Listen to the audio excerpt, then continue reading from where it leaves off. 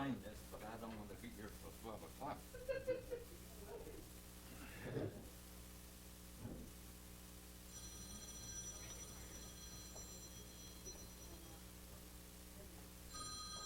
Your mic says sit on.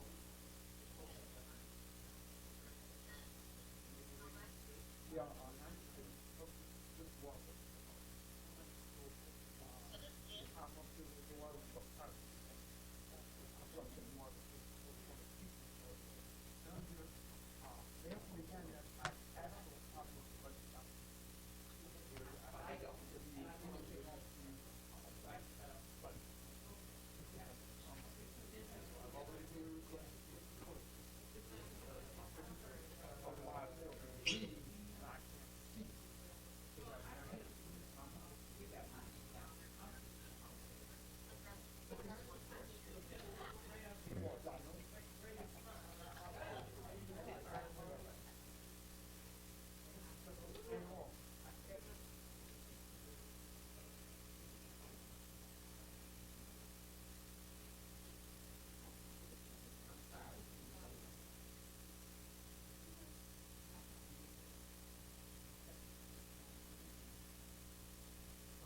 That's what I got, that's where I got all screwed up. Said that a couple of times.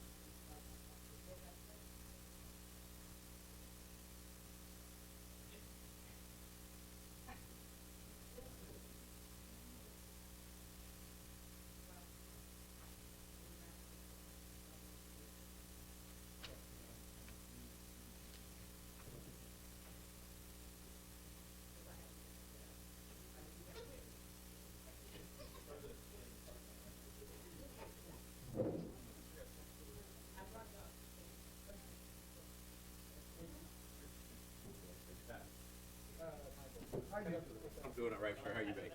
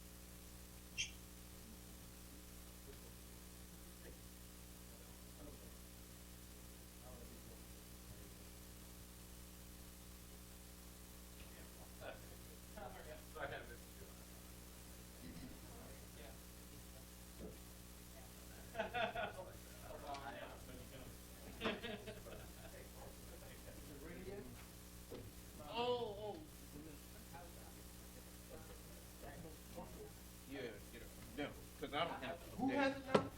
The administration is going to have to pass out a new one. I talked to her tomorrow. I told her. Must I go down and knock on the door and get it or what? Don't know if they. Come on down, they told me that you were gonna bring it down. Huh?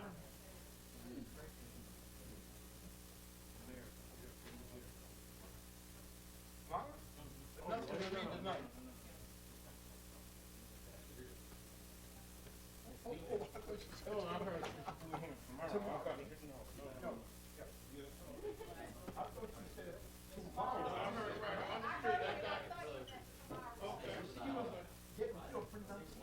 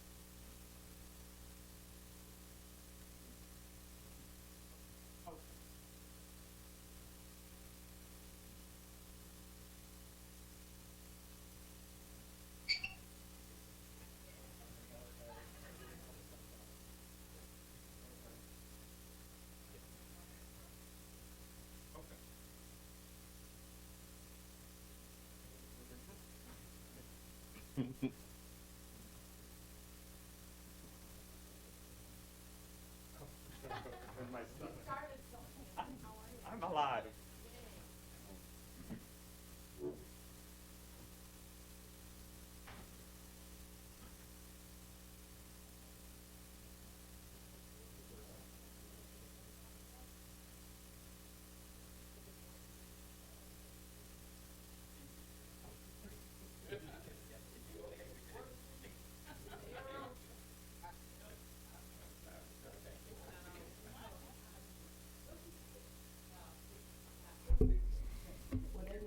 Sorry for the delay, folks. We're just working on some technical things right now.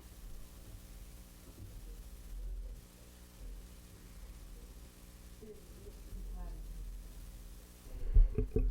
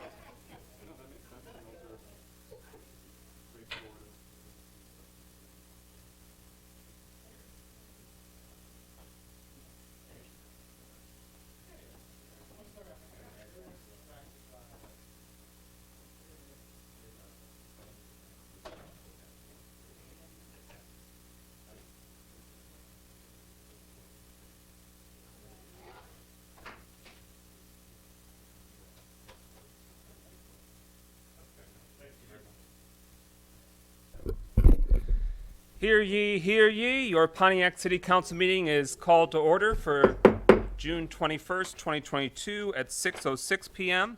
I apologize for the delay. We invested a great deal of time in visual aids for your meeting, and so we want to make sure that visual aids were visual. We begin this evening with the invocation, and we give the floor to Councilman William Parker Jr. to introduce this evening's invocation guest. Good afternoon, everyone. I'd like to introduce those who are here. Reverend Aaron Luke from the New Springfield Missionary Baptist Church. He will be giving us our invocation for this evening.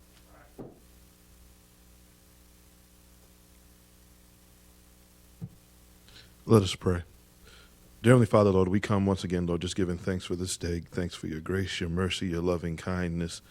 And thanks most of all for just taking care of us day to day, God. Father God, we ask, Lord, that you enter into the midst of this meeting, Lord, as the council and as the leaders of this city discuss the business of this city, as they move the city forward, God. We ask, Lord, that everything be done decently and in order, God, that everything be done, Lord, with the people in mind, God, because we want to see our city do good and our city become better, oh God. Father God, we ask that you bless everybody here underneath the sound of my voice. In your darling Son, Jesus' name, we pray. Amen. Amen. Thank you very much. And if there are faith leaders in the community that would be interested in delivering the invocation in the future, Councilman William Parker Jr. coordinates that for the City Council. Please rise for the Pledge of Allegiance. I pledge allegiance To the flag of the United States of America and to the republic for which it stands, one nation, under God, indivisible, with liberty and justice for all.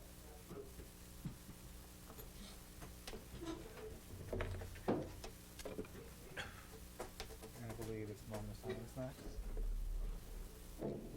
At this time, we have a moment of silence for all those that we have lost in our community.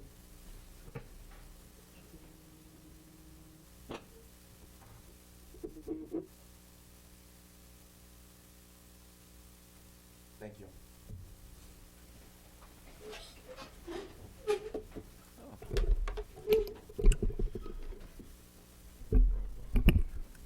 All council members are present.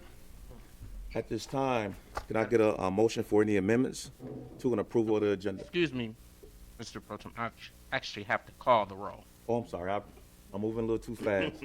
Roll call, please. Okay. Carrington, Present. Goodman, Here. James. Here. McGinnis. Present. Nicholson, Here. Parker, Here. Rutherford. Present.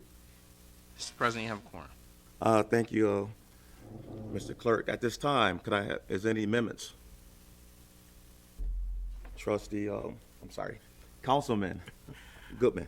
I'd like to add the announcement for SMART from their ombudsman.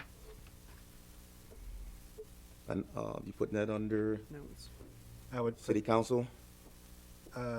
yes, preferably put it, Is this a smart bus service route changes? yeah, so it'd be an update on that. It's already on, it's actually already on here at number 9, 9. or is there something other than that? Want to make sure. Would you like to do it as a discussion item? Yes, I'd like to Okay. do a discussion item. Is there a second? I second it.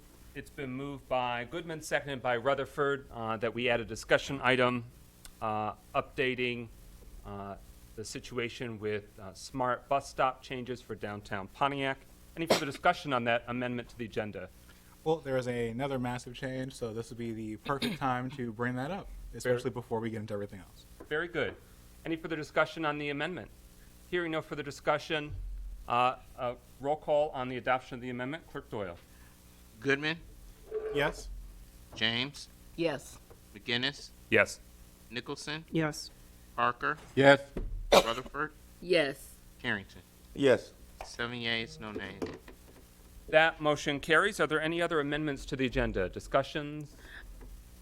I do have, Councilwoman Rutherford. I have a question. Do I need to wait for what I talked to you about and add it to the agenda? For new amendments to the agenda, doesn't need to be added as an agenda item. We'll just take it as an amendment when we get to that item that was tabled from last week, the budget before us. Okay, thank you.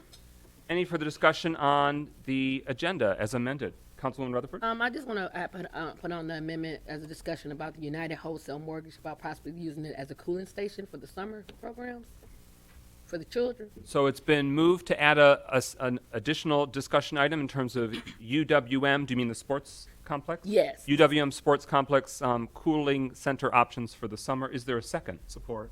It's been moved and seconded. Any discussion on that amendment? Hearing no further discussion on that amendment, roll call on approval of the amendment to the agenda, adding that discussion item. Clerk Doyle. James, Yes. McGinnis, Yes. Nicholson, Yes. Parker, Yes. Rutherford, Yes. Carrington, Yes. Goodman. Yes. 7 yeas, no nays. That motion carries. Is there any other discussion or amendments to the agenda? Hearing nothing, Councilwoman Rutherford? One more about, like, you know how they have, I just want to know, so I make sure I said this right. There's going to be a lot of hot days extending for the next 2 weeks, especially this week.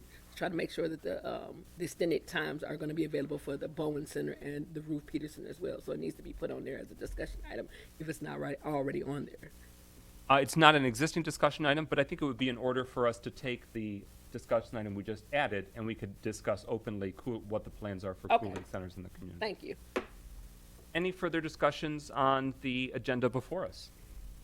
Hearing no further discussion and no further amendments, we move into roll call on approval of the agenda as amended. Clerk Doyle. Well, Mr. President, we never actually had a move in support for the agenda. So we actually need a move in support. Oh, for the is there a motion to approve this evening's agenda? I make the motion. It's been moved by Rutherford, seconded by Parker. So that's the original motion before us, and we have a move and a second on the two amendments to the agenda. And are there any other amendments? Thank you for that catch, Clerk Doyle. Hearing no further discussion, roll call on approval of the agenda as amended. Clerk Doyle. McGinnis, Yes. Nicholson, Yes. Parker, Yes. Rutherford, Yes. Harrington, Yes. Goodman, Yes. James. Yes. 7 yeas, no nays. That motion carries. So we have the agenda before us, and thank you, Pro Tem Carrington, for helping juggle while I was working with our visual aids. Is there a motion to approve the consent agenda? So moved. Support. It's been moved by Nicholson, seconded by Carrington. That motion is before us, not debatable. There are 5 sets of minutes that are in that consent agenda. Roll call on Approval of the consent agenda. Clerk Doyle. Nicholson, Yes. Parker, Yes. Rutherford, Yes. Carrington, Yes. Goodman, Yes. James, Yes. McGinnis. Yes. 7 yeas, no nays. Thank you. That motion carries. We are now at recognition of elected officials. We have Library Board Trustee H. Bill Maxey with us. Would you like to be recognized, Library Trustee Maxey? You have the floor. Good afternoon, and thank you, President. 3 announcements. Starting the 29th of June, between the hours of 3 and 5, there will be at the library someone present to talk to the seniors about legal aid, any legal matter they have, and it's free of charge. Second, senior abuse. There will be someone there to speak of senior abuse, which, by the way, is on the uprise, 74,000 cases. And foreclosures. We'll have information on foreclosures, Landlord-Tenant Act. Again, that is from 3 to 5 on the 29th. You walk into the library, and we will be there to talk to you about those 4 issues. Very, very important. And thanks to the library and more this morning, we passed out over 300 bottles of water this morning between the Phoenix Center and people in the street. Seniors taking care of seniors. Seniors care about seniors. Thank you. Thank you, sir.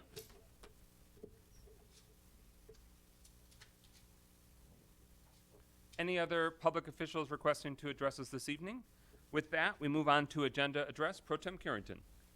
We have one person, Mr. Larry Jasper, for agenda address.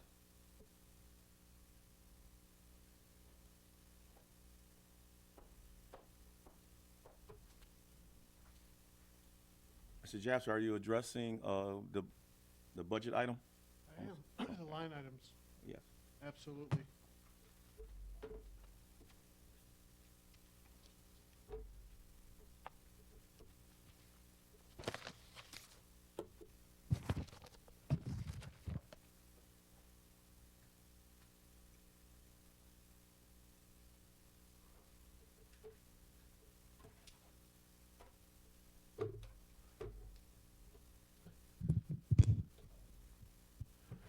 Council, Mayor, I noticed that we didn't have anything regarding the GSA promissory note that the city pays on the budget items.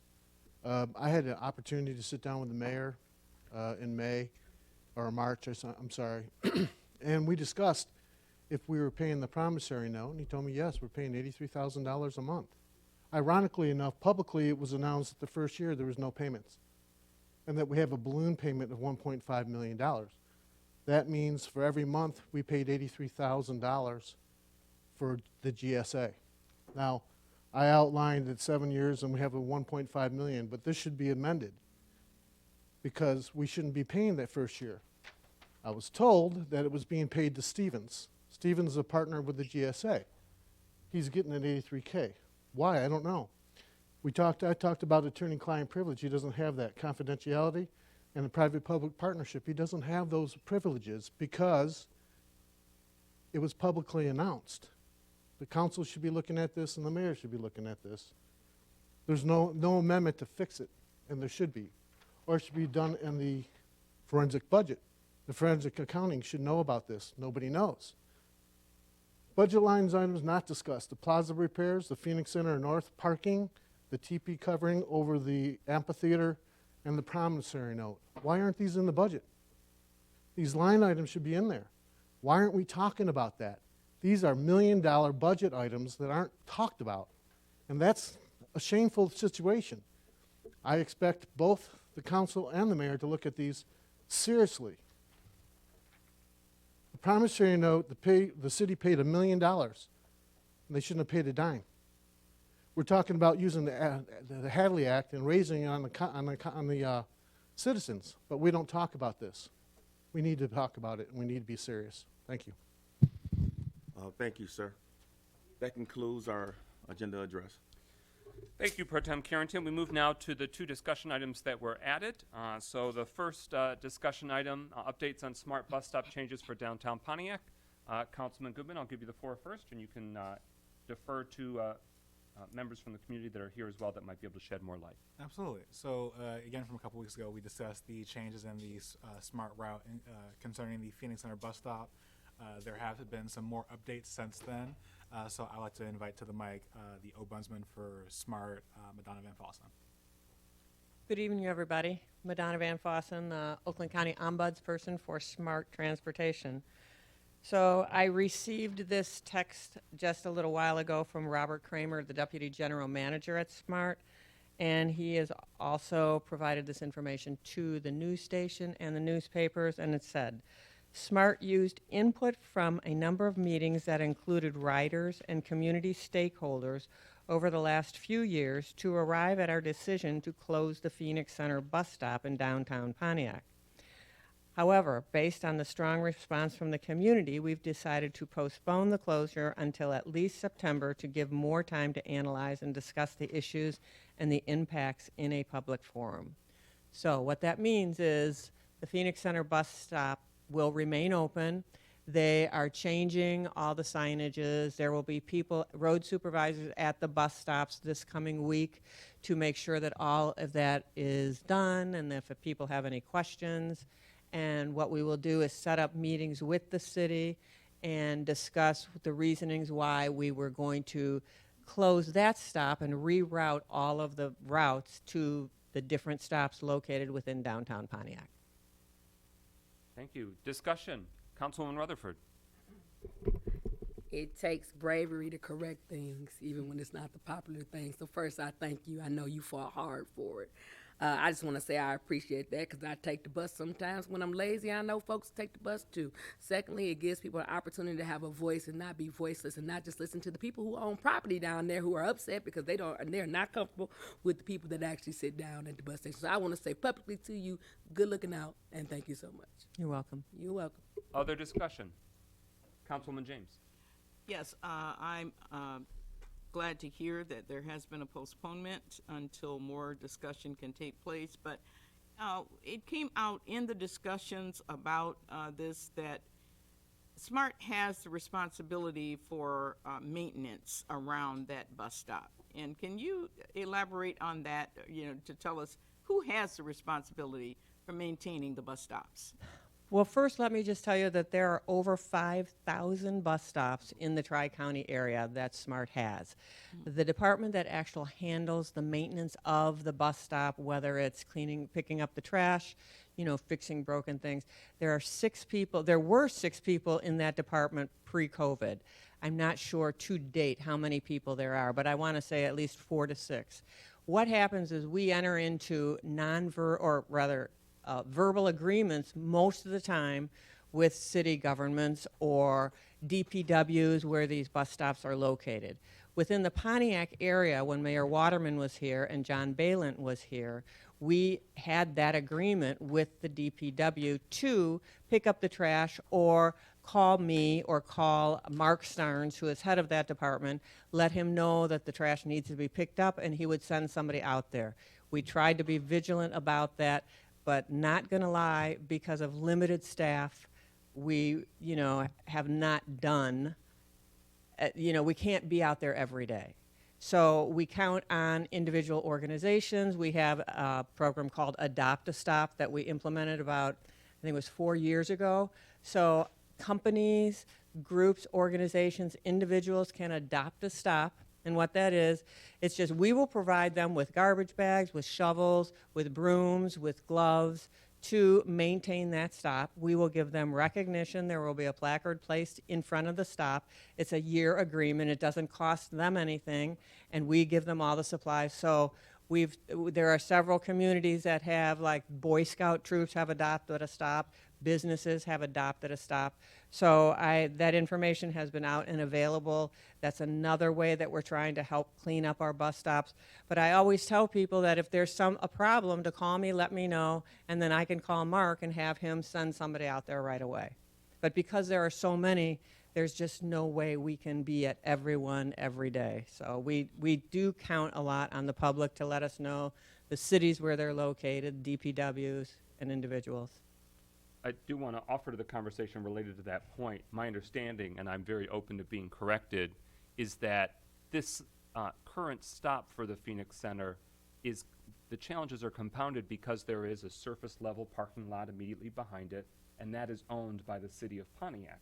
And then the Phoenix Center structure itself, with the maintenance and other challenges, that also, you know, has ramifications for us as the city of Pontiac. And if this stop were located, you know, on South Saginaw facing Lot 9, and there were issues with sort of, you know, debris or other behavioral challenges, then the issue might be different because that's a privately owned lot. But for the Phoenix Center bus stop, it abuts the city's property and the city's very large unresolved Phoenix Center structure as well. So it's compounded by those challenges. Thank you. Councilwoman Rutherford? 2 questions. So do you have a copy of, or can we get a copy of the agreement that you had with the DPW and with the previous? It was not a written agreement. It was just a verbal agreement. John said that and the DPW person said that they would. Do you have the details? I just want to know, so because I'm going to ask, my second question is to the administration on how we can fix this issue, because it's a hot topic in District 1, especially with the downtown business owners. And so how do we rectify this so that both people win? Because people got to get on the bus, and it's got to be clean, and we own the property. That's the question for you or Mayor Grimo. Either one of you can answer it. Well, one of the reasons why we're happy that we have a little bit more time before moving the stop is so that we can have a real conversation with both residents and downtown business owners and council and other stakeholders, SMART included, maybe especially SMART, about what the right solution is here. Because it's not riders of the SMART system who are creating some of the concerns at this bus stop. At least that's not our perception. It's our perception that there are other people who are loitering in that area that typically are not bus riders, who are creating some of the issues there that folks and downtown businesses in particular are concerned about. We want to make sure that we're addressing those issues without inconveniencing or displacing bus riders, those who rely on buses for transportation. And so I don't have all the answers as I sit here, but we need to get to work in a collaborative way to try to identify what the correct solutions are that address some of the legitimate concerns there without displacing or inconveniencing bus riders. Other discussion. Councilman Nicholson. I want to say, as a downtown business owner, and my business is open more hours than any other business other than the hospital. My concern is not for the people that are riding the bus or going to that stop. My concern is for those people's safety because of the location of the stop being away from the predominant public view. So to me, I have the complete opposite opinion of some of the people whose businesses are located closer to the stop. I would like to see that stop, if it maintained in downtown, but in a more a place that is more easily accessible, but also in public view. So that way people feel more safe approaching that stop. And from a trash collection perspective, our garbage cans, city garbage cans are all the way along Saginaw Street. They don't extend around to the places where there aren't businesses located. So while I may be unpopular in that opinion, I would say move it to North Saginaw, and we'd be happy to have you be our neighbor. And can I just give a little history, just really quick? The thing with the Phoenix Center stop, there are 5 routes that come to that stop. So over the years since I started, I look back in my notes, starting in 2017, I have had meetings with various organizations, individuals, city administration, all kinds of people within at least 2 meetings a year, saying, where can we move the stop? So we have looked all around Pontiac. Where can we move the spot that can handle 5 routes? There's no place big enough. You know, we've tried the Amtrak station. They don't want us there. We tried around the corner on Lot 9. It wasn't big enough, and the businesses across the street didn't want to have all the buses parked there. We tried all different locations and couldn't find any. So this is why the scheduling department over the years decided, well, instead of having all 5 routes converge on the one stop where all kinds of people will gather, which is kind of a magnet for other people to come and gather, let's move the routes, break the routes up. So that's why this plan that we're postponing now was going to move each route to go to a different stop within downtown Pontiac, within a block to 2, taking into consideration, we did not want to inconvenience riders either, taking into consideration the businesses where, or the stops where they're located. You know, we've heard, well, we need shelters at those stops. The dilemma there is, in order to build a shelter, you need a certain footprint. It's at least a 13 by 13 footprint. And some of the bus stops where we were going to move these don't have that area to build a shelter. We're certainly open for discussions and ideas. This is the time, let's make it so everybody's happy. But we didn't just, you know, break it up without any consideration. I'm going to say I should have followed up with our scheduling department and said, I was not totally aware that they were actually going to implement this, because we've been talking about it for so many years. So this is a lesson. I want to thank all of you for standing up, because it's a lesson for us what we need to do internally as far as communicate. Because had I known, I could have said, well, let's just talk to Pontiac really quickly first, see what they say, and maybe we would have avoided all this. We did not do that. I take that responsibility. But let me assure you that SMART totally wants to work with all of our communities, so we are open to any and looking into any and all ideas that you have. Any further, Councilman Goodman? And the thing is, I think I speak for almost everyone up here, including the administration, to say that we are very much in favor of public transit.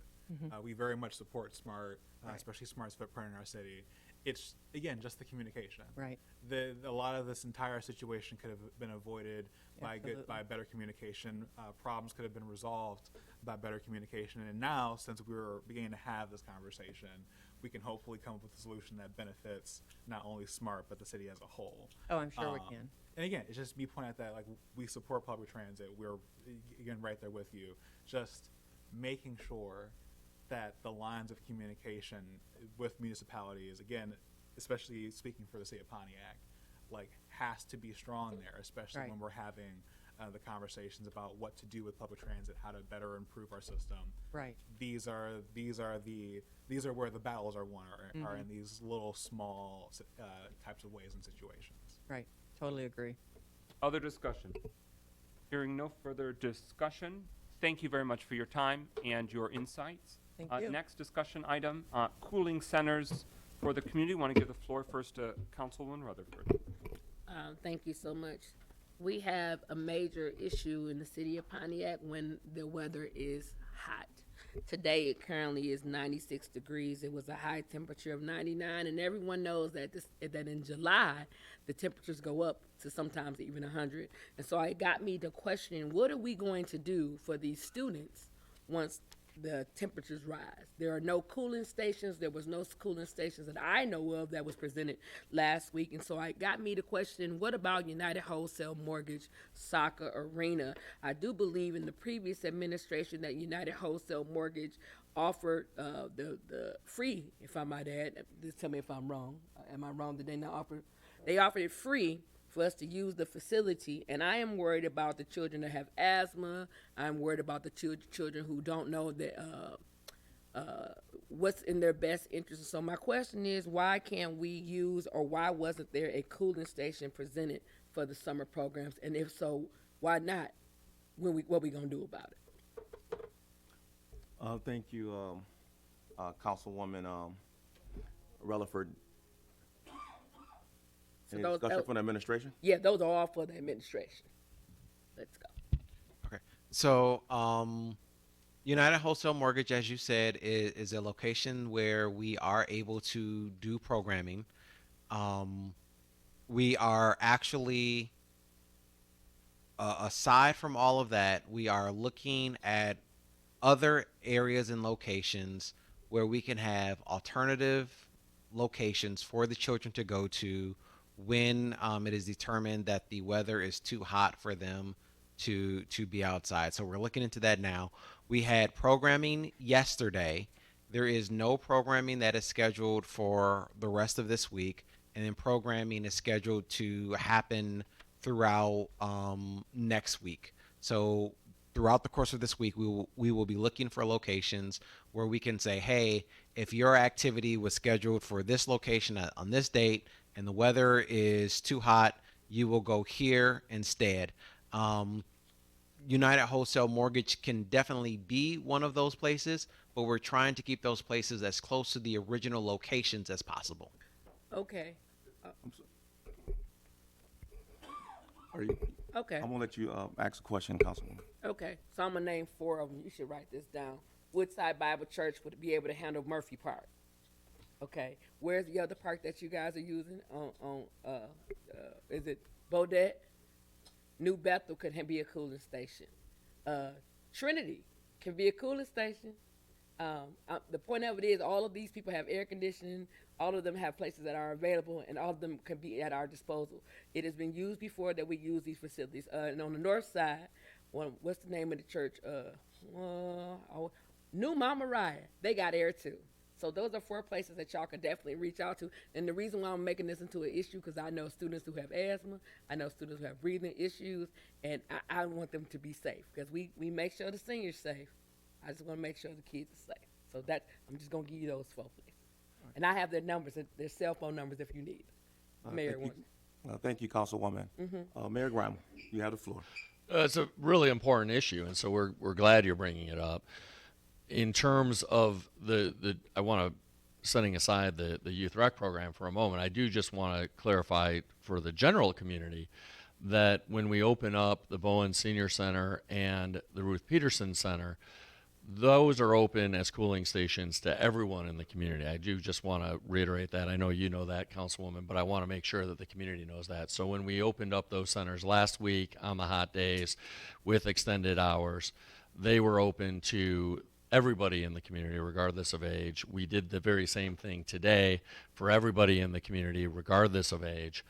But we agree with you that we need to make sure that those who are enrolled in the youth rec program have specific places they can go that will be supervised, that will accommodate some form of youth recreation, even if it's more in the format of an open gym kind of dynamic on those hot days.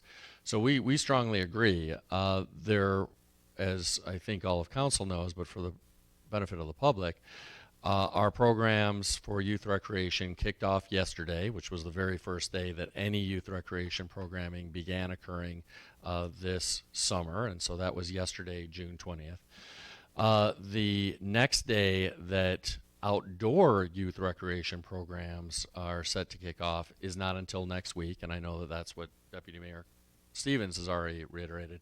So we are looking this week to identify locations. We are looking at a number of churches. We're looking at a number of other indoor locations for this purpose as alternative sites to outdoor youth recreation locations when the temperatures are hot. I do just want everyone to know that we did not have any outdoor youth recreation scheduled for today, so that was not an issue today. It's not going to be an issue the next 3 days of this week, but we agree that we have to have these alternative sites identified, and that will be done this week.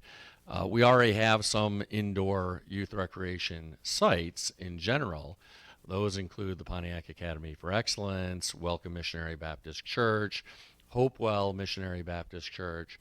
But we want to but those are for normal programming, and obviously we need to make sure that we have enough additional space that we can utilize as needed, so that we can have outdoor youth rec enrollees be somewhere indoors in the cool with supervision without disrupting other scheduled indoor programming. So we strongly agree, and we're currently working on it. Thank you, Mayor Graham. Any other discussion from the council? Yeah. So what's the timeline to when that presentation will be done? We're going to have those sites identified this week.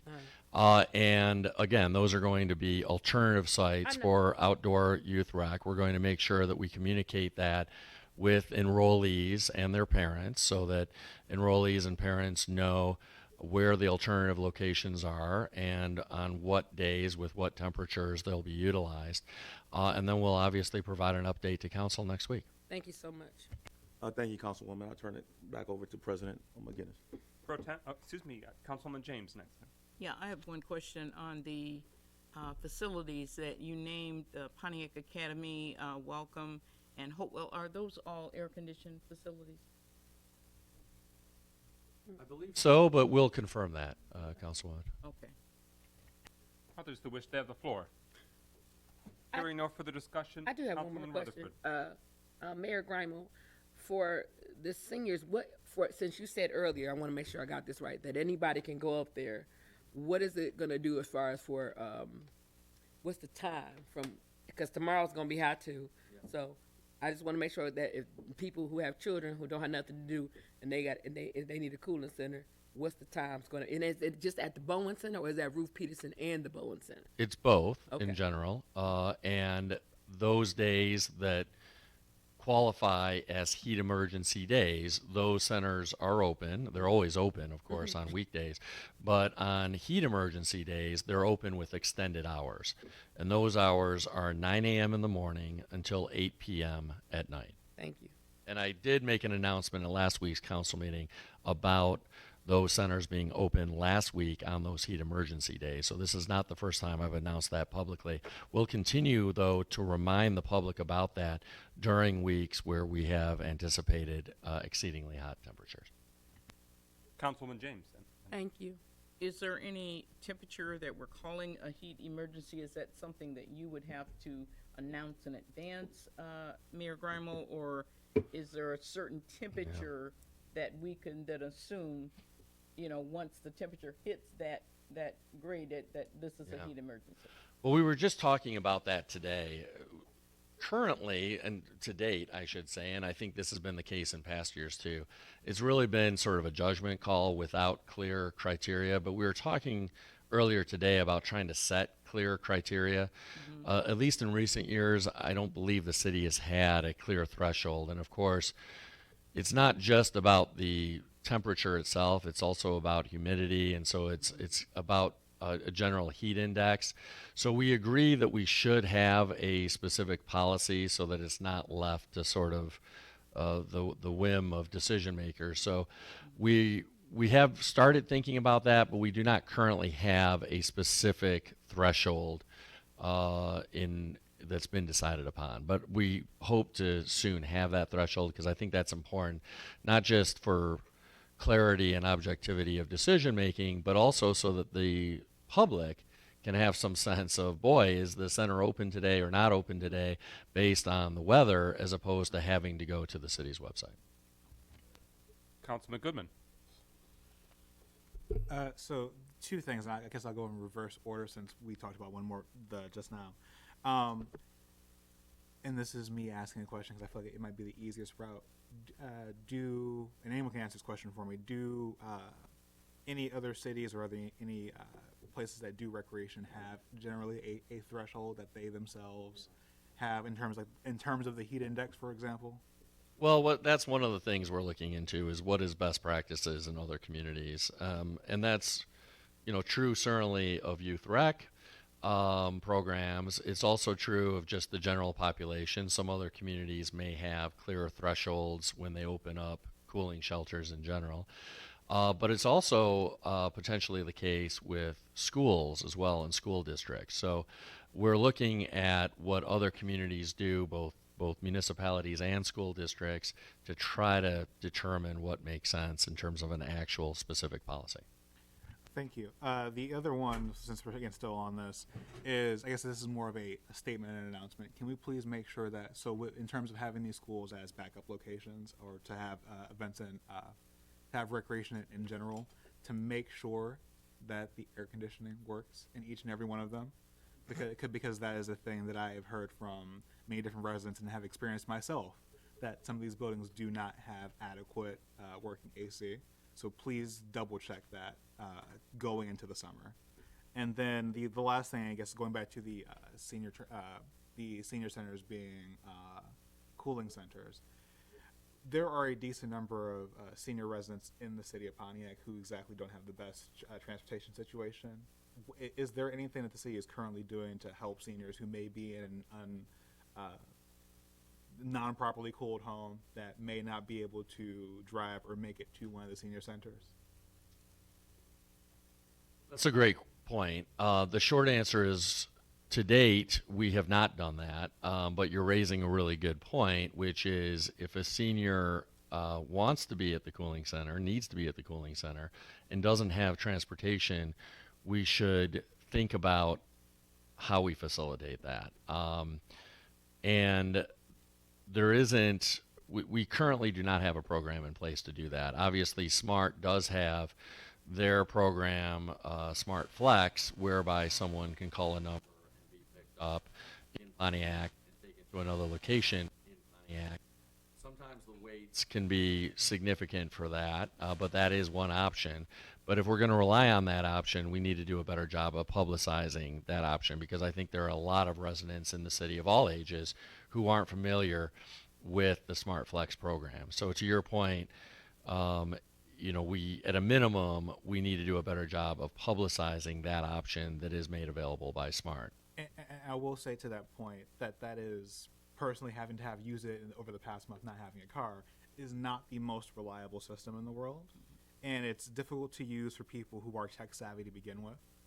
And it becomes a problem when you expect people who are not as technology inclined to deal with that system, especially for things that do have problems. It may create a situation that is less than ideal, especially for these vulnerable populations. And again, this is not saying that we should go in any specific direct route in terms of addressing this, but I think that is something that we should definitely come up with a plan for and keep an eye on, because I know for a fact there are numbers of citizens who simply will not be able to make it to a cooling center despite it being available. Understood, and I think that's absolutely true. We don't currently have a great alternative option. We soon will, because, as you know, council voted to accept these community credits and from SMART in the state that can be utilized to build and provide at least some local transit. There's a limit to how far those dollars will go, but that at least provides an opportunity to do something. But although we've accepted those, we have not yet gone through the RFP process of selecting a vendor to actually provide that service. So, and as was contemplated, it could be as long as the end of August before that service is in place. So we'll talk a little bit internally about what those options are. Certainly, if you or other council people have any suggestions, or members of the public have any suggestions as to what we can do between now and when we actually have some local transit service established to help seniors in particular get to cooling centers, we're very open-minded about what that looks like. I will note that you raise a really good point about needing to be tech savvy in order to utilize Smart Flex, because I know that using an app is one option to access that service. Is that the only option to access that service? That's the other question. I don't know the answer to that. When it comes to Smart Flex, I'm not completely sure, because I do know that Smart, well, at least the last time I checked, still did have the connector buses that you could schedule ahead of time that you can call in. Okay. But again, that's a scheduling, at least a day before type of thing. Okay. Which again is sometimes what escapes people. Yeah. There is a phone number that you can either use the SmartFlex mobile app, or you can call the Smart Call Center. It's 734-212-8429. So can you say that one more time? 734-212-8429. Okay. Thanks. And I will say, one of the few problems with that, however, again, still going to mobility, is that when using Smart Flex, it does not always pick you up directly at your location. It sometimes it requires you to move a small amount of distance, whether it be from a side street to a main street, or a slightly more main street to a corner of some sort, because it is essentially an Uber pool, so it's picking up multiple people in the way to a destination. So when it comes to seniors, that is also not the most conducive option, especially when it comes to having someone in a car with multiple people who may not have an accessible easy to access seat for someone who does not have the best mobility. So again, there are definitely options, and that is a very important one. But again, making sure that we're considering the population in which we are asking to use something that is not made with them in mind. Right. Mayor Grimo. And I would just note, this issue is only going to grow in importance in coming years because temperatures, obviously, average temperatures are getting higher. They're not getting lower. So it's really important that we talk about these issues, and I appreciate council's attention to them. Other further discussion? Hearing no further discussion, we move now to the first resolution. Is there a motion to adopt the resolution to approve the renewal of the City of Pontiac's assessing services contract with Oakland County? So Moved by moved. Carrington. Support. It's been moved by Carrington, seconded by Nicholson. This item is now before us. We give the floor to administration and staff to provide council and the community with initial context. Thank you, President McGinnis. We have long utilized, and by we I mean the City of Pontiac, has long utilized Oakland County for assessment purposes, which is to say estimating the market value and by extension the state equalized value and taxable values of real property in the city. With that, we'd like to have Mr. Carrington, the finance director, speak to this agenda item, which is a renewal of the contract with Oakland County for Oakland County to provide those services. As we wait for Mr. Carrington to arrive, and here he comes, I would just note that trying to do these services in-house can be very challenging. As you know, our administration, in partnership with council, has made it a priority to bring in-house as many services as possible wherever that makes sense in terms of cost savings or quality of service improvement. Assessing services are very difficult to do in-house for a couple of reasons. One is there requires a very specialized skill set, and it's hard to find qualified people with that skill set who can do that work. But also, it's somewhat, not entirely, but somewhat seasonal in nature as well in terms of the timing of doing the assessing. And that's why, at least for the foreseeable future, we believe that it continues to make sense to utilize Oakland County to provide the assessing services. And without further ado, Mr. Carrington. Yes, good evening, Council. As the mayor indicated, we have the assessing contract that's before you. The contract is expiring at the end of the year.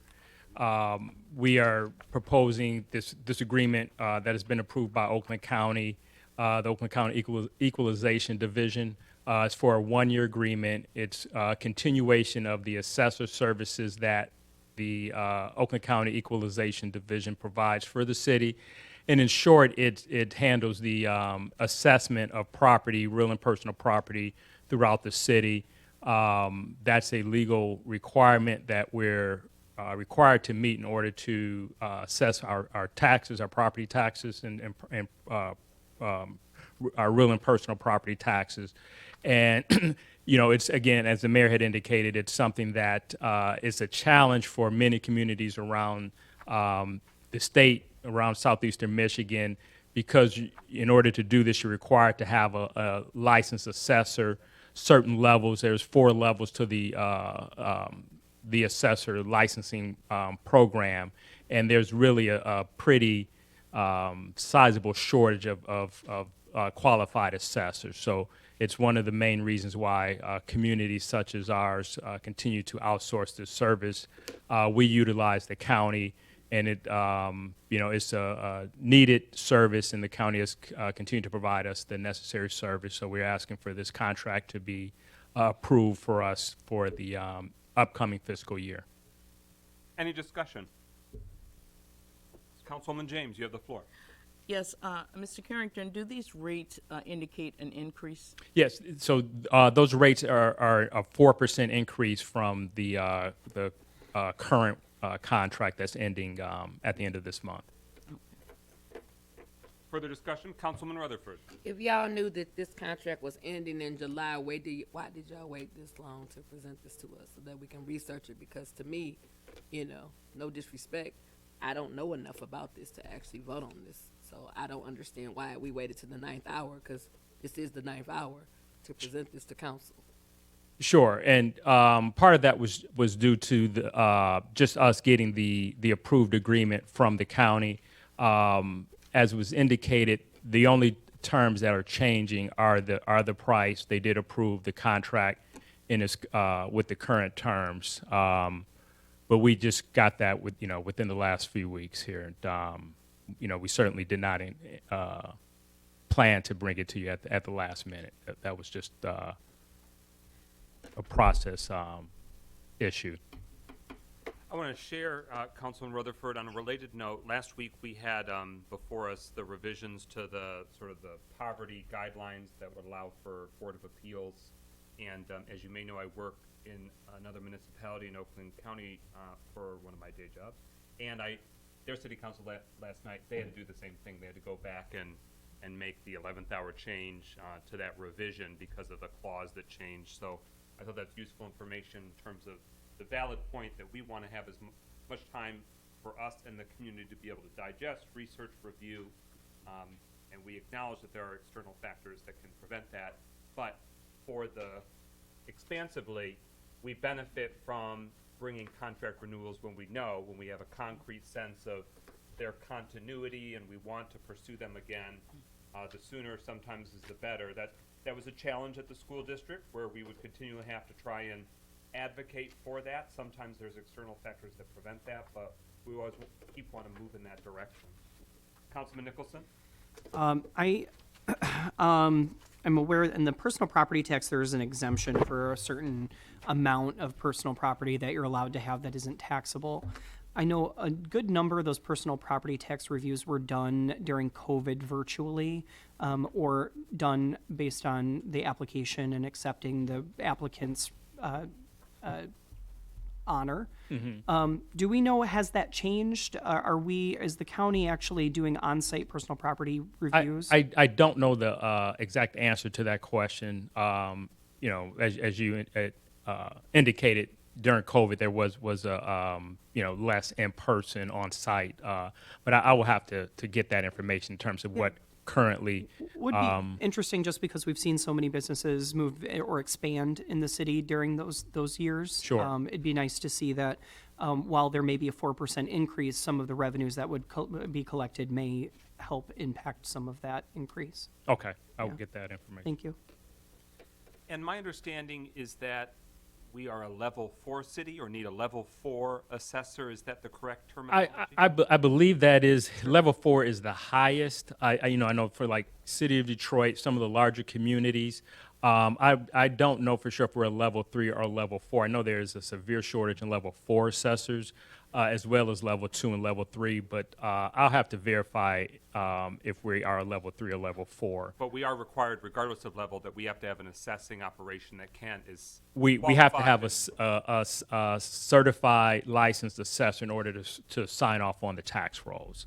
That process has pretty much been completed for this tax year, but going forward, we are required to have that. If we don't have that, then the county would be required to take another route, which would incur a lot more cost to it. Deputy Mayor Stevens and then Councilwoman James. Just in addition to the conversation that was going on, we don't just have to have a licensed assessor. We also have to have a level 4 assessor in order to be able to do the different tax abatements that we do. So we have to have a level 4 assessor sign off on those. Councilwoman James. Yeah, I'm just curious, do the Oakland County provide us with any kind of data in terms of how many of our residents contest their assessments? Because I know, you have that right. Once you receive those annual assessments, you have the right to contest them. And I'm just wondering, just curious, is that at a pretty low level for Pontiac residents? Do they provide us that kind of feedback? So we do keep that information here at the local level. We do have a board of, you're talking about assessment appeals? Yes. Yeah, so we do have a board of appeals that's, organized here at the city level here locally, and we do have that information for taxpayers and homeowners and property owners who are appealing the assessments that they receive. And the same with the Michigan Tax Tribunal? Yeah. Well, the tax tribunal would obviously we're not seeding that, but we are participating in that process, so we would have that information as well. Councilman James, I apologize. You still have the floor. No, I was just wondering, it's that, are we talking the same thing, the assessments that come out of Oakland County? No, so The so equalization, the assessments still come out of the city of Pontiac. They're being done on our behalf by Oakland County Equalization Division. So they still come. In the past, it was a service that years ago, Pontiac, like a lot of other communities, had their own Right. local assessor. So the assessment is still coming from the city of Pontiac. Okay. It's just being performed on our behalf by the Oakland County Equalization Division. So it's coming from us. yeah, thank you for clarifying that. I didn't realize that. But that data, if there's relevant data, it might be useful for the Finance and Personnel Committee when the timing's right for your subcommittee, to be able to see how minute or vast the implications are for that. Any further discussion on the motion before us? Hearing no further discussion, we move into roll call on the approval of the resolution for the assessing services contract with Oakland County. This is for a period of July 1st, 2022 through June 30th, 2023. Roll call, Clerk Doyle. Parker, Yes. Harrington, Yes. Goodman, Yes. James, Yes. McGinnis, Yes. Nicholson, Yes. Rutherford. No. 6 yeas, 1 nay. That motion carries. We are now at the next resolution. Is there a motion to adopt, I need a motion to adopt the resolution to approve a proposed budget amendment for fiscal year 21-22 to receive revenues in the amount of $120,000 to the general fund GL account 101000528.000 federal grants other and appropriate a total of $120,000 to general fund GL account 101751818.000 other professional services. This is to accept a $120,000 grant from Oakland County to support the Clinton River Trail Safety and Maintenance Improvement Project. I make the motion. Support. It's been moved by Rutherford, seconded by Nicholson. That motion is before us. Our intention is not necessarily to vote on this today, but to have a first reading and discussion, and then have second reading and adoption 1 week from tonight. Mayor and staff, you have the floor. Ordinarily, we would have Ms. Borngesser, who handles our grants, handle this matter, and she, of course, has been the point person doing most of the work on this. But she's out today, and with that, Mr. Carrington or Deputy Mayor Stevens can handle it. Mr. Carrington? Sure. So the item is, as you know, is for the Clinton River Trail project. We have received funds to fund this item. So we're bringing this proposed budget amendment in front of you to really do two things. One is to recognize the receipt of the revenues, and secondly is to appropriate the funds that are associated with this project. So keep in mind that this is essentially a cost-neutral standpoint from the city, in the sense that all of the costs that we're asking to be appropriated are being offset by additional revenues that would be included or added to the budget. So we would submit this to you for your consideration and approval. Anything you'd like to expound upon, Deputy Mayor? The only addition I would give is actually in the document itself. On the first page, the penultimate paragraph says the total cost of this project is $726,000. And so Oakland County has used their their ARPA funds to fund this, to put this money out here for all of the communities that were part of the coalition for the Clinton River Trail. 120,000 is the share that is coming to the city of Pontiac for maintenance of our portion of the trail. Thank you. Councilman Rutherford, you have the floor, then Councilman Nicholson. Question for the administration. How much is that? Say that again, Councilwoman. I'll wait. Y'all was talking. Okay. So, As a point of levity, if I may, Mr. President, I was commending the deputy mayor on his use of the word penultimate. Councilman Rutherford. all right. Question. How much money has the city contributed to the trail thus far? So I don't have that information in front of me at this moment. You know when you can let me know? When? We will have it before us next week. Okay. So we'll have that. I just want to know that for a reason. I'm trying to see if we're matching dollar for dollar. Like we say that we're always looking for grants and opportunities. And can we use some of our ARPA funds to actually further along the progress for the trail? I know we've done some things, but there's some other things that need to be done. So that's why I asked that question. So the answer to that is absolutely that is a possibility. As far as matching goes, the ARPA dollars that the county is using, they are actually using funds that we have already put in as the matching funds. Okay. Thank you. Councilman Nicholson, you have the floor. Looks like there's a number of funders that all are coming together to get to that $726,000. Who's the fiduciary? Where does this money all go to? And it's not us, correct? So that's a great question. The way this is set up, each of the partnering agencies is putting in money, and that's where the matching dollars are coming from. And so Oakland County already secured the services to do the maintenance, but they are sending the money to each individual community, which will then pay the bill. Okay, so we're all individually writing checks. This is Correct. the portion that comes to us. There'll be a portion that goes to Sylvan Lake. Okay. That is correct. Cool. Any further discussion? Hearing no further discussion, could I have a motion to postpone this for 1 week? I make the motion. Is there a second? Yes. All right. second. It's been moved by Rutherford, seconded by James to postpone this item for 1 week. It'll be before us at the June 28th, 2022 City Council meeting. Any discussion on the motion to postpone? Hearing none, roll call, Clerk Doyle, on postponement for 1 week. Carrington, Yes. Goodman, Yes. James, Yes. McGinnis, Yes. Nicholson, Yes. Parker, Yes. Rutherford. Yes. 7 yeas, no nays. That motion carries. The item will be before us next week.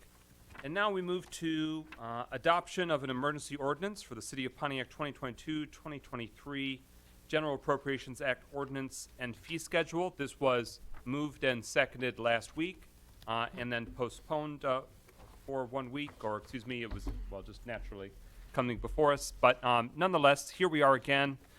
We had, in the last few months, the mayor presented a proposed budget. We held 8 special meetings to review the budget. We had a public hearing, and then we had at last week's regular city council meeting many hours of amendments that we considered individual changes to the budget. So I want to give a shout out to Genevieve Cabadas. Did I say that correctly? Legislative intern with the city of Pontiac. She is a student at Columbia University in New York, and she will be doing some heavy lifting since the clicker for the PowerPoint in the laptop is done. So thank you very much for that. What I'm going to do is review very briefly for the council. I'm going to try and make this very swift.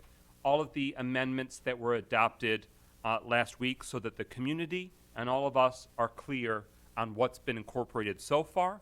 And then tonight, what we're going to do is exhaust every potential amendment question, because what needs to happen calendar-wise is that tonight we have all of those changes made, because tomorrow we have a special meeting on the budget that allows all the final changes, all the T's crossed, the I's dotted, so that we have the clean final copy of everything that was the council's intention to happen. So that is the ordinance that is adopted and that happens a week prior to the end of the fiscal year as required by law, ordinance, et cetera. Did I encapsulate that well? Clerk Doyle. Okay.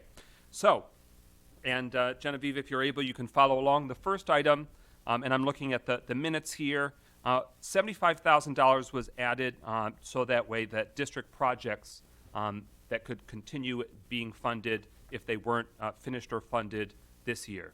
Next up, $19,000 was added for additional council training. Next up, it was proposed that $250,000 would be added for other professional services code enforcement. That did not pass, but then Councilman Parker's motion to add $100,000 for other professional services under code enforcement for animal control, that did pass. So that's $100,000 that was added. Next. $5,000 was added to the Charter Commission for printing, and then you can keep it on the same slide, but we added $10,000 for postage for the Charter Commission as well. That was an additional amendment. So cumulatively, another $15,000 was added to the Charter Commission's budget. Next slide. There was $100,000 for added to routine maintenance of roads for pavement markings. Next slide. $26,000 was added for the purposes of a facilities condition assessment. So that way we know what challenges are there for the buildings that are the city's property, and we can be strategic moving forward with how we want to improve those, the timing and the cost. That's right. So the next up, $15,000 was added for additional maintenance of City Hall. Next up. Ultimately, $86,000 was added for not just professional background checks, but also for professional services with staffing. So that's in the personnel services budget. So we initially were talking about $11,000 for professional background checks. That was expanded ultimately and adopted as $86,000 added. Next up, $25,000 was added for fire station building needs, so building maintenance for the fire department. Those are still city property. Next up, $33,400 was added for additional janitorial staffing under the Public Works operations. That was adopted. Next up, a motion was made by me to include and add to the budget $750,000 for the demolition and remediation of the Purdue School site owned by the city of Pontiac. That motion failed, so that is not added to the budget, but just so you know what was considered. Next up. Oh, that's just Purdue, hey.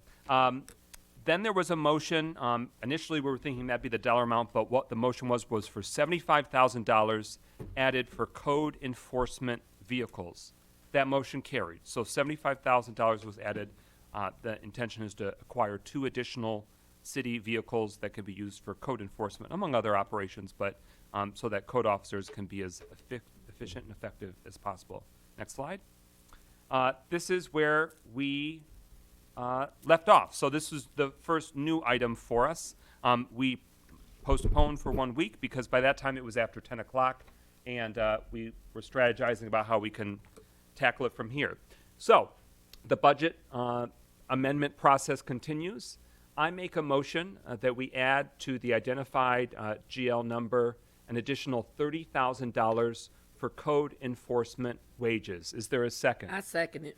It's been moved by McGinnis, seconded by Rutherford, and this is my rationale. I am open to other strategies, but the mayor is making very bold and very positive reorganizational changes because I think all of us in the city recognize that our neighborhoods, in some respects, are hit up, and they deserve support from the city staff to enforce the code, to strengthen our neighborhoods, to bring the quality of life that all neighborhoods deserve in Pontiac.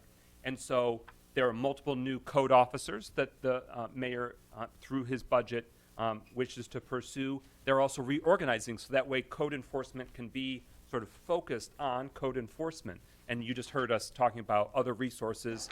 Not only do we have more training built in the budget, but we also have now some vehicle funds. That way more people can be deployed out into the field, into our neighborhoods, making sure that businesses landlords, residents are doing their part to uphold the city's required municipal codes. So the thought process here is that there has been high turnover, even with the smaller number of code enforcement officers. Since the city has brought that in-house, so to speak, there has been a high number of code officers who have left for higher paying jobs in other communities after they've been trained, after they get, cut their teeth and start getting some professional experience in code enforcement, we lose them. And that causes a great drain on value in terms of not only human resources potential, but lost time and effort, and then we just don't have the capacity to do stronger code enforcement. So I want to equip the administration with some more resources to ensure that the few members of the staff that are still here, that they can structure in a way that we can retain the staff, not lose them, and there will be greater expectation and responsibilities that we would put on all of code enforcement as they are going to be cross-trained with other needed elements to make our city stronger, to make rental property safer, so that way they're more efficient. When they're going to a neighborhood or a street, they're not just focusing on what's on the outside of the house, that they'll have the ability to more effectively get results in a quicker time frame for the city. We'll always keep evolving because we want to make this right for all of us. We all live here too, but I want to provide more resources so that way there's greater flexibility for the administration to allow that function as it is reorganized to succeed. So with that, any further discussion? Pro Tem Carrington, you have the floor. Thank you, President McGinnis. I guess my concern is concerning the code enforcement process, the current process of how efficiently the process is running currently. I don't necessarily think adding money to it actually would improve that until the process is improved. Other discussion? Councilman Rutherford. So if people are not being paid living wages, they won't work well, in my opinion, because if I was getting paid $15 an hour to go inspect somebody's house and to write up a code, and I'm barely making it because gas is at, $5.19, it would make me distressed and I wouldn't want to go to work. So I feel like people should get paid for a service and they'll work harder if they're making enough money to be able to pay their bills. So I think it's important that we pay our people. It's important that they feel like they are valuable, because if we're trying to improve and empower the city, we must pay our people what they're worth and not what we want to be satisfied with. Other discussion? Councilwoman James, you have the floor. I just want a clarification. We are adding 4 additional, you said, code enforcers under the reorg? The mayor can speak more directly to that, so I'll defer to Mayor Grimal. How many? Yes, that's correct, It's Councilwoman. 4? Yeah, 4 4. additional, okay. And so what you're asking is 1 additional person? Actually, what my vision is, and it does give some flexibility to the administration to implement, is that they would have greater resources to consider either merit changes or wage increases to make the existing and new positions more competitive with the region, because we are losing out, competitively when it comes to code enforcement opportunities in the city. And I want us to be fully staffed, fully deployed, fully rocking and rolling, so that way this year we maximize, the success of code enforcement. Councilwoman James, you have the floor. Well, I thought, I was under the impression, though, that under the new HR director and that structure, that all of the employees of the city, that we would be looking at their wages to make sure that those wages were competitive. Because if they're not, then, we're gonna get that not only with code enforcers, but with everyone. So wasn't that what you said when we approved the new HR director, that this is going to be part of the HR process, that we're gonna be looking at that? Yes, we did look at that, and whereas I do not disagree that increasing wages would definitely be a boon, to your point, Councilwoman James, we do believe that the current salaries that are anticipated should be sufficient, but there is no harm in the amendment that the council president has proposed, because it does not necessarily change the wages. It gives us the flexibility to say, this is a critical role. And if we are finding it difficult at the wage that we have slated, we have the cushion to increase those wages. Further discussion?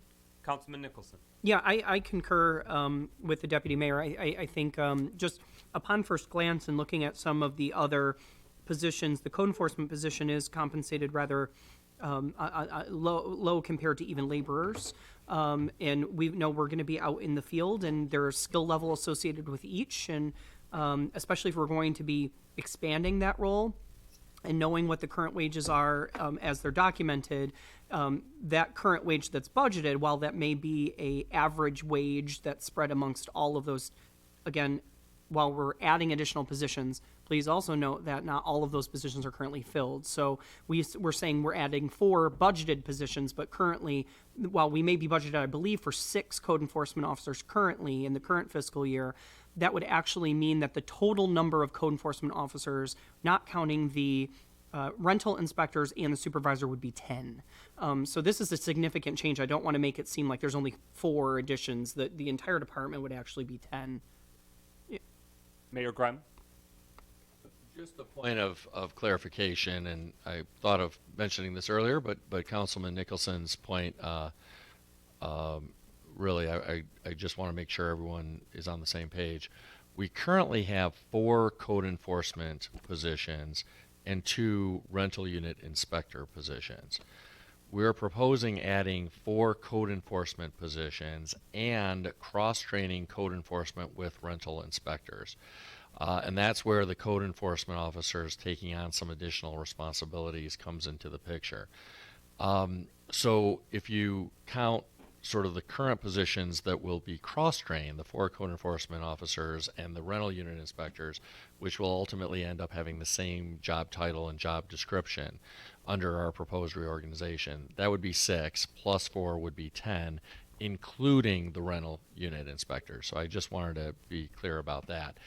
The other complicating factor is that the rental unit inspectors are currently paid on an hourly basis, whereas code enforcement officers are currently paid on a salary basis. So we'll want to, obviously, as we cross-train for both positions and merge them into one job title and job position, we'll want to make sure that they're paid the same. Ultimately, there'll be a transition period, but ultimately paid the same, and ultimately both paid on either a salary basis or an hourly basis. So, having some additional flexibility is helpful, I think, in terms of adjusting pay accordingly as we merge these 2 positions into one with the same structure of excuse me, the same structure of compensation. Further discussion? Hearing no further discussion, we move now into roll call voting on the budget amendment that would add $30,000 for code enforcement wages, Department 733 Code Enforcement, with the GL number 101-733-702.000 salaries and wages. Roll call, Clerk Doyle. Goodman, Yes. James, Yes. McGinnis, Yes. Nicholson, Yes. Parker, Yes. Rutherford, Yes. Carrington. No. 6 yeas, 1 nay. That motion carries. If you could, queue up our next amendment. Councilwoman James wanted to establish a new GL line, GL number that would specifically be for linear parks maintenance and essentially seed it with $5,000. Councilwoman James, do you still wish to make this motion? Yes. It's been moved by Councilwoman James, and this falls in Department 818 Parks, Grounds, Maintenance. Is there a second? I second it. It's been moved by James, second by Rutherford. It is now before us. Councilwoman James, you have the floor if you'd like to give any context. Yes, the context is that we have recently, we're in the process of seeing a beautiful renovation of our Clinton River Trail. The grant that we got to redo that trail was originally $600,000. And when we got ready to actually start the work, because of the price increases and the shortage of material, the price had gone up to, I think, it's in the budget today, was over $700,000 that the project actually ended up costing.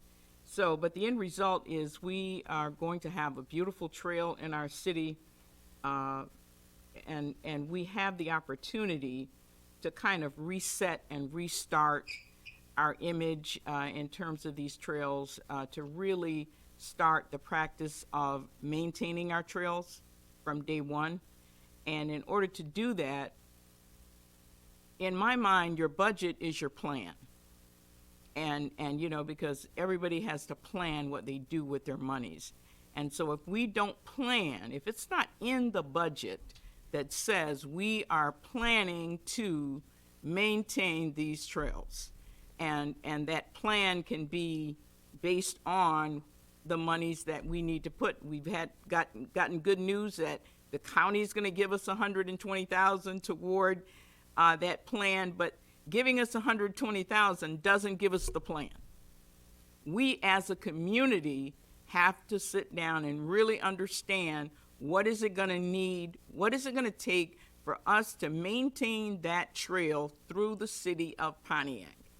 We're not Auburn Hills, we're not any of the other municipalities that trail runs through. We are Pontiac. And we've never really maintained the trail. So for the first time, we need to get that understanding of what is it going to take for us to be able to take care of that trail through Pontiac. And I think for that to happen, it needs to be in the budget, needs to be a line item in the budget that, as President McGinnis said, that it's something that we can begin to track and look at over time. So I'd still very much want to see that line item in the budget, because we need to, and I'm not going to say we need to, we are going to take care of that trail. And Councilman Rutherford, you have the floor. As a person who sits on the Parks and Rec Committee, I fully support what Ms. James said, but I just want to go even deeper. I take the trail. It has never looked as good as it has now, but we could do so much more. There are parts of the trail in Auburn Hills that put us to shame. There are parts of the trail in Rochester that it makes me sad. And I think that we have to start investing in the things, not just for one moment, but it should be a movement. And so I fully support you on this. That's all. Other discussion? Hearing no further discussion, speakers list exhausted. We move into roll call voting on approval of the budget amendment, proposing the creation of $5,000 designated in Parks Grounds maintenance for linear parks maintenance. Roll call, Clerk Doyle. James, Yes. McGinnis, Yes. Nicholson, Yes. Parker, Yes. Rutherford, Yes. Harrington, Yes. Goodman. Yes. 7 yeas, no nays. That motion carries. Next up, Councilman Parker brought the proposal for Parks Grounds maintenance, increasing salaries and wages by $30,000 to expand Parks Grounds maintenance part-time staff. Do you still wish to make this motion, sir? Yes, sir. Is there a second? Go ahead. Support. It's been moved by Parker, seconded by Nicholson for the addition of $30,000 in the aforementioned priority. Discussion. You have the floor, sir. Thank you. I think it pretty much speaks for itself, though, but we know that if we have a number of parks that if we need to maintain a whole lot better than we did, certainly the amount of money that was in there was significant, but we need to continue to add to our parks because we want to start showcasing our parks and making them look appealing to the citizens of Pontiac, to make sure that they, as they move about our parks, they are comfortable in our parks. And so we need to make sure that there's monies there, that we can keep the parks looking as beautiful and as we possibly can. Pro Tem Carrington. Yes, thank you, President McGinnis. This question is for the administration. Have you guys considered how many part-time staff you're able to bring on with $30,000?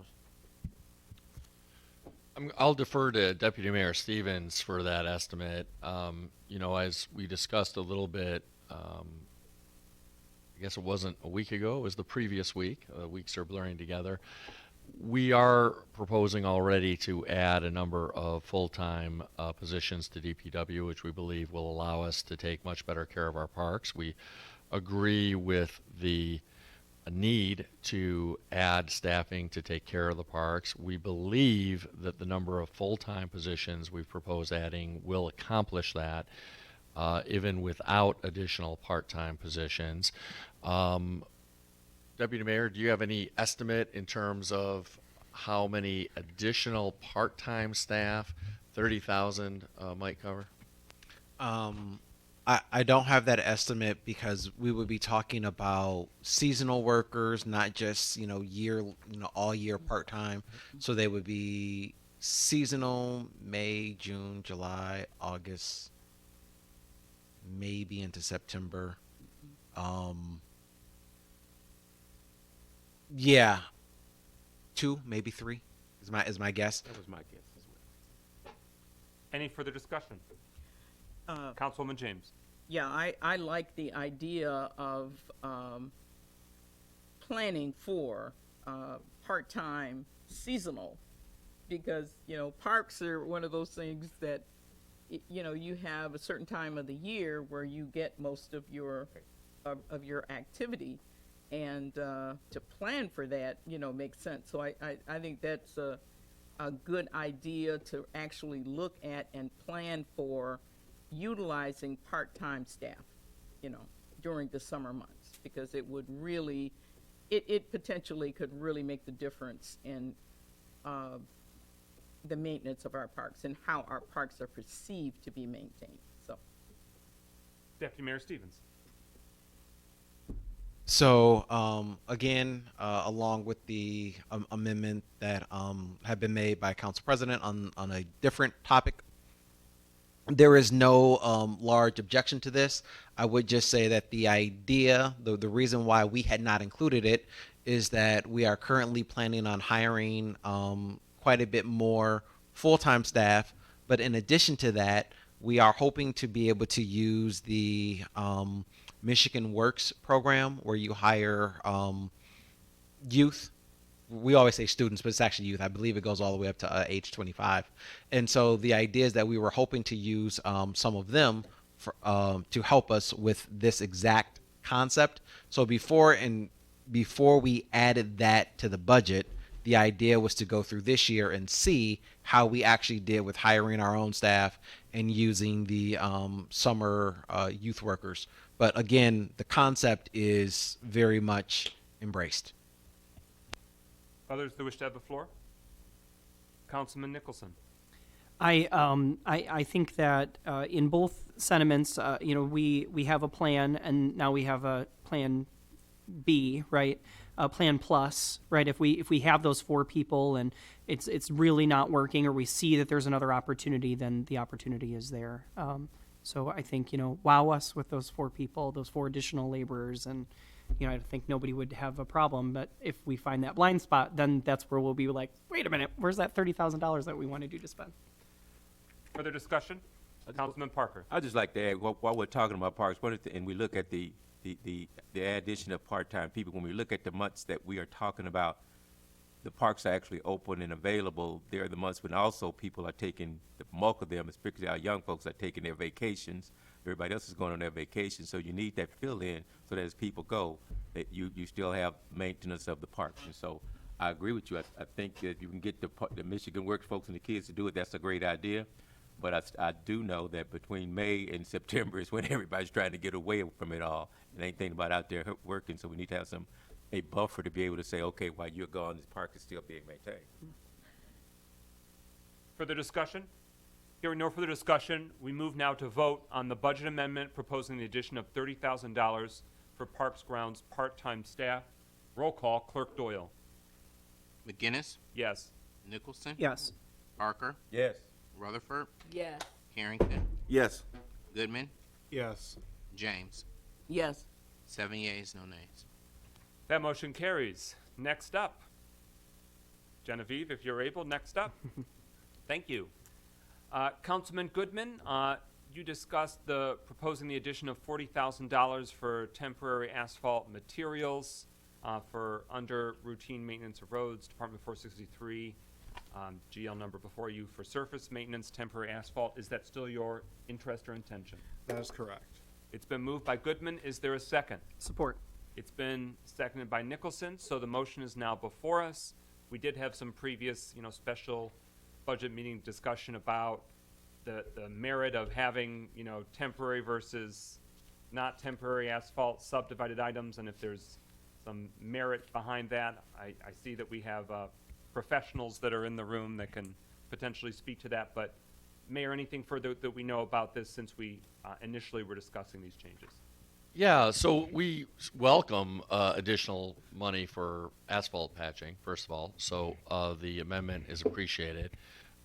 One notion that we floated a couple weeks ago was instead of having a separate line item for cold patch versus hot patch, it was merging the two line items together, including possibly with the additional appropriation that's being proposed, to give us additional flexibility, because it's hard to predict year to year how much cold patch we need versus hot patch, and to the extent that we merge these budget line items into one item that can be used for either purpose, it would give us a little bit of additional flexibility. But with that, Mr. Cooley? Yeah, like the mayor said, any extra dollars are welcomed. I noticed after the discussions on this that we were pretty largely over budget for this line item. So I took a look at the budget today just to see what was going on with that. And there's a couple of, this is just the actual asphalt purchase that we purchased right from the plant. There was a couple of the labor invoices that actually got charged to this account, so they need to be booked to a different account. They need to be moved, which would put us back in line so we would not be over budget. We have enough money to make it through the rest of this year. And I just wanted that clarification put out there. Like the mayor said, and I agree, I mean, we always welcome the extra dollars to do the work, but just wanted the clarification of why we were over budget. Pro Tem Carrington and then Mayor Greimel. Thank you, President McGinnis. I guess one of my questions is concerning what's the process that DPW is using to go back out to look at the streets where cold patch was used throughout the city? Because currently it's breaking up all throughout the city. Yeah, so typically what happens is, they get patched in the wintertime with cold patch, and then as the cold patch comes back out and the complaints come in, or the employees are out on the street, they'll go through and patch those with hot mix at that point in time. There's no dedicated plan to go out and pull back out all the cold patch that was put in through the winter to replace it with hot mix. We just replace it with hot mix as it breaks up and comes out of the hole. I guess my concern is that we're not being proactive in because we already know that cold patch is not going to last, right, for a certain amount of time. So we sort of hoping our citizens actually call in all these potholes instead of us being proactive and going and looking at these potholes. Well, we do, when we're caught up on all the complaints from the residents, we do go comb the roads ourselves. So we drive up and down the roads, and as we find the potholes, we do patch them. But as you know, currently we're very short-staffed. We're in the middle of the contract negotiations with a new off-pre going out for our contractor. So we do go out and comb the roads on our own without complaints as well, once we're caught up with all the complaints. So it's not just only on a complaint basis do we patch. Okay. And my follow-up question, you stated that currently in your budget you have enough resources to throughout this fiscal year. Enough to make it through the end of June for the asphalt. Once we move those two invoices over to where they belong, we have enough in there to purchase the hot mix for the rest of this fiscal year, yes. All right, thank you. Councilwoman James. Oh, I'm sorry, Mayor Greimel was next, and then Councilwoman James. Well, I was just wondering if you could speak to the question as to whether you prefer two separate line items, one for hot patch, one for cold patch, or whether you prefer to have one merged line item. It's really a question for you and your flexibility. For the mayor's office, we don't have any real preference, but it struck me as a little odd that we have these two very specific line items for two different kinds of similar materials as opposed to one line item that afforded you some additional flexibility. But if for some reason you prefer the two separate line items, we're fine with that, but whatever is best from your perspective. So previous to my time, there was some reporting done on how much cold patch was used versus how much hot mix was used. For an ease for us for DPW, yes, I prefer it as all one line item, that we buy all of our patching products with one line item. That gives us, like you said, you really don't know year to year whether you're going to spend more money in cold patch or more money in the hot mix. And just for clarification, the type of cold patch we use is a little higher grade to try to get it to stay in there a little longer, and that is actually more money than what the hot mix is. So we usually spend more money on cold patch throughout the winter than we will on the hot mix in the summertime. But yes, it would be a lot easier and cleaner reporting for us to just have it under one line item. Councilwoman James? Yeah, that was my question as well, whether or not we wanted to combine those two line items.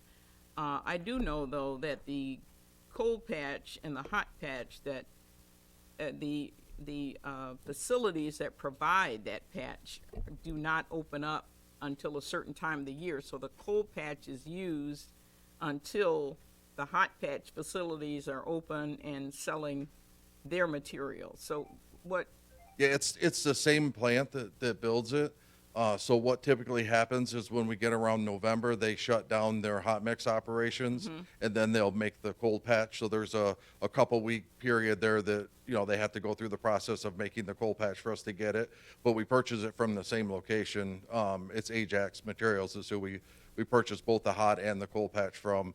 And then we use Cadillac paving as well for a backup. Their plant's a little farther out for cold patch, but both operations have kind of funky winter hours where they're not there a full week. So sometimes we have to use the other one as a backup, but it's the same plant typically that we use. In general, when is the hot patch available? It all depends on how the weather goes, but it's typically mid-April until just before Thanksgiving. That's usually the hot patch season. And then from there, we go into the cold patch stuff. Any further discussion? So the motion before us adds the additional $40,000 to temporary asphalt, which, correct, Mr. Cooley, that's referring to cold patch. The temporary is the cold? Correct. And there is an additional GL, the line item that follows is surface maintenance permanent asphalt, currently budgeted at $50,000. So the motion before us would take the $50,000 currently proposed for temporary asphalt and boost that to $90,000. There is no motion before us to sort of move away from those two existing GLs and create a new. We I'd like can to make the motion or take mine away. Okay, so Councilman Goodman, does the seconder, Councilman Nicholson also? So both the move and the second has withdrawn.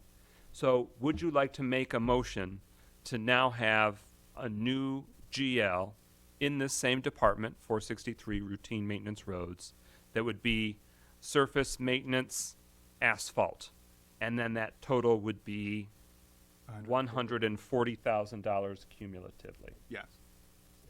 It's been moved by Goodman, seconded by Nicholson, that a new GL be established. However, it needs to be done in proper accounting practice, where there would just be surface maintenance asphalt, and the total would be $140,000. So it's still reflecting an additional $40,000 being infused, but gives greater latitude to staff and departmental leadership to navigate that balancing act or that equilibrium between what needs to be permanent, what needs to be temporary, what's hot, what's cold. That's what's before us. Any discussion? Hearing no further discussion, speakers list exhausted. We move now to vote on the budget amendment proposing the addition, well, let me reword that. The budget amendment that creates a GL number for surface maintenance asphalt with a total of $140,000, and in turn also eliminating the previous line items of temporary and permanent asphalt. Everyone clear on what's before us? With that, roll call, Clerk Doyle. Parker, Yes. Rutherford, Yes. Carrington, Yes. Goodman, Yes. James, Yes. McGinnis, Yes. Nicholson. Yes. 7 yeas, no nays. That motion carries. Next up, Councilwoman James had discussed the addition of $70,000 for youth recreation programming under Department 756 Recreation Facility. It would bring the line item total to $120,000. Councilwoman James, do you still wish to proceed with that motion? Yes, I do. Is there a second? I second it. It's been moved by James, seconded by Rutherford, for the addition of $70,000 for youth recreation programming. Councilwoman, you have the floor for rationale and the first initial discussion. Yes, I do feel that we still have a lot of room to build up our youth recreation program, because that program does represent the city's response and the city's performance of a millage, of millage monies that the citizens of this city have told us, that they are willing to pay, but they want to see youth recreation. So I think there are more things that we can do to step up our program, and one of those things is to partner with our community organizations that are currently operating recreational programs in our city. So I definitely want to see this proposal to add more money to recreational programming so that we can do more, of connecting with these organizations who are already working with our young people. Yes. Next up? Okay. Anything further, Councilwoman James? No. Councilwoman Rutherford, you have the floor. Thank you so much. I want to talk about what I saw on Monday and why I'm backing this. On Monday, we were in a parade, and I saw this group called Pontiac United, and it was these beautiful black girls who were creating black girl magic that didn't even have water, because they don't have any budget, because they're spending their own money. The organizations are spending their own money just to supply water for the children. And they marched in, they washed in, they marched in the parade. We went and got them some water because that's just what we do. And I thought about, what could I do differently? How could we serve them well? I don't always agree with everything, but I do agree with making sure that our children have best, and not just people who are in the circle, but everybody that's out of the circle as well. So I completely support that, because I feel like everybody who has a program that is up to par, meaning you got insurance, meaning you're doing something that's for the children, should be able to be funded properly, so that all our kids, not just some of our children, are taken care of. Thank you so much. Other discussion? Councilman Parker and then Councilman Nicholson. I just want to make sure I understand what Sister Jamie, she's saying she wants to put monies in the budget to support some of the other community activists, community involvement that are also involved in youth recreation activities, but not necessarily, so that the city will have money that they can come and get. Well, Councilwoman James, if that's all right, Councilman. Absolutely. Not fund, but what we're trying to do is to provide monies for the city to contract recreational services from these organizations that are already providing those services. And so we would contract for specific services that those individual groups are able to provide. So basically a community partnership. Yes, it's a community partnership, and it's really no different than, last week's discussion with the arts, the concert series. The Arts Commission has contracted with all of these wonderful artists throughout the city, to provide musical services, and they have contracted their services and agreed to pay them a certain amount of money for their services. And nobody had a problem. I mean, that was completely understood. That's really all we're doing here with youth recreation. We're saying we need to, because we're just trying to get off the ground with our youth program, we need to utilize our organizations that are already doing great things with our youth. Let's provide some money so that we can contract some of those services to be used by the city of Pontiac. Are you following me? I mean, do you? Certainly, clarify? Sure. Not that I was in disagreement with you. I just wanted to have some clarity for not only ourselves but for the community at large. Yeah. What we're voting on today is where the money's going to be going and how it's going to be going. You're talking about a partnership that the city would have monies available or partner with another person. That's what I need to understand. So thank you. Councilman Nicholson. I recall in the last budget meeting, Ms. Taylor from Youth Recreation was speaking about reaching out to some of those community groups and how some of them are incorporated or are partnered with us to provide the youth recreation services that we've just started yesterday. So I'm wondering if administration can help elaborate on, or if they're still in the building, to talk about how, I'm trying to still, again, understand how these dollars, does that just supplement what we're doing? Are we asking them to do something differently? Because from what I heard, that was their intention, that they did reach out to multiple organizations. And how could we do that in a different way that would meet that expectation? Mayor Greimel. Yeah, so as the presentation last week indicated, the vast majority of programming this summer is through contracted services. And I think all of the council members have a list of the entities that we're contracting with. So to your point, Councilman Nicholson, I think that's accurate. In terms of the effect of this, I was looking for some clarification myself. If this is put into the same line item as other youth recreation programming, whether it's provided by in-house employees like the Murphy Park program is provided, or whether it's used to pay contracted services. This is one line item, is how I think the amendment reads.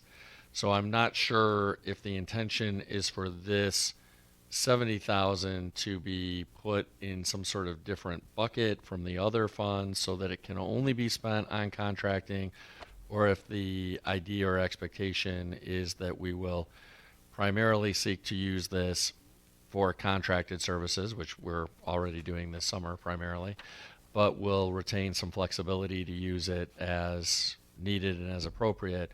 So I was seeking some clarification about exactly what bucket of money this would be put into and what council's intention is in terms of allowable uses. As I said, the large majority of this summer services are contracted. That will likely continue into the fall, but longer term, we'd like to try to bring more of those services potentially in-house insofar as it may make sense. So, that's going to be something that may evolve over time in terms of the services we're contracting for versus the services we're providing in-house. And certainly from the administration's perspective, retaining as much flexibility as possible between those two options is ideal. I was distilling what was shared at those previous budget meetings, and I may have tried to interpret the intent and found that GL number to be what seemed like the most straightforward. But to the mayor's point, we also have two below it, 208-756-818.000, other professional services. And as we've gone through the budget, other professional services, it seems to be what we are most utilizing for contracted activities. So I looked to the administration for what the preference would be, aligning with Councilwoman James's vision, where supplemental resources that would be able to flesh out a more robust youth recreation programming, but it would be through other professional services. So the question is, for a lot of the contracted work that's coming for the next few months, are you going to book it as other professional services, or are you going to book it as programming? Well, that's a great question. I defer to Deputy Mayor Stevens and Mr. Carrington in terms of how these things are likely to be booked.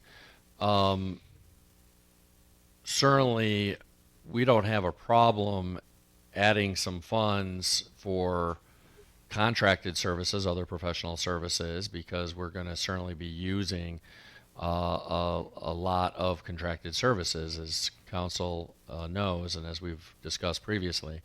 But we also will be seeking over the course of the coming fiscal year, which of course is what we're talking about here, to be doing a number of programming in-house as well.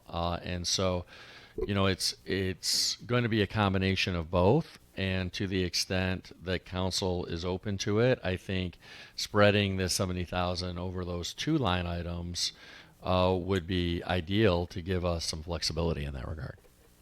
Councilman James, what's your initial reaction to, should we coalesce it all within programming or other professional services, or would you like to see a subdivision of that infusion of additional resources? Well, first of all, let me make it clear that what the request is for is I'm asking for an additional $70,000 to increase our use of contractual services for youth recreation, if that's clear. Okay, you know, you said that most of your program is already contractual. And basically I'm saying that we need to expand our outreach for youth recreation. And to do that, I want to add an additional $70,000 to give more flexibility to connect and to partner with community groups who are already actively working and using and providing youth recreational services. So how that's done, whether that stays in youth recreation, I noticed that under other professional services, I think there was already like 120 in that bucket, and youth recreational programming was at 50,000. And I decided to add it to the youth recreation programming to build that up to 120,000. I think other professional services is already It's at 75,000 right now. it's at 75,000. Okay, but it doesn't. You know, to answer your question, it can go either or, as long as that's understood that it is being asked that so that we can expand our contractual services. In terms of that administration of that intent, would you rather have it booked other professional services or programming? It can say where it is. Okay.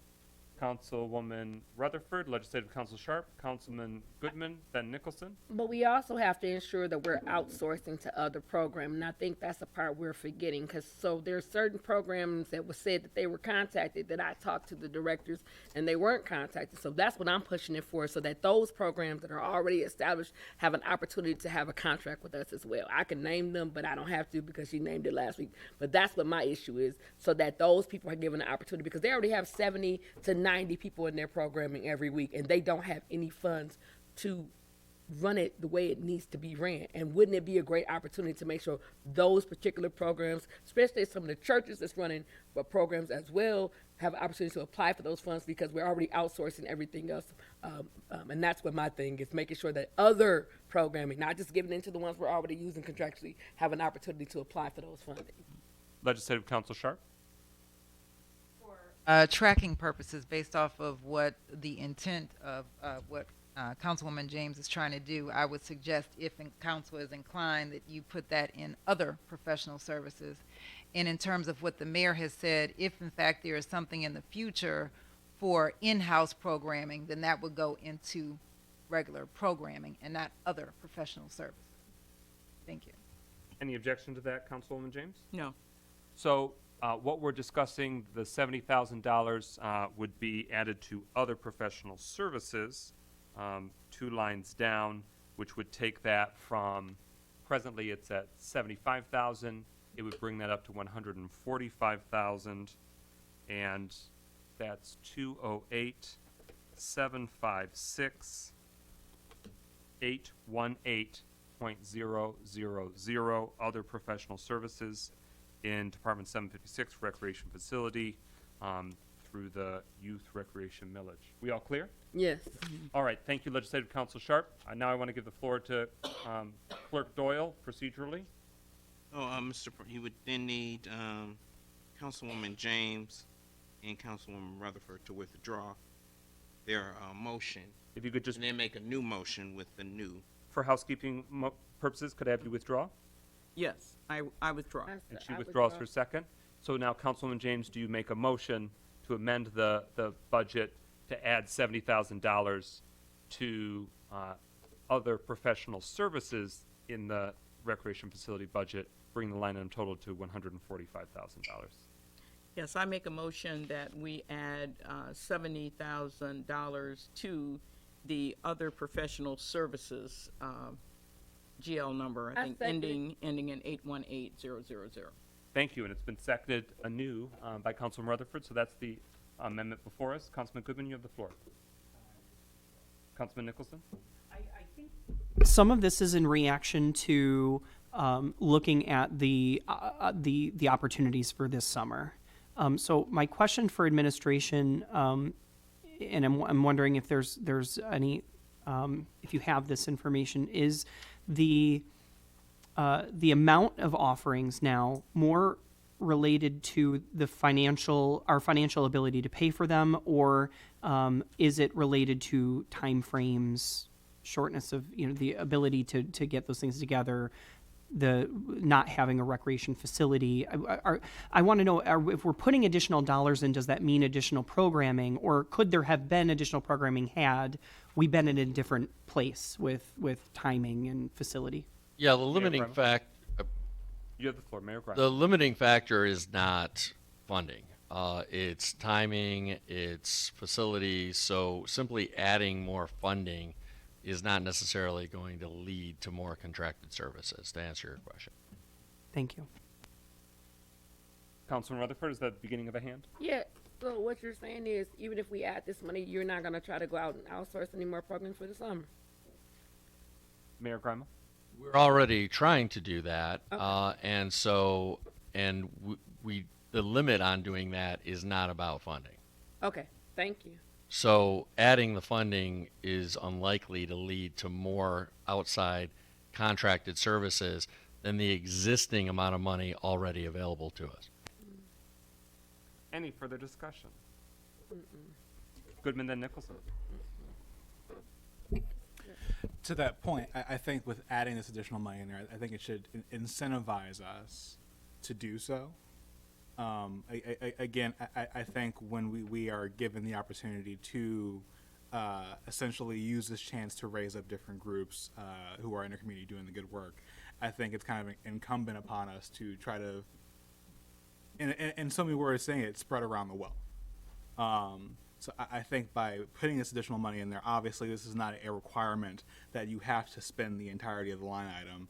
However, I think in putting that additional money there, there should be an absolute push to better reach out to different community groups to bolster our programming for our residents, especially throughout the year, since youth recreation doesn't simply stop in the summer. There's fall, winter, and spring programming as well that could use this funding. So I think that by putting this additional money in there, again, not saying that it all has to be spent and that we're expecting the administration to do so, to spend every single last dollar. By putting that money in there, I think it should serve as an incentive to essentially better wrap around our community using our community. Councilman Nicholson. I putting my finance committee hat on, I'm worried that we'll continue to make our wishes known through financial changes. I think we do that through resolutions. I think that we can put together a consensus and language that is more succinct and gives direction through a resolution, rather than putting dollars in a line item that someone would have to go back and read our minutes or watch this video. I think at the end of the year, there will be some of these line items. I think linear parks, to me, made a lot of sense, where we're saying this is something that will exist. It's actually a change to the framework of the budget, because that hole will remain there forever for future councils to look at and say, oh, there was a number here with a name attached to it. What was that used for? Whereas there's a dollar amount now for 1 year that is incorporated in an existing and amalgamous account number, such as other professional services. I think, yes, it does say, hey, this is our intention at this moment, but I think a resolution says council's wishes to what the mayor has already said. Additional dollars won't make this different. I think a resolution would be a more prudent, fiduciarily responsible way to do that. It's my personal opinion. Or the second part to it. Sure. Resources identified, and now we're going to follow up to ensure Sure. that action. Yep. If there's no further discussion, I think you were about to make a motion to call the vote. Yeah, I was, before, but- go oh, ahead. well, Before, I'm just saying, as soon as the speakers list is done, we vote, but you have. okay, thank you. I just think, and I'll say it again, that there are amazing programs that were not hired from the city. Amazing, and that's what we're trying to do. So once, like you said earlier, and I concur, once we vote this in next week, we do a little resolution to make sure that they get their seat at the table so that everybody feels inclined to do so. And with that, I call for the vote. That would require another vote. If no one else will speak, speakers list is exhausted, and we move into voting. So the amendment before us is adding $70,000 for other professional services for Department 756 Recreation Facility, bringing the line up to 145. Everyone should be familiar with what we're talking about. Hearing no questions or clarifications. Roll call on adoption of this amendment. Clerk Doyle. Carrington, No. Goodman, Yes. James, Yes. McGinnis, Yes. Nicholson, No. Parker, Yes. Rutherford. Yes. 5 yeas, 2 nays. That amendment carries. Up next, the addition of $5,000 for Ottawa Park Cemetery section markers for grounds maintenance supplies for Department 273 Cemetery, Ottawa Park. This would bring the line item total to $9,000. Do you still wish to make that motion, Councilman Carrington? Yes. Is there a second? Second. Second. It's been moved by Carrington, seconded by Nicholson. A section marker for everyone seeking clarification is like this, that says, here's the section. It marks it. Mayor Grimel, you had a hand? I have no problem adding the funding. One of the things we'll have to look into based on the contract is whose responsibility it is to fund that. Obviously, if it's the contractor's responsibility to fund this, it doesn't make any sense for us to provide the funding for it. But we'll look at the contract to make that determination. Understood.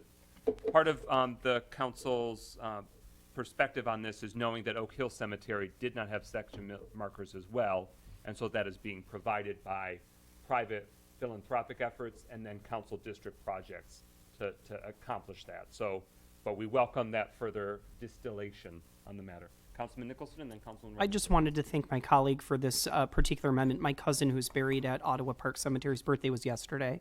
And in telling loved ones and family members where to find her, I had to say in the back on the right.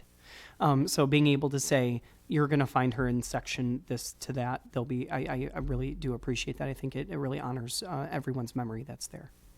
Councilman Rutherford. I was just going to say, good job, Carrington. You did that. Go ahead. Any further discussion? Hearing no further discussion, we are voting now on the amendment to the budget, adding $5,000 for Ottawa Park Cemetery, their ground maintenance supplies, the installation of section markers. Roll call, Clerk Doyle. Goodman, Yes. James, No. McGinnis, Yes. Nicholson, Yes. Parker, Yes. Rutherford, Yes. Carrington. Yes. 6 yeas, 1 nay. That motion carries. Next up, proposing the addition of $20,000 for Ottawa Park Cemetery road repairs, identified as other professional services, giving latitude to the administration in terms of how that can best be accomplished, be it part or some, but there is a great deal of deferred maintenance there. We've heard from residents and non-residents alike that are interested to see this. So I make the motion. Is there a second? I second. It's been moved and seconded. Discussion. Pro Tem Carrington. Yes, thank you, President McGinnis. And concerning the roads, that's the city's responsibility, if I'm correct, right? Yeah, thank you. And this by no means would be a drop in the bucket if it was about paving what is currently not paved roads. This is anticipating likely regrading or filling of deteriorated surface level. And with that, any further discussion? Hearing no further discussion, we move now to voting on the budget amendment proposing the addition of $20,000 for Department 273 Cemetery, Ottawa Park under other professional services. Roll call, Clerk Doyle. Yes. McGinnis, Yes. Nicholson, Yes. Parker, Yes. Rutherford, Yes. Carrington, Yes. and Goodman. Yes. 7 yeas, no nays. That motion carries. Next up, Oak Hill Cemetery, the other municipally owned cemetery, there is a structure that's city property, city building. It's the Buckland Chapel, Buckland Memorial Chapel. If you want to hit one more, here's a picture so you know what we're talking about. That structure is from 1898, and the roof is deteriorating, and so it would be proposing adding additional resources for that roof to be repaired and/or restored and replaced. So that is the motion that I'm bringing. Is there a second? I second. It's been seconded by Parker, a little bit faster. So it's been moved and seconded. That item is before us. Any discussion? Councilman Nicholson. Am I correct? I know one of the administrators from the cemeteries was here and made the comment that they aren't able to see families at the cemetery. Would this bring us closer to making that a possibility? Is this the building that they would be looking at, or is there a separate building? There's a separate building. It's the smaller building closer to the street that's got the stone front. That sort of was the cemetery office. That's got, I think, a very small bathroom maybe in the back, et cetera. I can't speak to the structural challenges there, but I know it's been quite a few years since it was actively used.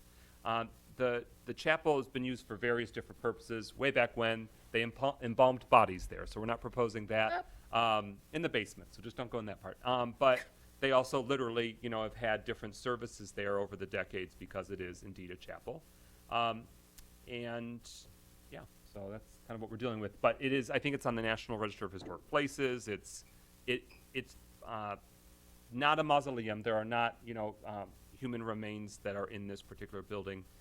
Those mausoleums are in various states of disrepair, and there's been a lot of fundraising efforts that many community members and others have been involved with.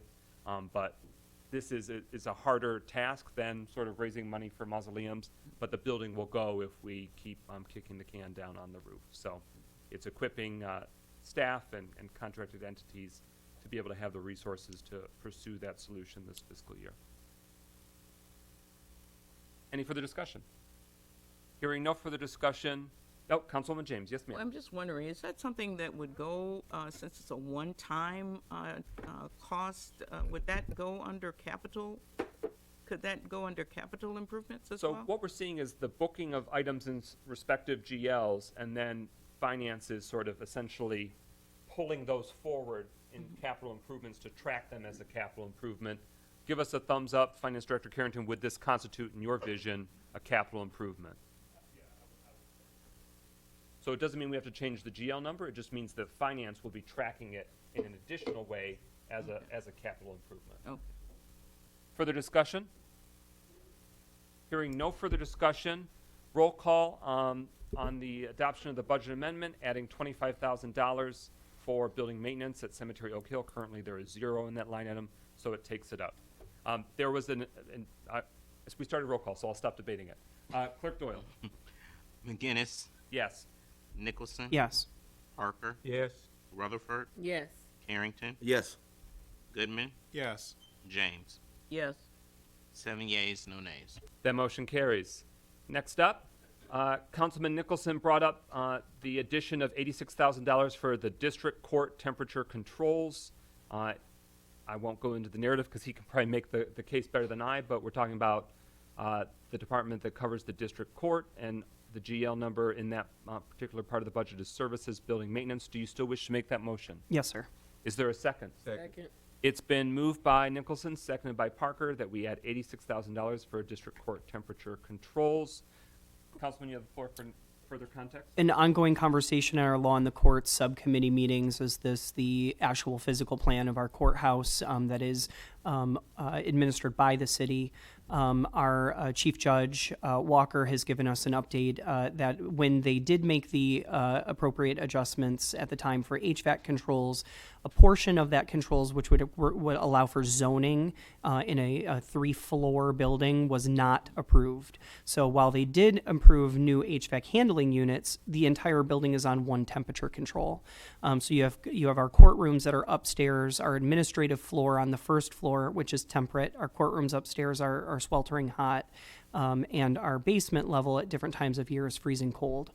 So having those employees, which we already are up against an uphill battle, and keeping those employees employed as our district court is not subsidized by the county, it becomes a more difficult task to make sure, one, that they're comfortable while they're at work, but two, we are returning to jury trials in those upstairs courtrooms, so we're going to be having more people in those courtrooms, and when they come to our city and see what we're dealing with, I want to make sure that they see that we have a comfortable space, an updated space, and we continue to update that space. This is one of those things that is, I think, very paramount in keeping that operation running smoothly.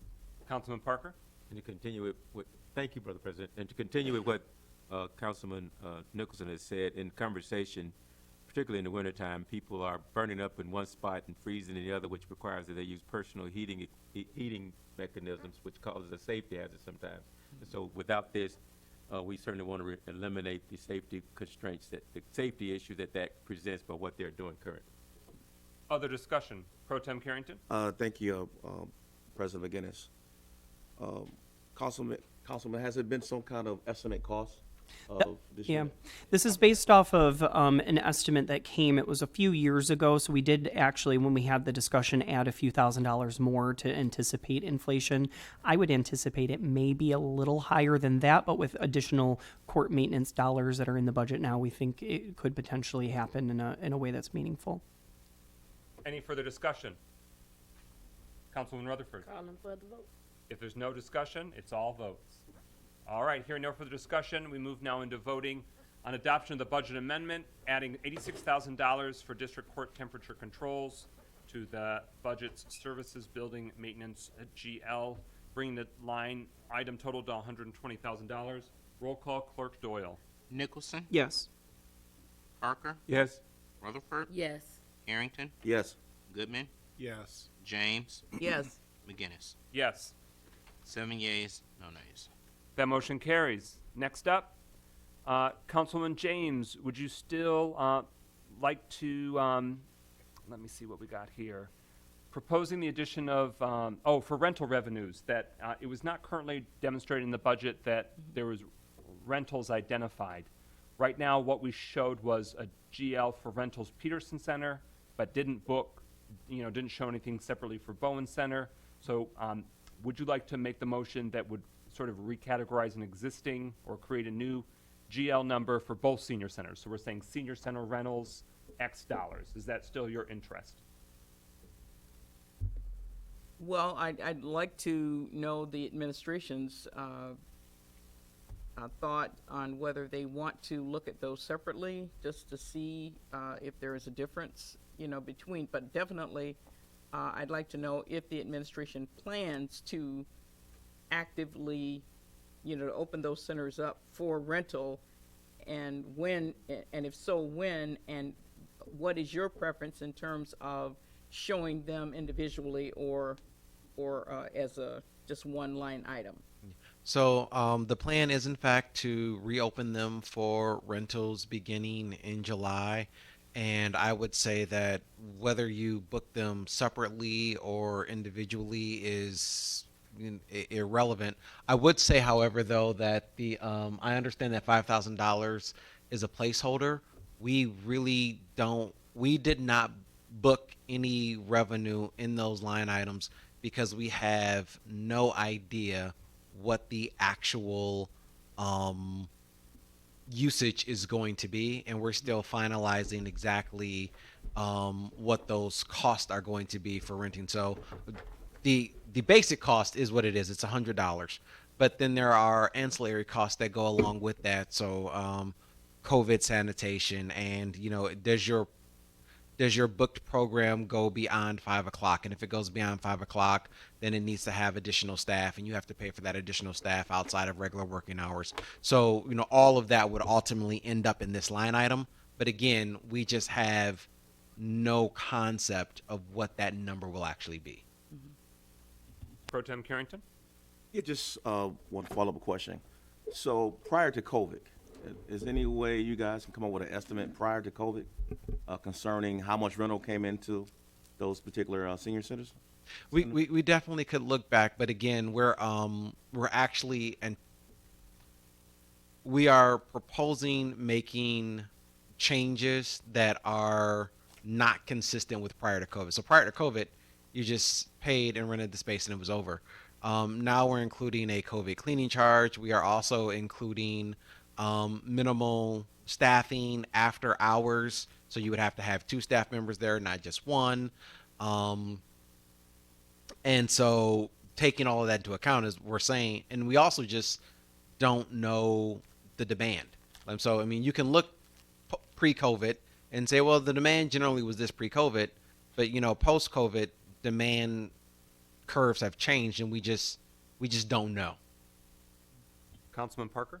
I just have a question. I know there was previously, earlier in the year, we allocated some funding for the renovation of both of those senior centers, and do we think after the renovation is complete that the need for the use of it as rental will increase? I think that the desire for rentals will in fact increase, but not necessarily because we put more money into it. I think that the desire for rentals will increase as individuals look at their alternatives throughout the area and see that, again, this is a service that we are offering to citizens. It is the goal of it is not to be a profit center. And so when you look at the cost of an event at any one of our senior centers versus an actual rental hall, it's just a better price. Other discussion? Is there, Councilwoman James? Yeah, I would agree that the goal is not to make money, but to provide a service to the community. And I want to remind everyone that these are currently the only 2 buildings we have in the city that are available for rent to residents of this city. So they're very important, and I would agree with Councilman Parker that I would expect to see a higher increase, because I was at Ruth Peterson last week, and the parking lot, I mean, what that parking lot used to look like and what it looks like today, yeah, I would think that more people now would be willing to use that center. So I would suggest that we leave it as, show it separately so that we actually can begin to see, what, is there a difference between one center and another, what is coming in, and then maybe after this year to possibly combine them. But let's kind of look and see what's happening to each one of those centers individually. Any dollar idea in terms of each one? You want to say $2,500 for each one? Yeah. So Councilwoman James is amending the budget to demonstrate that in the seniors activities millage, there would be 2 revenue line items, one for rentals Peterson Center and one for rentals Bowen Center, each at showing $2,500 revenue for the fiscal year. Is there a second? A second. It's been moved and seconded. Is there any further discussion? And just one thing Councilwoman James. that since administration is planning on adding a senior manager, that person would really be in the position to track those very well and to be able to really give us some good insight about that. So, Very good. Any further discussion? Hearing no further Councilwoman Rutherford? Anyone else talking? If no one else is talking, then we're voting. So with that, roll call on the budget amendment, adding those senior center rental revenues. Cumulatively, it's 5,000, but it's 2 separate GLs at 2,500 each, one for Peterson, one for Bowens. Roll call, Clerk Doyle. Parker? Yes. Rutherford? Yes. Harrington? Yes. Goodman? Yes. James? yes. McGinnis? Yes. Nicholson? Yes. 7 yeas, no nays. That motion carries. Next up, Councilwoman Rutherford was concerned about the rate of compensation for positions with senior center staff, and so this would increase the overall total that would give administration greater flexibility for staff compensation. They come in the form of 2 different budget amendments because there's two different budgets, one for Peterson, one for Bowens. Do you still make this motion? Absolutely. So it's been moved by Rutherford. Is there a second? Is there a second? Support. It's been seconded by Nicholson, so that motion is before us. Any discussion? I just think. Councilwoman Rutherford. Thank you. I think it's right that we pay our staff living wages. I think that they are underpaid, in my opinion, and this gives us an opportunity to pay them what they're worth versus what we think they're worth. And I've watched staff members take from their own pockets and pay for supplies. I've watched staff members today, because I was there doing an event for my second job, pay for people to have food because they simply didn't have it. And it's sad to me that they're taking from themselves to help in a situation where if they had a little bit more money for themselves and we created more money for their budget, they wouldn't be having to spend their own money on programming that we already have. And I think it's a disservice to, I won't name the individuals, it's a disservice for them not to be being paid well. And we told the seniors that we were going to take care of them, and the way that we take care of the seniors in this community, in my opinion, is that we pay the staff what they're worth and not what we think they're worth. Any further discussion? Pro Tem Carrington. Oh, yes, so we want to actually addition of 6,000 for salaries. So I guess my question is that I definitely agree that everybody should be paid their worth, but I'm just trying to understand how are we going to determine our salaries and wages? Okay, so. Oh, no, I'm asking the administration. Okay. Councilwoman. No worries. Deputy Mayor Stevens. So if salaries were increased in those individual line items, it would ultimately end up getting split amongst the existing staff that are the existing positions that are there. Okay. And the other concern that the councilwoman spoke about is others, I guess, supplies concerning the senior citizens. So do they need more supplies? So the supply line is a later line that I believe the councilwoman is going to be making an amendment to as well. All right, thank you. Mayor Grimal. Yeah, also just to answer President Pro Tem Carrington's question, we welcome the additional compensation to the line item and the additional flexibility that it brings. As we try to do with any position, we try to set salaries based on what's competitive, what comports with other communities paying of these positions. And certainly we'll continue to do that with the senior center positions as we do with all positions. Any further discussion? Councilman Nicholson. There's I think there's a lot of merit to addressing these, and when you certainly, again, when you compare these two, I think these were the other ones that stuck out to me. But in working in compensation, I found that if our goal and intent is to have seniors that work for seniors, to help hire people who see what the need is, understand the need. There's also a consideration where if we were to pull salaries up to a particular point, it may actually make the opportunity not doable for seniors that are collecting Social Security. So I do worry that there may be, if there were other opportunities that they could still be interested in, there is that line, right? There's that line where somebody says, if I work in a full-time position, it ultimately puts me at a disadvantage.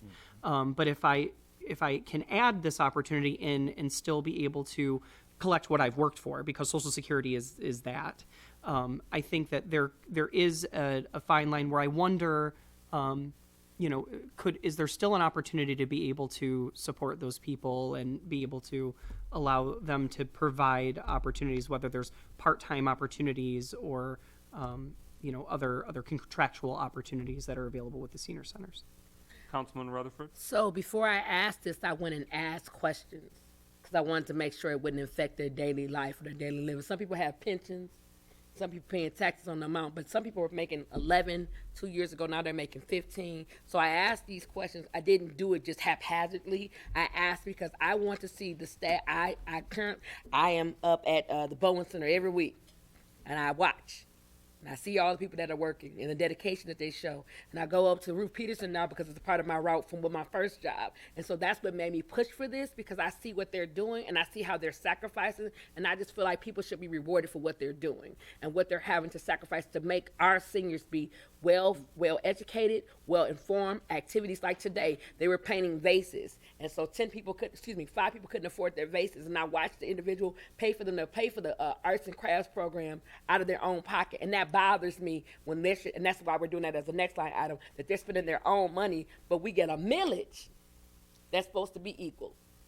And most people are supposed to have the same amount of footing. And to me, we don't do well by them. And I fight hard for them because they fight hard for me. And that's why I ask those questions. Any further discussion? Councilman Nicholson. I certainly don't want to make anyone feel like I didn't think that they did their homework in speaking to them. I think, again, when we're talking about budget, we're talking about permanent changes and setting a precedence moving forward. So I'm not considering the individual that's in the role currently, but the role itself. Absolutely. Yeah. I appreciate it. Yeah. Other further discussion? Hearing no further discussion, we move into roll call voting under the Ruth Peterson Senior Citizen Center budget. We're talking about salaries and wages, increasing it $6,000, which would bring it to $90,550 total. Roll call on approval. Clerk Doyle. Rutherford, Yes. Carrington, Yes. Goodman, Yes. James, Yes. McGinnis, Yes. Nicholson, Yes. Parker. Yes. 7 yeas, no nays. No need to change it yet, Genevieve? Or that works too. But either way, that motion carries. So we're still on Ruth Peterson Senior Center budget. Council, it's not identified in a slide yet, but Councilwoman Rutherford has shared that she would also like to see an increase in recreation supplies. Absolutely. And so right now, that line item is $4,500. Did you have a dollar Yes, amount? I did 10,000 for each center. So an additional $5,500 to bring it to 10,000? That is correct. Okay, so it's been moved to add to GL number 212-813-745.000 recreation supplies to add $5,500. Is there a second? Support. It's been moved and seconded. That motion is before us. You've spoken to it before. Anything else you want to elaborate on? I just love to see the seniors active, and some people only activity in the day is coming up to the senior center. And so to give them the supplies they need, to give them the resources to make them feel empowered is of my most importance to me. So that's why I'm pushing for this. Thank you. Any further discussion? Excuse me, Mr. President. Yes. So, could you give me that account number? Yes, absolutely. So we're in Department 813, Ruth Peterson Senior Center, Senior Citizens Center, and we're talking about recreation supplies, which is 212-813-745.000 recreation supplies. Currently, the total was at $4,500. We'd be adding $5,500 to bring it to a new total of $10,000. Mayor Grimlow, you had a hand? Yeah, so we, again, welcome this funding because we, I think, are the first to acknowledge that we have a lot of building maintenance needs at the Ruth Peterson Senior Center, and we appreciate the additional flexibility to address those. We're not on that We're one. not on that one. Oh, we're not? No. Sorry. We're on one that doesn't have a slide. It's the new insertion of recreation supplies, 5,500. Got it. Any further discussion on recreation supplies? Councilman Nicholson. I don't have that line item in front of me. Can you tell me what the spending for the year was? Great question. So it shows that at least what was booked through the end of April for recreation supplies was $1,008. So my question would be maybe for finance is, are there additional dollars that or invoices that haven't been received? Are they booked in the wrong account? If we're only spending $1,500 right now and they're taking money out of their pocket, is there a break in communication about what they're able to be spending? Certainly don't want them, if they have those dollars in their budget available, reimbursement sounds like something they should be considering. Yeah, I don't. Legislative Council Sharp had a hand there. I'm just wondering, the senior centers were closed because of COVID for quite some time, so possibly a lot of expenses were not coming Only out. $1,500 though.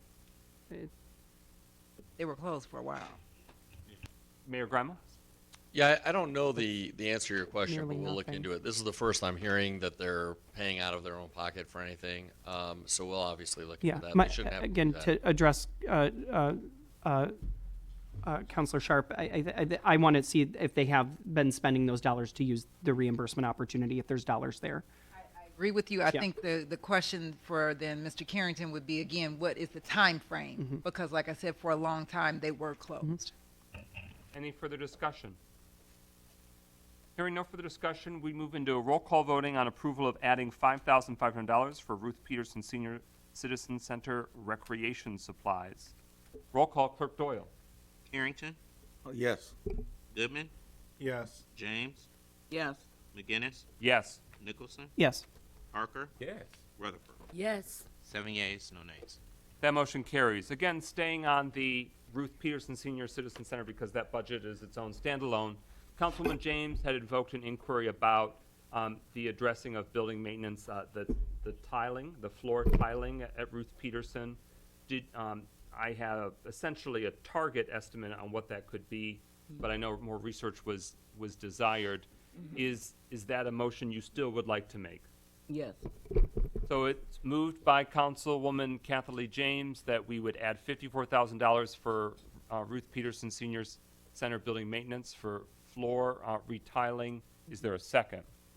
Been seconded by Rutherford. The motion's before us. Anything further you want to add before we give the floor to Mayor? He's got a finger. Well, I just wanted to say that it is a very important building maintenance item. It's related to safety. And so I definitely want to see that as a budget item and something that we address. And of course, we know that we're looking at grants. There's any number of ways that we can go about trying to fund that. But the fact that it absolutely needs to happen is my concern, because it's a safety maintenance issue that needs to be addressed at Ruth Peterson. Mayor Grimel and then Councilman Rutherford. You read my mind, Councilwoman James. I was going to say all of that as I started saying earlier, we appreciate the funding. We agree about the importance of replacing the flooring, and we appreciate the additional flexibility this gives us. I do want to let folks know, and to your point about grant funding, that as you know, we've done this initial round of grants for both the Bowen Center and the Ruth Peterson Center. The flooring, the general flooring, was not included in the first round of grants for the Ruth Peterson Center, other than the bathrooms. The flooring in the bathrooms is going to be replaced as part of that first round of funding. But we are already working on a second round of grant funding for both centers, and certainly the flooring is being included in that second round of grant funding. We'll have to check on the timing of that because we appreciate your point and agree with your point that there's some real-time sensitivity here with the flooring at the Ruth Peterson Center. So we're going to look into exactly how soon that grant funding might become available and prioritize next steps accordingly. And we'll keep you posted about that. Councilman Rutherford. I just want to make sure, I guess this is a question for you, Mayor Grimel, about making sure the buildings are ADA compliant. Yeah. Because the issue for me is when you walk in and also the sideway, and there's a vast population that uses wheelchairs. There's a vast population that uses walkers, especially over there, because as I stated, there are people who are dropped off there from 9 o'clock in the morning and they ain't picked up to whenever they close. So I just want to make sure we're including and being inclusive about making sure we're ADA compliant. So that's one of the reasons. You have the floor, Mayor Grimel. That's one of the reasons why the bathrooms were prioritized, is because the bathrooms are an ADA nightmare. Yes. I very shortly after taking office, I received some calls about the bathrooms there and personally went over to check them out. And they're terrible. I mean, they're completely non-compliant with ADA standards, and they're difficult, frankly, for even an able-bodied person to maneuver within. And I personally witnessed a person in a wheelchair trying to maneuver in them, and they're terrible. And so that's why the bathrooms really took very high priority in the first round, because they're just, I don't know how else to put it, but they're an ADA nightmare. And so that's really high priority. In terms of some of the other features there, We'll do a more comprehensive assessment. I'm certainly no expert on building code, but we'll obviously, as we've already done in the first round of grant funding, we'll prioritize ADA improvements. Thank you. Director Cooley, did you have further context you'd like to offer?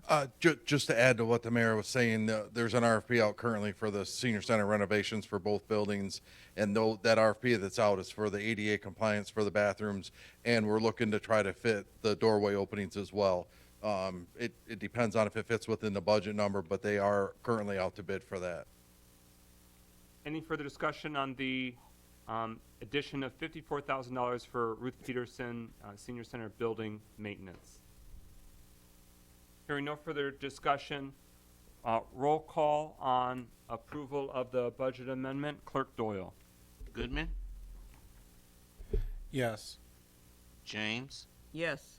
McGinnis, Yes. Nicholson, Yes. Parker, Yes. Rutherford, Yes. Harrington. Yes. 7 yeas, no nays. All right, now we're at the Bowens Senior Citizen Center. And Councilman Rutherford, do you still want to make the mirrored motion that would amend adding $6,000 for senior center staff compensation at that location? Absolutely. Is there a second? Support. It's been moved and seconded. That second was Nicholson, for the record. Any discussion on the item before us? Councilman Rutherford. I've had the honor and the privilege of being able to be at the Bowen Center for the last 5 years, from when Mickey was there. She's the late great Mickey, who used to run the program, to Miss Deborah. Never have I seen the staff more dedicated. Never have I seen a staff that is sometimes to me not appreciated, in my opinion. And I just started going into Ruth Peterson, but I absolutely wholeheartedly support paying people for what they're worth. And I just want to see people to be able to have living wages and not just survival wages, especially with gas being as high as it is. And so that's why I'm voting, because I want to see these people paid and compensated for the services they do to the most precious population that we have in the city of Pontiac, and the highest voting, I might add, the seniors. That's all I got. Babies are also precious. They Yes. don't vote. But They don't are vote. precious. Yes. Any further discussion on this amendment before us? Hearing no further discussion, roll call on adoption of the budget amendment proposing the addition of $6,000 for Bowens Senior Center staff compensation. Roll call, Clerk Doyle.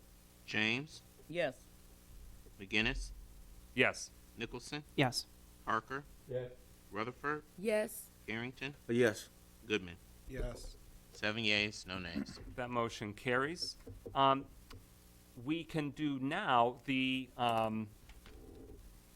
motion that mirrors the recreation supplies. Yes. If Councilman Rutherford would like to make that mirror motion. I'm looking through the Bowens Senior Center, and I've found it.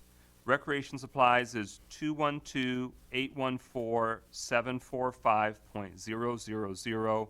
Recreation supplies, it would take the $4,500, add $5,500 to make it a new total of 10. Do you wish to make that motion? Yes, I do. Is there a second? Second. It's been moved and seconded. That second was Councilwoman James. Any discussion on the item before us? Councilwoman Rutherford. Thank you. My regular day job, we pay for a cooking class that costs us $1,000, and I think it would be great to supply those type of activities and those type of supplies so that people could take good, healthy cooking classes. Because some of us are pre-diabetic like myself, some of us are overweight like myself, and I want to go to cooking classes and give them the supplies so they don't have to pay out of their pocket. Also, we have a wonderful, wonderful, wonderful trip coming up for Idlewild, and the supplies that it takes. Did I say it right? Idlewild? Okay, cool. Idlewild, and the supplies that it takes. That's why I took it out of District 1 budget to pay for the van. But it's important that they have the resources they need when they want to do arts and crafts, when they want to go see the Malcolm X play, when they want to go see anything that they need and the supplies that they need. They should have no problem. And so I fully support this. Thank you. But to clarify, are you advocating for your work to be compensated? No, or, no. Okay. No, not at all. I was just using it for example what I paid for them to have their cooking class. All right, let the record That's all. reflect. Yes. It's been moved and seconded. Is there any other discussion in terms of the increase of the recreation supply for Bowen Senior Center? Could you repeat the amounts again, sir? Yes, so we're talking about GL number 212-814-745.000, recreation supplies. It would increase what was $4,500, increase it by $5,500, which would give a new total of $10,000 for recreation supplies. That would mirror the amendment that was made for the other senior center. Hearing no further discussion, roll call on approval of that budget amendment. Clerk Doyle. McGinnis, Yes. Nicholson, Yes. Parker, Yes. Rutherford, Yes. Harrington, Yes. Goodman, Yes. James. Yes. 7 yeas, no nays. This was proposing the addition, if you want to go back, Genevieve, I'm sorry. So this was adding $6,000 for senior center building maintenance, so that way it would be total all-in $12,000, just so that we had more resources to address building maintenance. Councilman Pro Tem Carrington, did you still want to make that motion? Yes. And Okay, I is wanna- there a second? I second it. So the vision that was discussed by council was not to have a specific project, but just to have more resources for building maintenance as we tackle deferred maintenance items. Any further discussion or context? Yes. Pro Tem Carrington. Yeah, what I'm hoping to see is just really to just give the administration more latitude to make sure that we can get these senior citizens up and keep them and keep them in high maintenance. Also, I'm hoping that the second round of grants will actually cover this. So, but just in case you guys can't get grants, that this money is there for you to work on the senior centers. Any further discussion? Hearing no further discussion, roll call on approval of the amendment adding $6,000 for building maintenance. Clerk Doyle. Nicholson, Yes. Parker, Yes. Rutherford, Yes.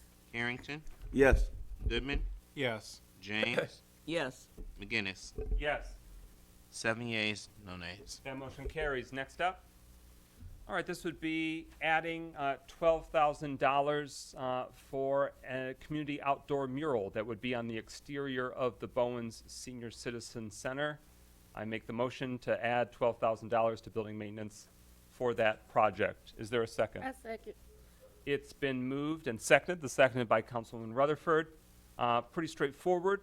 The vision is inspired in part by the proactive district project that Councilwoman James is pursuing in District 4 on the side of Oakland Hope, that we have a public building that is in a beautiful space, but we can enhance it greatly. It's the cinder block outside is essentially a neutral, bland color, and this would provide great color, but it would be focused on community, focused on the history, in my vision, of the corner and of the rich culture and history that the center, its activities there, but also its geographic location in our city represent.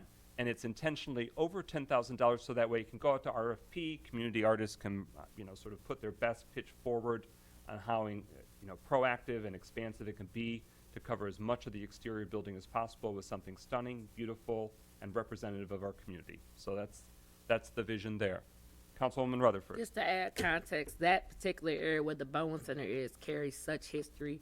You have Hatchett that was born on Weston Street. You have the Jones brothers that was over that way. You have the Burroughs brothers that was that way. And I hope that the mural signifies the history of that particular neighborhood, because that was a stronghold in the black community. It still is, and we need to commemorate our leaders and make sure that we represent them well. So I'm hoping the same way the other mural displays another group, that this mural signifies our best, our brightest and best. So I'm so supportive of that. That's all. Further discussion. Pro Tem Carrington, then Councilwoman James. Oh, yes. I love the art and I love the concept, but I guess my concern is that Councilwoman James actually paid for her mural, her district fund. And do you think this is a district project instead of using overall to put that in the budget? Well, this is a city facility, so I'm thinking it basically to have a multifaceted purpose. It enhances what otherwise is something that would be our responsibility to improve. It could be very transformational for the building and the space, as we also work to enhance the exterior recreation opportunities. And so it's also a larger footprint in terms of my vision for it being on multiple sides of the building. Just a question. Councilman Rutherford. So let's say, for whatever reason, that doesn't pass. If I wanted to do it, because you know me, I cry 2 tears in a bucket, would that make, yes, Richard Pryor, would that make, what would make my income come? So we can have a point A, point B, because I want it done, and I'm fighting for it either way it go. So I just want to know, do I have enough in my little budget if they don't want to vote yes? And then I got to pay for it myself and still get the seniors their buses for the Idlewild trip, which I promised them. Just want to know. Currently, yes, Okay. although you're undercutting the case for the amendment. I'm just asking. I'm not trying to undercut it because I knew where that was coming, but I want this done. So that's why whichever way it has to get done is getting done. So that's why I asked that question. Further discussion on the motion before us?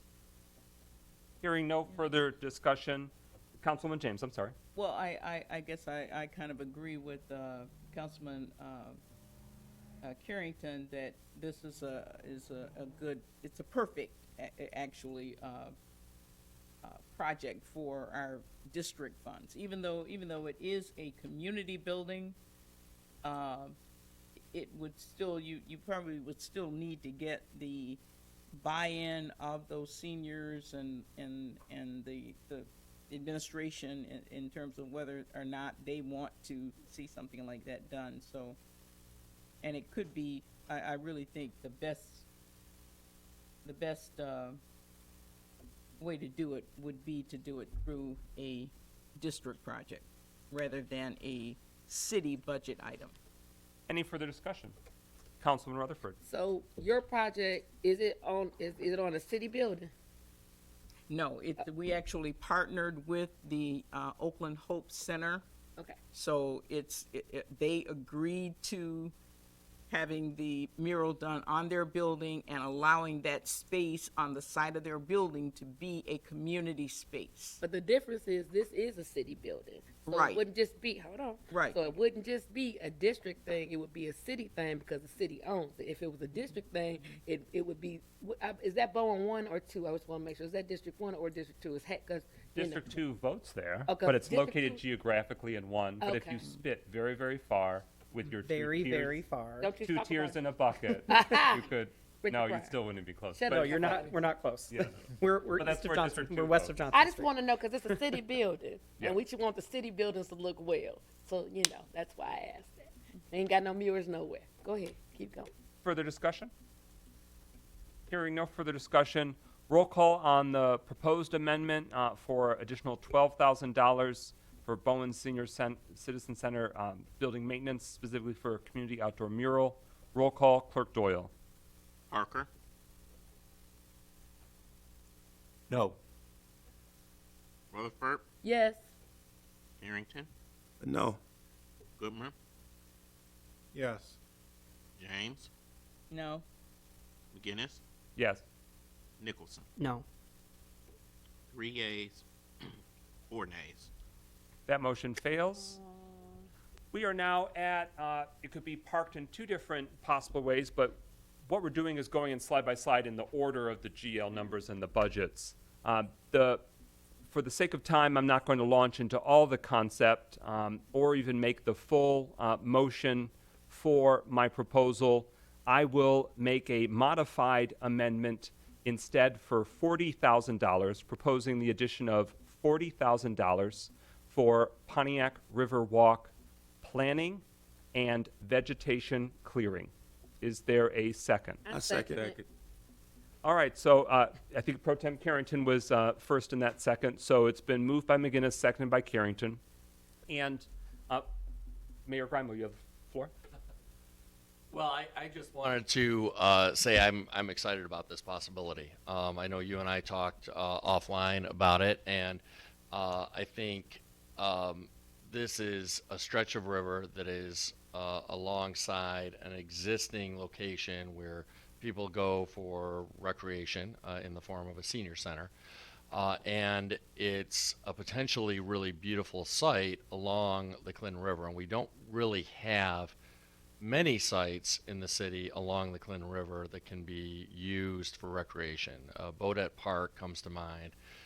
There may be one or two other spots that I'm not currently thinking of, but I think this has a lot of potential. I also appreciate the modified motion because I think it makes more sense to come up with a plan first before we start talking about specific long-term implementation dollar amounts. So I'm just really excited about the possibilities there.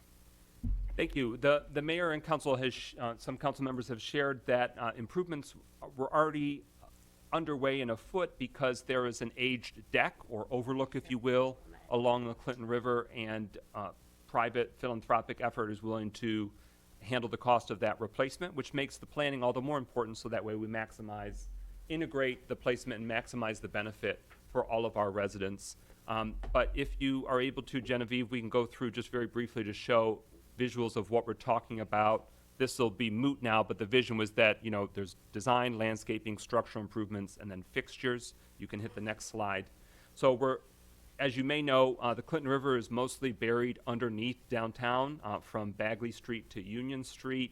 And so this just shows the large blue circle is the area we're discussing, where the Bowens Senior Center is located along Bagley Street. There's been discussion for decades of the economic benefit and recreational value if we spent the tens, if not hundreds of millions of dollars to daylight the Clinton River. And this is a more achievable and, you know, bringing more value to the neighborhoods and seniors and community members. So you can hit the next slide. So we're talking about in the orange box area.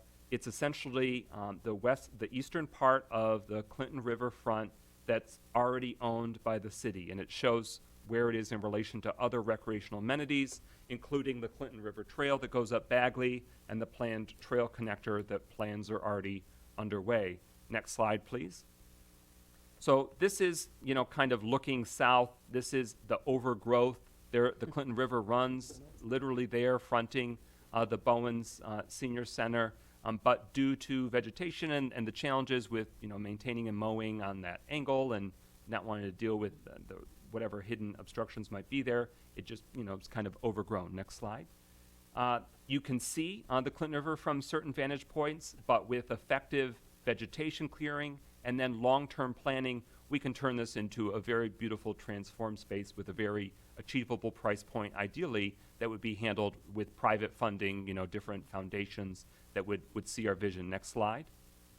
You can see that the city taxpayers already have invested in a walkway that goes along the side of the river, but there aren't many amenities in terms of benches or seating or wayfinding markers about our community's history or for that matter, opportunities to really engage with or appreciate the river. Next slide. There is some overgrowth as well that is preventing the walkway from being, you know, maximally used or seen as really desirable. Next slide.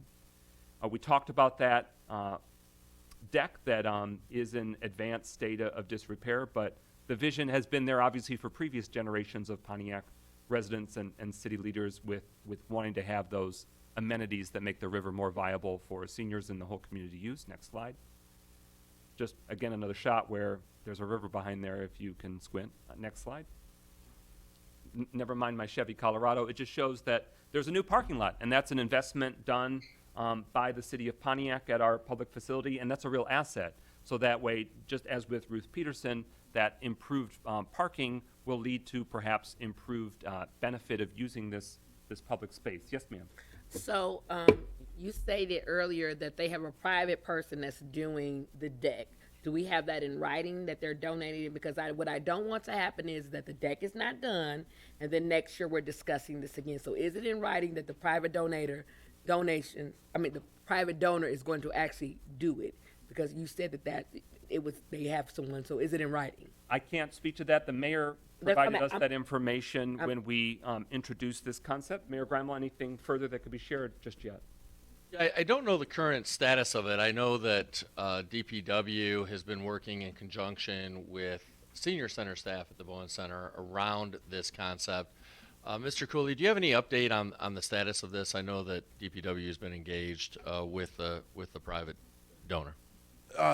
There's currently not an update. We're in talks with a contractor, and we're getting our conceptual plans on what they plan to build and expand at that deck area. And we're just waiting for them plans to come in so we can approve them. would just note that we'll make sure that we button that down, but regardless of that, we're not going to be back in the same place a year from now talking about the same thing, because we now have dedicated city funding to do planning, which can include that. If the private donor backs out, which we'll see. I hope that doesn't happen, but if that were to happen, we now have a dedicated amount of city funding to come up with a comprehensive plan for the site that will include, in some form or fashion, some decking. Thank you. Next slide. Oh, a follow-up on that? Yeah, so that's what my I just want to make sure it's going to be done. Is it going to be done this year? Is my question, because I don't want. I know people who fish over there. I know people who go on that deck. It's a hazardous, and so I just want to know what's the timeline for saying, okay, the donor isn't going to give us the money, so this is what we're going to do, and that's what I'm looking for, a definite timeline. Well, just to be clear, the appropriation that's been moved is for planning and vegetation clearance. So we are going to commence, obviously this goes into effect July 1st, we're going to commence planning this coming summer, fall timeframe. In terms of the deck, if the donor doesn't come through for deck replacement, we'll have to come up with a plan B with some appropriation. So we'll make sure that we nail down the commitment from the donor, or alternatively get confirmation that the donation is not going to happen, but we'll get clarity on that soon, so that if we need to come up with a plan B, we can do so. The river that you see before you is the same river. Our neighboring city of Auburn Hills, they have invested many hundreds of thousands of dollars, privately raised and publicly appropriated for the Riverside Park. Inherently, it won't be the same because the river is different in this spot. The elevation is different, but it just shows what the hardscape with rocks, what it can do sort of in terms of maintaining the riverside and making it easier for maintenance and public works to mow and maintain and allow the community to continue to have access and visibility and recreation with the river. Next slide.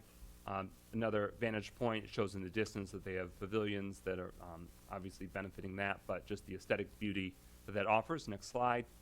And again, these large hardscapes, if you will, using the natural stones allows for the river to be sort of more concrete, haha, pun intended, but in place. Next slide. Just another vantage point. Next slide.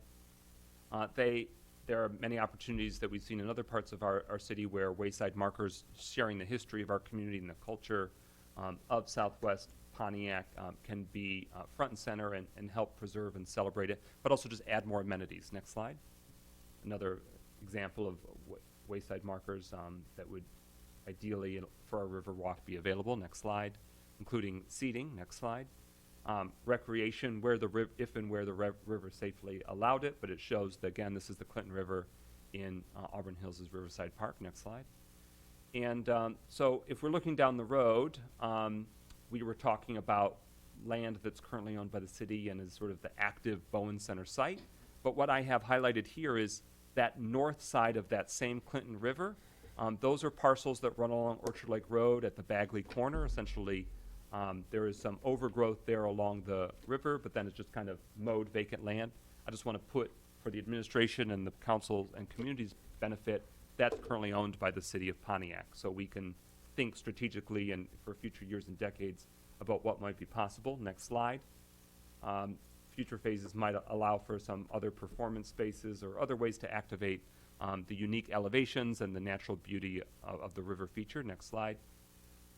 Same with, there's grant funding opportunities that exist with native plants and pollinator gardens that this would be a strong site because we have dedicated active programming, recreation, and ideally rental, just community coming together at this space. This is along the Detroit River where they obviously have had a great deal of infusion of philanthropic resources that have made this, among other riverside gardens and plant beauty possible. Next slide. There's also an opportunity to potentially connect across the river with the neighborhood near Chapman Street and Bodette. There's sort of a dormant space that in future years or decades it might make sense to add another amenity crossing the bridge that would be not only the perfect spot to propose to your beloved, but also to connect that neighborhood with that the recreation amenities. Next slide. And that's where I'm showing it, where that road turns. There's sort of just a vacant land there, and there's looks like an easement strip, so I'm not sure if the city already owns that or not, but just that's what we're referencing. So it shows that there's an opportunity to do more comprehensive work. Next slide. And all of that land along Orchard Lake Road, which is probably a result of when the city decades ago expanded and boulevarded Orchard Lake Road, that all that south side of the road, including fronting much of Rotary Park, that's owned by us, the taxpayers, the city of Pontiac, so we can be potentially strategic about how we connect that, how we potentially redevelop that, how we repurpose it. Next slide. So back to that, again, I have dialed back considerably. What we're talking about is $40,000 for Pontiac Riverwalk improvements, specifically planning and vegetation clearing.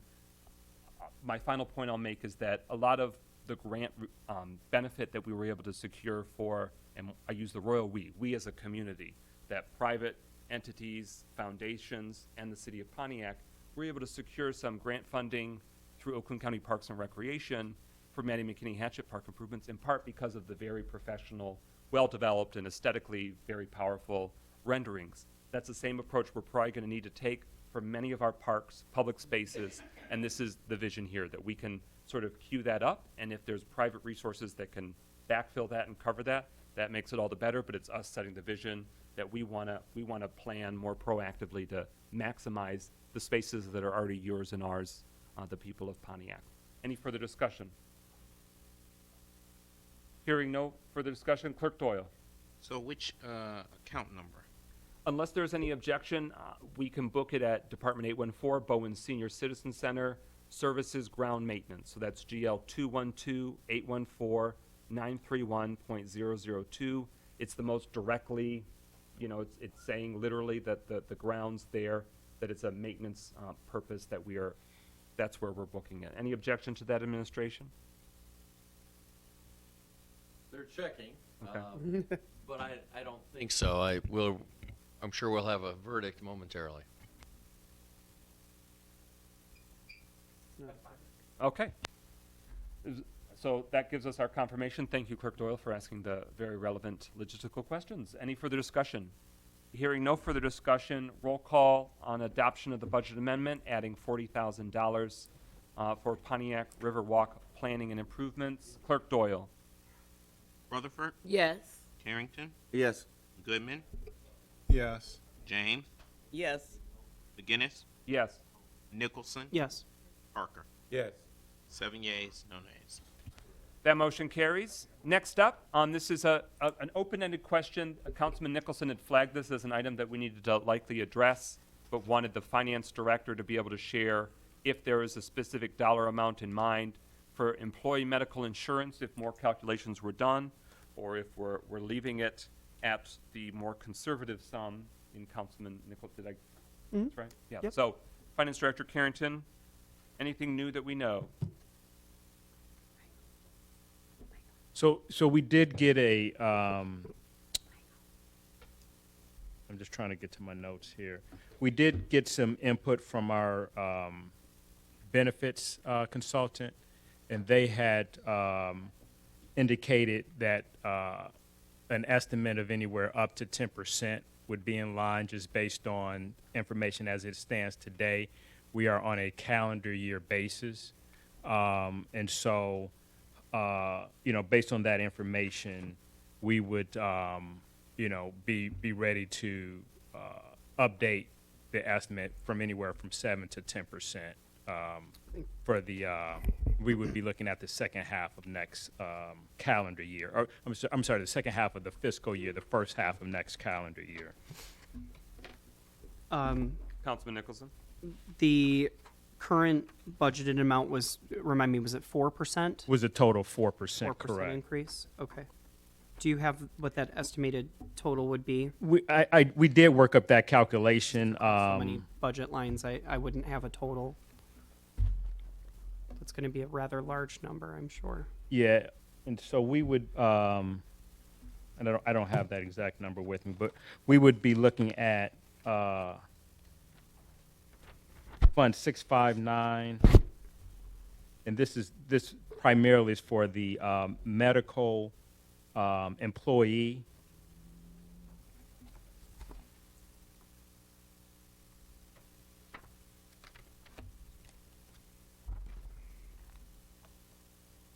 And it's on my page 108. I don't know if I've got the same page numbers as you, but this version is page 108.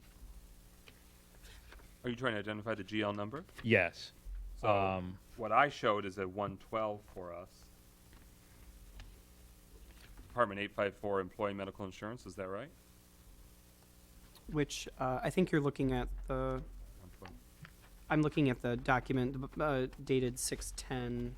Is that? Are you saying that the other one is more updated than 6/10? Yeah, so it would be Department 854 and Fund 659. Thank you. Yeah, 109 in the most updated version. So where are we at? We're leaving it? 109. No, we have to update it.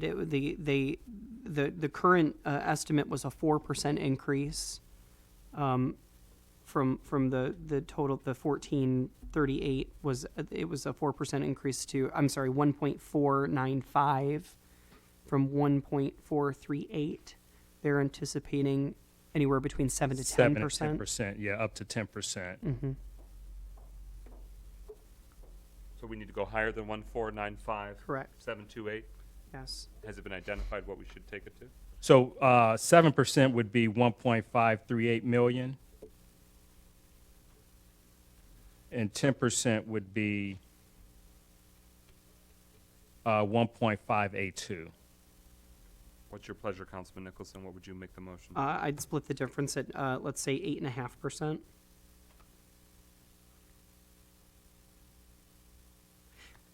I'm sure that the broker and the HR department will have further conversations about this, but I think one thing we can certainly look into is like gap insurance planning or HSAs. That way we can start to kind of be thoughtful about claims, what our claims have looked like throughout the year. I'm not sure if we've gotten any, if there's any indication of where our claims are to say whether or not we think we're going to be more at the 10% or more at the 7%. And based on our group size, it comes down to claims. So I don't know if we have that yet, but I do know that the HR manager is currently looking into rebidding all of our services just to see if we actually do have the best price possible. Mm-hmm.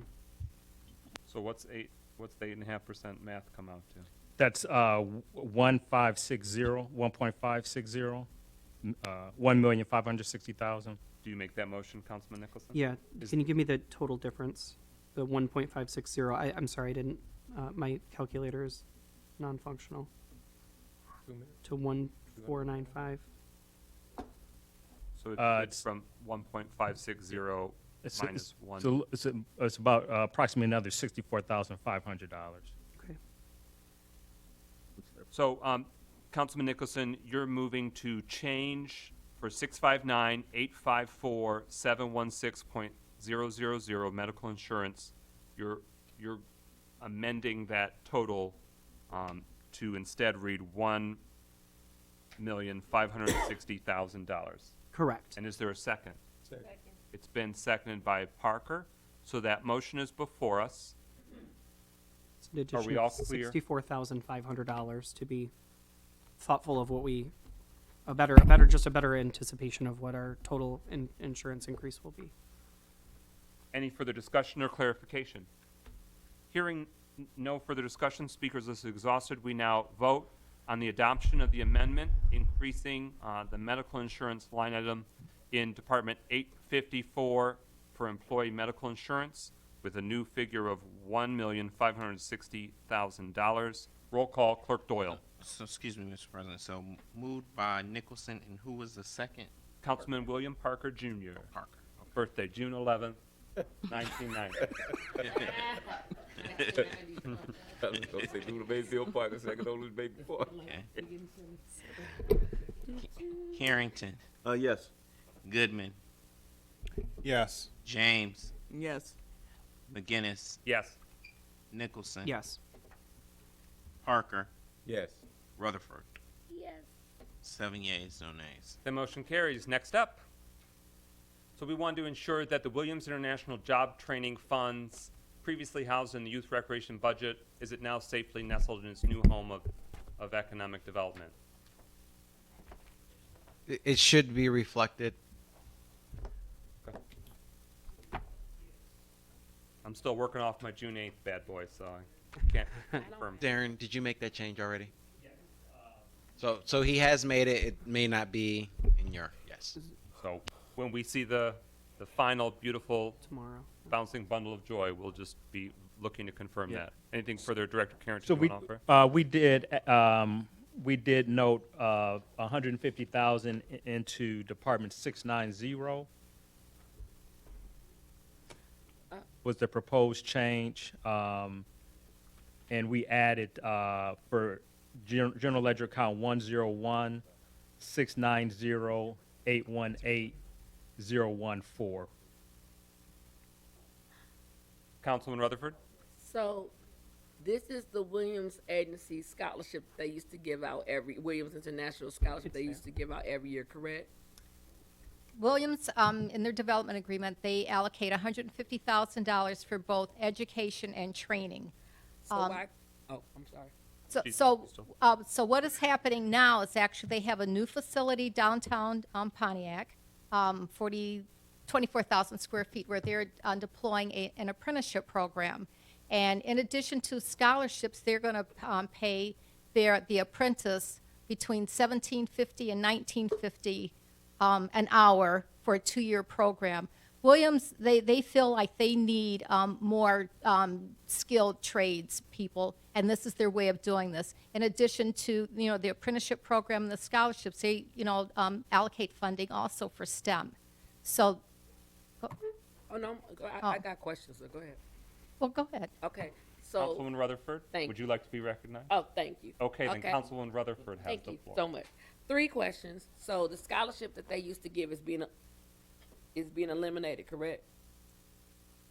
Mayor Grimal, do you have intel on that? Yeah, I want to just confirm what Ms. Phillips has said about them locating an apprenticeship program on the loop, but I want to be clear that that does not count towards this $150,000. So this $150,000 in the administration's view is a separate standalone commitment that is unrelated to their decision to locate an apprenticeship program near and around downtown. The other thing I would say is that the scholarship program, I don't think we've made any decision regarding the scholarship program because the agreement is pretty clear that this $150,000 has to be programmed through a discussion between the city and Williams International. That discussion has not yet occurred this calendar year, just to be clear. So those decisions have yet to occur because the agreement, the development agreement relating to this money is very specific about how those discussions and decisions have to be made, and that process has not yet occurred.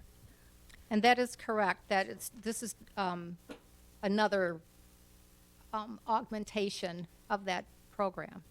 So I asked this because I know it hasn't occurred, Mayor Grimal, but I just want to make sure that if they're going to eliminate this scholarship that we know, because there are students that are thinking they're going to be able to apply for it like they have in previous years. So that's why I'm asking, because I could say this because it's me. My daughter got the scholarship for 3 years because she applied and it helped her stay at Howard and graduate. And Councilwoman Rutherford has the floor. I can wait. Like I was saying, making sure that it gives other students the opportunity, because that 5,000. Councilwoman Rutherford has the floor. I don't know, but I do. Thanks. Like I said, don't do that. Sir, no disrespect to you, Mayor Grimal. I just want to make sure that people have an opportunity to apply for the scholarship because it has helped several students in this city finish school. So that's why I was asking for it, and I do know. But that's why I was asking you, has it been eliminated? The answer is no. Not to our knowledge, no. So are we The gonna? scholarships or the funding towards STEM? I know, are we? I haven't recognized you. Who wants to speak? Okay, raise your hand if you want to speak. Deputy Mayor Stevens, just so you know, this is a housekeeping item. We're just making sure this is an economic development, It's which is just what moving it is. to I another know that, account. I'm just asking. Yeah, No, that- I'm just So, saying, so Councilwoman Rutherford, this, as Council President has said, this is literally a housekeeping item. The funds were originally housed in the wrong department. Okay. We have moved them to where they should be. Okay, but I was only would asking. you like to be recognized? Yes. Councilman Rutherford has Thank the floor. you. I was for- only, thank you. I was only asking because people ask me oftentimes about this scholarship, and there are kids who need this. I don't want to put their business out. Correct. They need this money, who are STEM majors, I might add. Deputy Mayor That's Stevens, it. you have the floor. So the money that was funding the scholarship is still being given to the city. It is being moved to a different line item. The scholarship itself has to be coordinated between the city and Williams International, and that has not yet happened, but it will happen soon. Got it. Any further discussion on this budget inquiry? All right, next up. Councilman Goodman was proposing some changes to the fee schedule. For those that aren't familiar, any fee that you pay for matters that are set by the city, it's through the annual budget that those amounts were set. Councilman Goodman, are you still interested in changing the current fee for reinspection for work not complete for electrical, plumbing, and fire to go from 50 to 200? At this time, no. All right, so there's no motion. Is there anyone else wish to make a motion?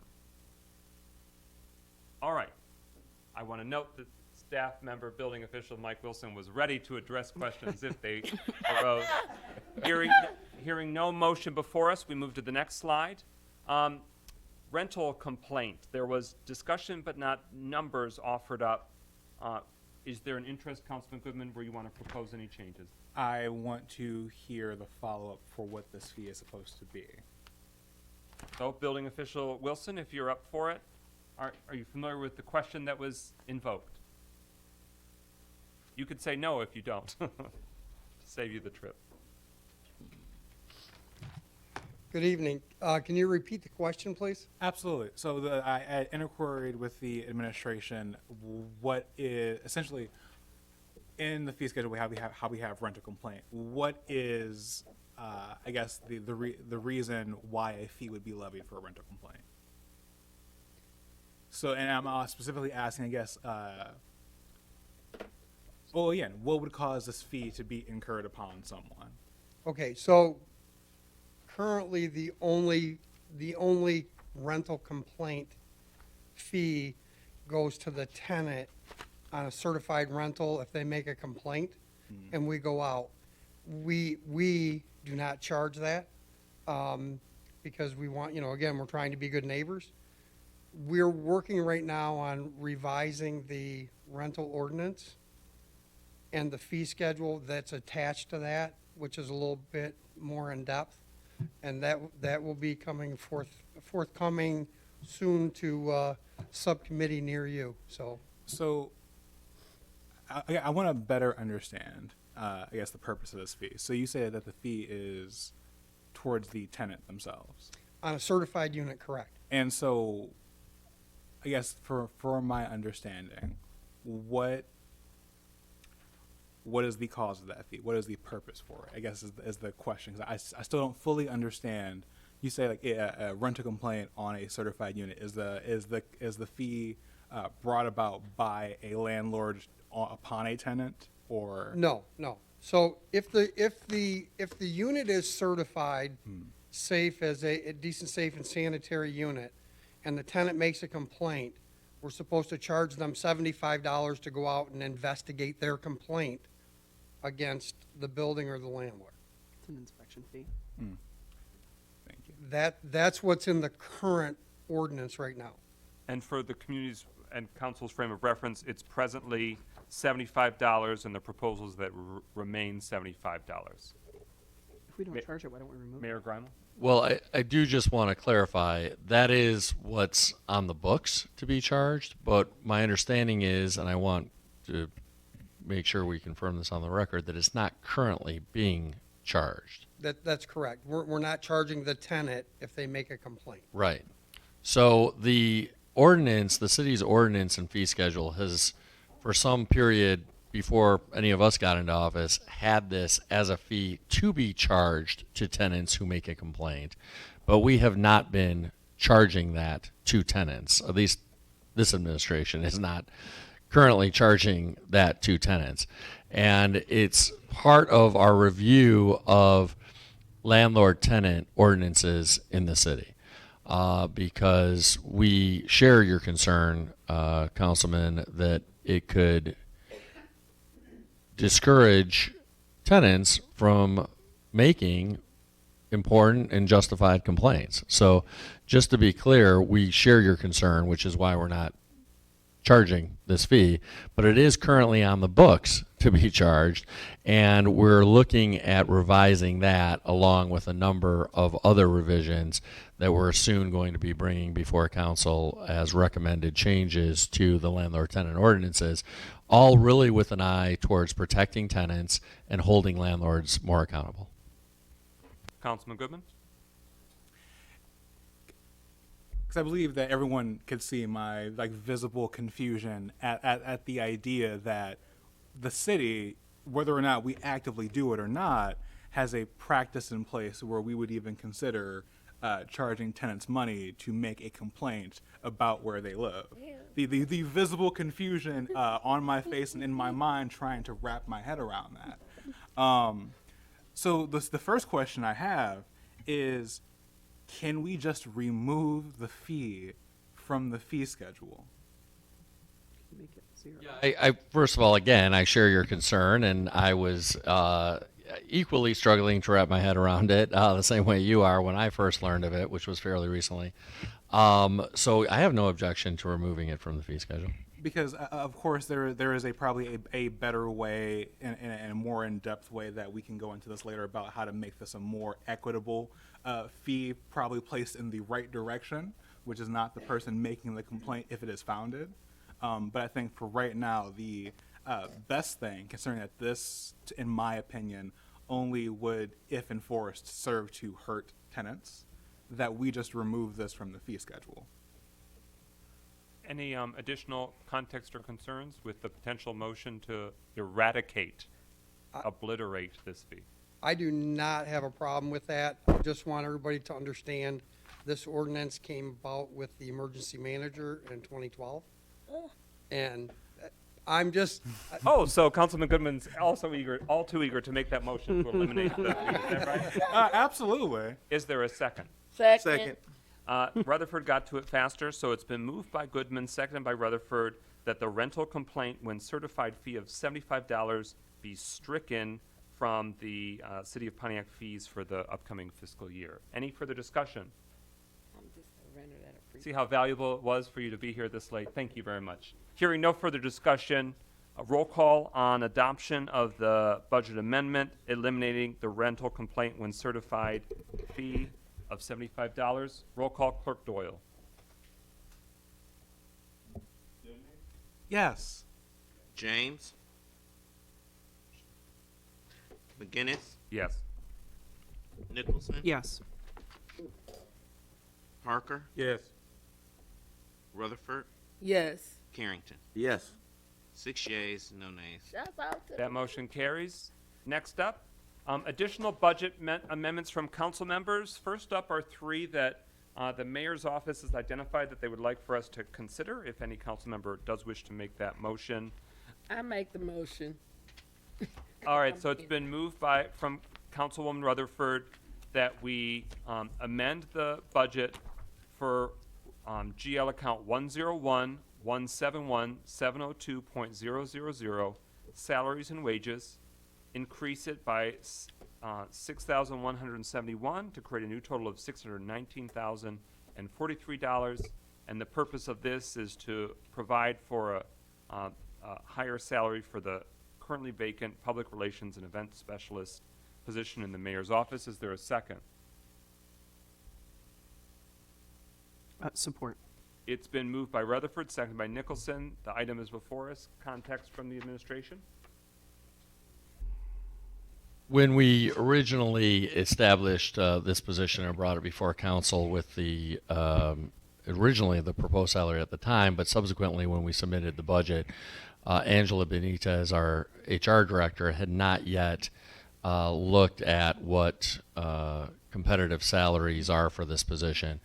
And this position is somewhat unique in that we're asking quite a bit of this person, because we're not just asking them to handle media and PR, which is important and long overdue here in the city, but also to be the city government's liaison to city events to help coordinate city event planning. And I can tell you that having somebody in that role who's also doing those functions is important as we seek to help coordinate more signature events in the city. We had a lot of events going on this past weekend for Juneteenth. I think there's an eagerness to have a little more coordination between those events, but also to help organizations and others host more prominent events for the city. So that's the rationale here, is that this isn't even just a PR and media person, but also will have these additional responsibilities, and we want to make sure that we're able to attract a high quality person to this role. Any Pro Tem Carrington, then Councilwoman Rutherford. Yes, Mayor Grumble, has a job description been outlined concerning this added responsibility? It has. The job description, I don't know if Ms. Benitez is still here, but a job description has been put together, is my understanding, and Deputy Mayor Stevens can confirm that, which he has, that includes not just the PR and media aspect, but also the additional event coordination responsibilities. No further questions. Councilwoman Rutherford, then Councilman Parker. Making sure we have one voice and one sound is so important to the city. Being a person that is a performer, oftentimes I have to be curt before I say the wrong things. And whenever I send out anything, it has to be viewed, does it make sense? It's called think. Is it truthful? Is it helpful? Is it important? Is it knowledgeable? Is it kind? There has been a view in the past of the city of Pontiac that we come off as a fly-by-night, a shoot-from-the-hip type of community, and we can change that by having a PR, and not just that, an event specialist that specializes in curtailing the opinion of the city of Pontiac and other communities. I always say this is the best city in the world, and wouldn't it be great if we displayed that in a situation where people are talking about us in Crane's business more, and Wall Street, or how I was recently featured in Washington Post. And the way we display ourselves is having someone who understands how do you sell a product. And at the end of the day, the city of Pontiac is a product that has to be sold, and the events have to be displayed in a way that is respectful to our community and also that is inclusive. So I support that because of that. And PR and event specialty planning is not cheap, and it costs a lot. And that's all I got. Councilman Parker. Thank you, Brother President. I was just sitting here thinking, it was my understanding that prior to offering some of these positions, that the contracted HR person that we had already did a salary study and evaluated what the proper salary was for these positions, which I assume had already taken place. But if it has not, I certainly want to make sure that people are paid conducive to what the job requires. Councilman Goodman. I think it's extremely important when we look at this, speaking from a perspective of someone who has done communications before, that we are aware that we are asking a lot from a person by having them do public relations and events. In many different organizations and companies, those are very separate roles.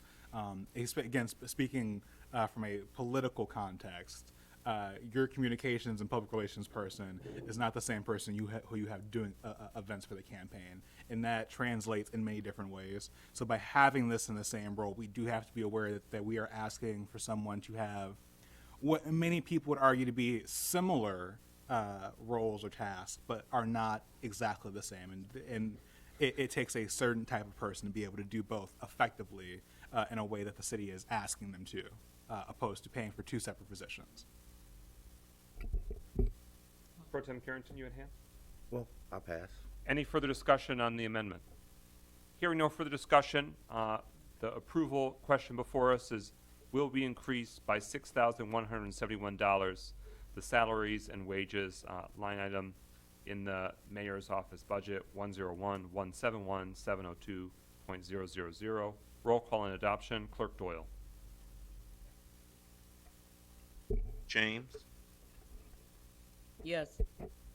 McGinnis, Yes. Nicholson, Yes. Parker, Yes. Rutherford, Yes. Harrington, Yes. Goodman. Yes. 7 yeas, no nays. Thank you. That motion carries. Is there a motion to amend the agenda to create a new GL account, if my anticipation is correct? Mayor's anti-violence campaign, adding a $10,000 budget line item. The GL account number would be 101-171-808.173. I make the motion, but I do have a question. It's been moved. Is there a second? Second. It's been moved and seconded. The second by was Councilman Parker. Councilman Rutherford, you first have the floor for a question. Mayor Grimo, how is this $10,000 going to be allocated exactly? Mayor Grimel, you have the floor. So I had a conversation with the chairperson of the Anti-Violence Commission last week, and I said, we were in the final home stretch of the budget cycle, and I'm sure that you'll have, obviously the Anti-Violence Commission is coming up with some longer term initiatives that have a lot of substance to them. And so there's that piece of their recommendations. But in the interim, and while they're still convening, we talked about the fact that they'll probably need some expenses, in particularly around communicating with the public. About their work, about trying to connect with residents to solicit feedback around some events and forums, as well as doing some initial programming potentially around de-escalation workshops, things like that. So I asked the chairperson of the Anti-Violence Commission to put together some items that he thinks might be needed in the near term over the coming several months in terms of some funding. And this was a rough estimate of what that might include based on the city's match. We're pursuing some county funding to assist with some of these matters because, as council and the public might know, after the Oxford school tragedy, Oakland County has allocated quite a bit of funding to the Oxford community. And we've made the point to Oakland County that, yes, by all means, they should fund the important needs in Oxford. But we here in Pontiac have been dealing with chronic violence for many, many years. And the county should similarly step up and be helpful to our needs here in the city. And so this is certainly what we're budgeting from the city's end, but we will be pursuing matching funds from the county and potentially from other sources as well. But this is really an initial bite at the apple based on the conversations between the chairperson of the Anti-Violence Commission and me. Other discussion? Councilman Rutherford. Final follow-up. So let's say we approve this, what will be the timeline when these funds will be used or allocated? Like, for example, you said that you guys are going to do de-escalation training. Have you already got the person that you are going to have do these things? We have not yet, and that's why we wanted to put out some funding so that some of those initial ideas, as they take form, because some of them have not even been put forward as a formal proposal or recommendation, but with us being in the final week of the budget process, we didn't want to wait any longer. But I think to put some funding request here to be included initially for the coming fiscal year. But the expectation is that the Anti-Violence Commission will have some more substantive and concrete proposals in the coming weeks for expenditure in the next several months. And so that's sort of the time frame for this initial amount of funding. Any further discussion? Hearing no further discussion, we move on roll call voting, the adoption of the budget amendment creating a $10,000 line item for the mayor's anti-violence campaign. Roll call on adoption. Clerk Doyle. McGinnis, Yes. Nicholson, Yes. Parker, Yes. Rutherford, Yes. Harrington. Actually, I want to ask a question before I vote. Since I sat on that commission, do I need to, not vote, I believe? So you want to abstain? I want to abstain, yes. Okay. Goodman, Yes. James. I also abstain. I'm on the commission. So five yeas, 2 abstentions. That motion carries. You probably would have been in the clear, just because, like, planning commission, I serve as a, we're not going to say that we can't necessarily have jurisdiction or voting on planning commission funding, but I hear your concern, and the deed is done. It passed. So, is there a motion to amend the agenda, adding $6,700 for a new $27,621 total for the IT budget, services, telephone, and that's Point of order, Yeah. Mr. President, if I may. There's apparently a typo on this memo. The amount in prose form above in item 3 is correct with the 6,500. The 6,700 broken out is incorrect and should be 6,500. Okay. Is there a motion to increase the appropriation in IT for services, communications, telephone services by $6,500 to account for the additional employees in the proposed budget? I make the motion, but I have a question. It's been moved by Rutherford, seconded by Goodman. See that sly thing there? Now I recognize her first. You're preempting before they give their rationale, so you have the floor. I have to ask questions unless I want the right answers, right? So my question is, what made us come up with that number, and how is that money actually going to be spent? Deputy Mayor. That is the number. So you're familiar with the Ring Central program that we have. So all of our phones are on Ring Central. And so that is the number to say if we hire 30 more individuals, what would it cost to provide them with Ring Central across the year? See how easy that was? Any further discussion? Hearing no further discussion, speakers list exhausted.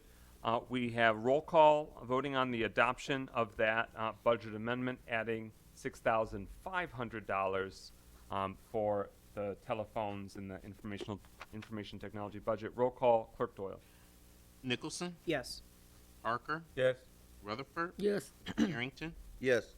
Goodman, Yes. James, Yes. McGinnis. Yes.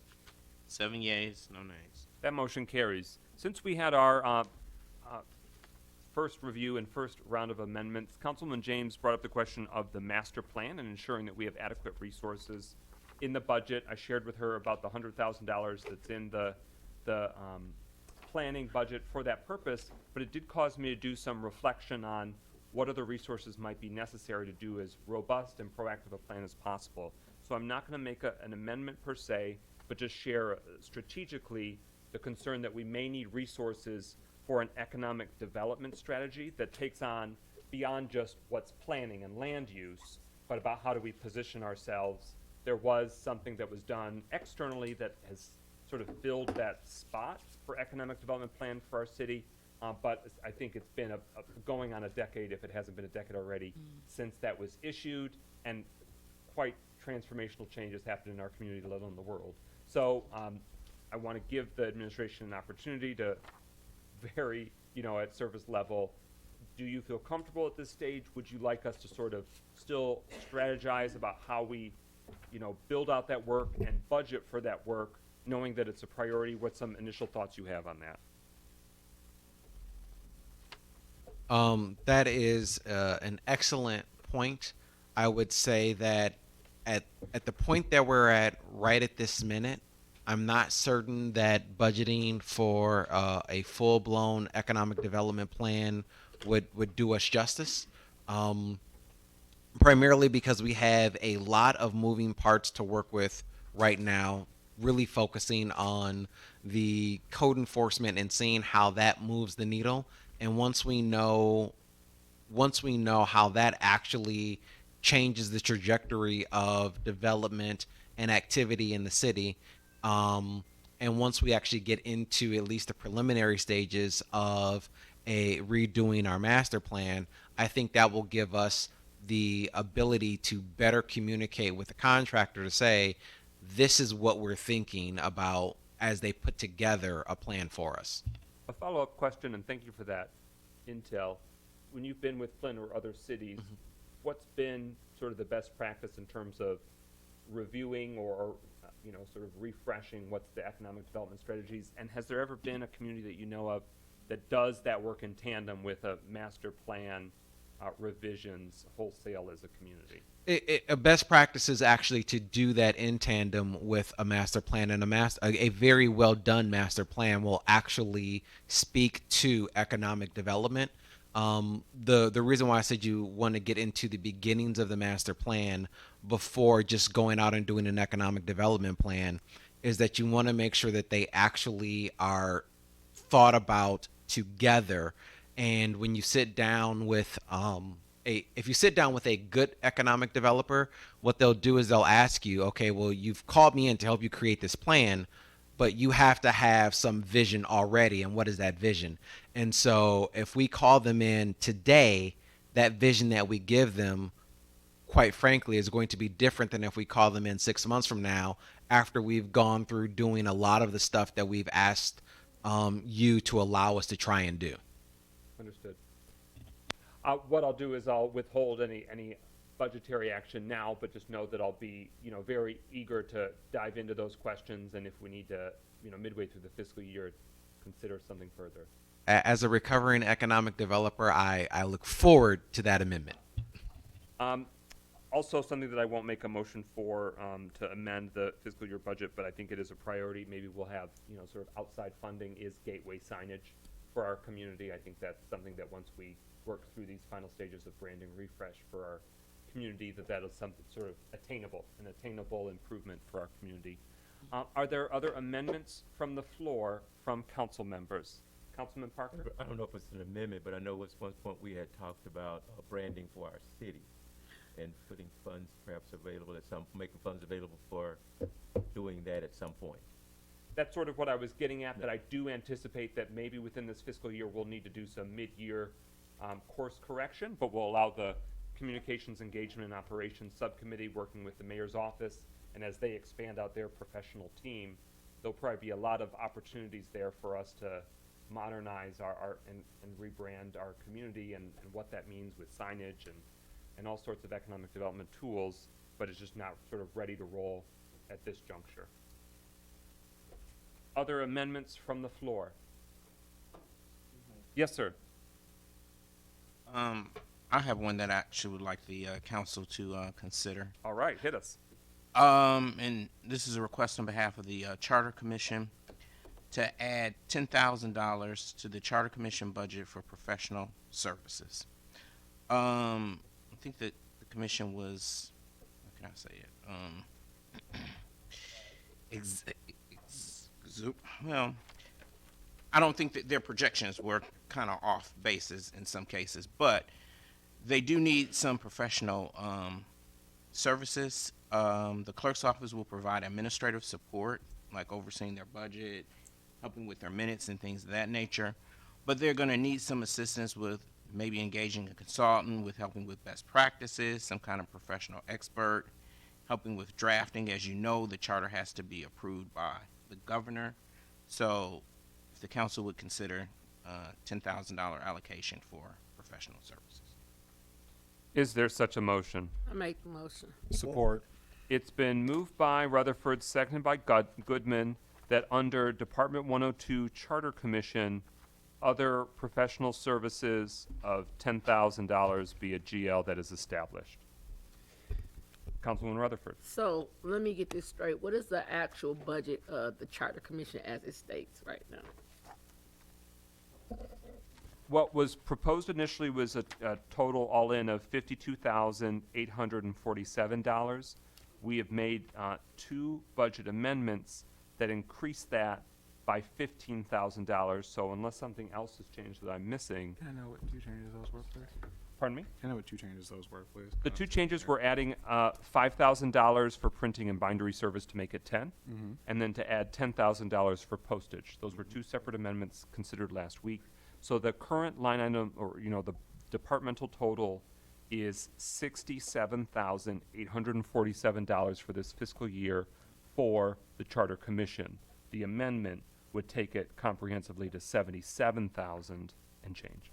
So, Councilwoman Rutherford, you still have the floor. oh, okay. I was answering your question, so I yield Okay. back. So I thought it was 175,000. I'm very, That was their. That might have been what they were requesting initially, but those amendments were not acted upon. so the reason I'm asking that is because are we setting them up to not,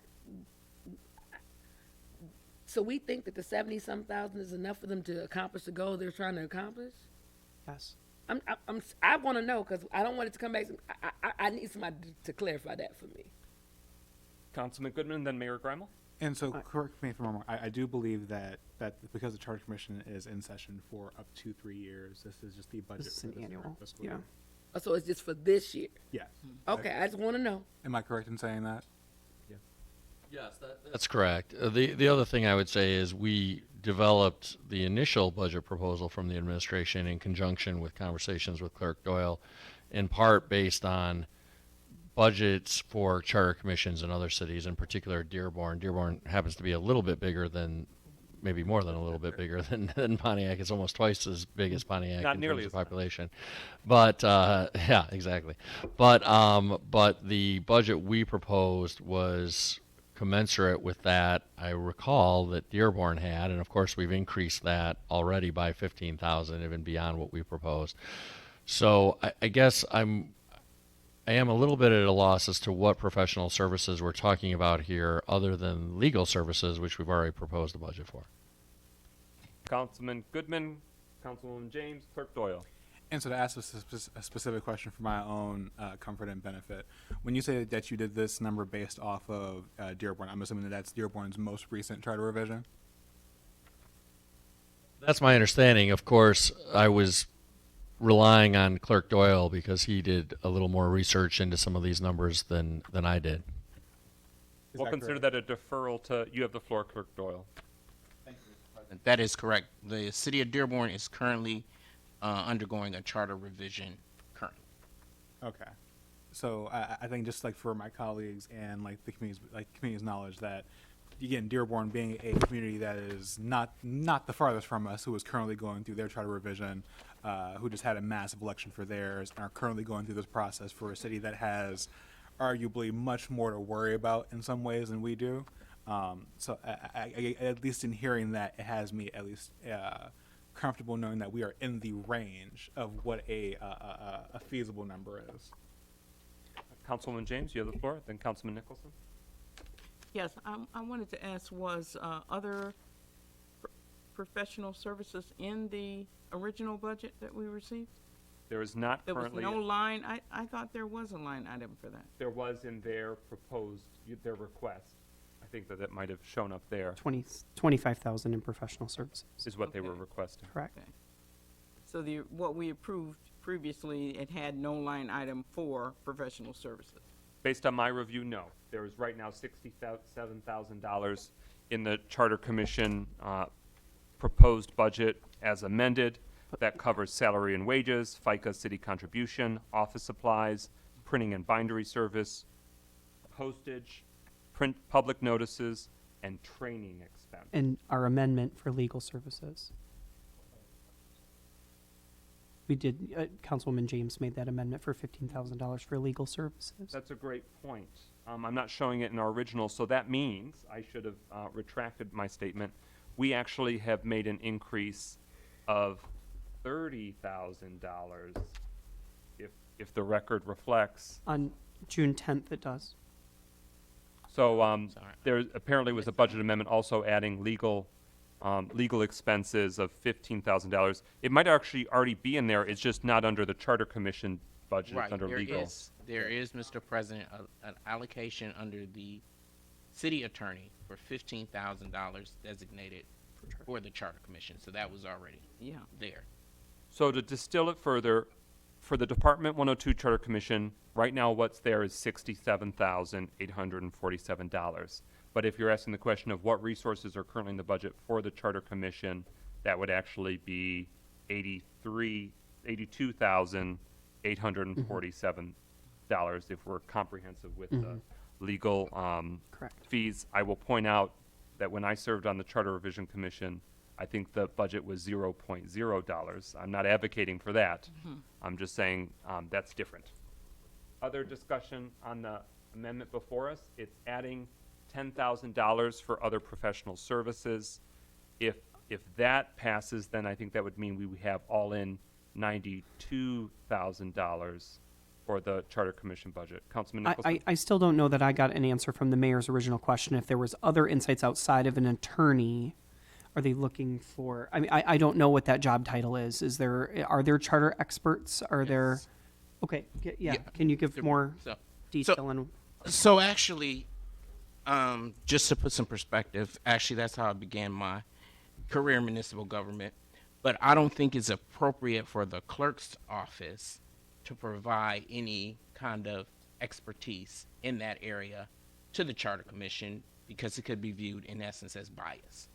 Since the Charter Commission will address the clerk's office with whatever recommendations in their particular proposals, but yes, there are some experts out there that can tell you about best practices as it relates to charters, what actually should be included in the charter. In the city of Detroit, they've made a number of changes to their charter, including ethics ordinance, purchasing, all different types of things.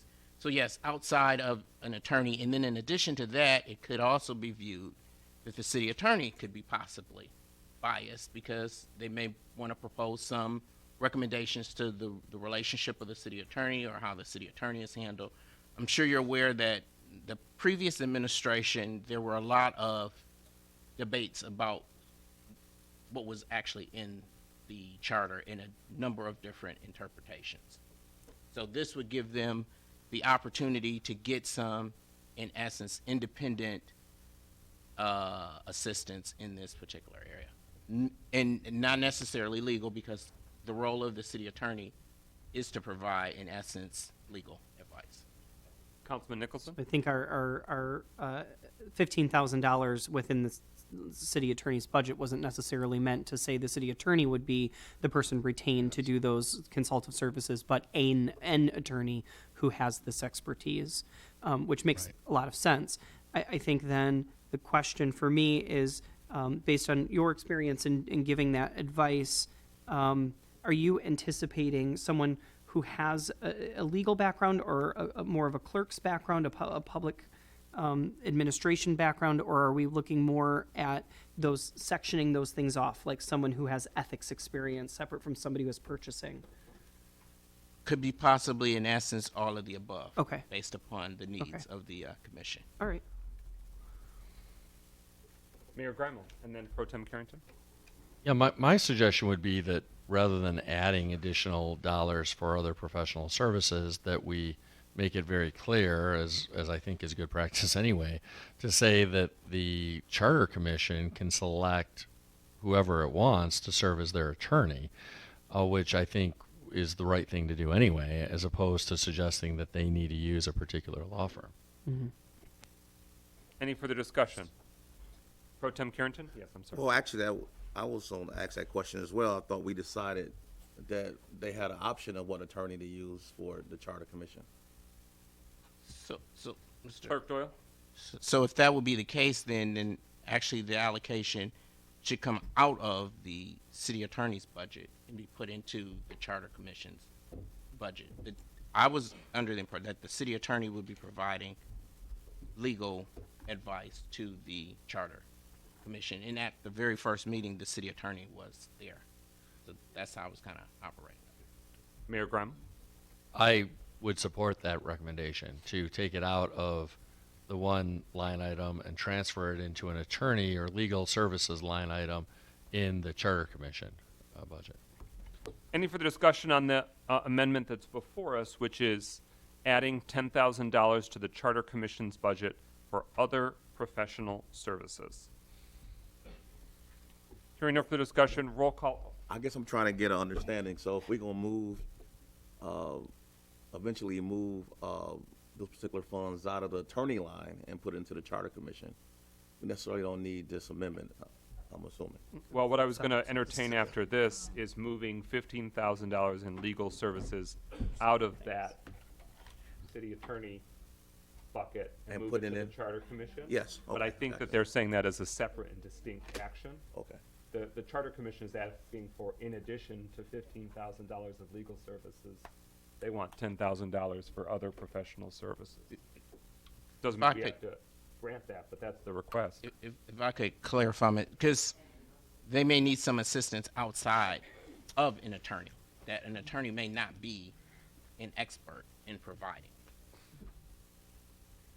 Like, for example, the previous council at one point had a parliamentarian who was an expert, you know, in rules, procedures. She was a nun, in essence, attorney. So this would allow the charter commission to be able to engage. They would still have to follow all the city practices. That's why, from the clerk's standpoint of following budgeting practice, city processes as far as engaging somebody, but it would allow them to be able to seek those particular services.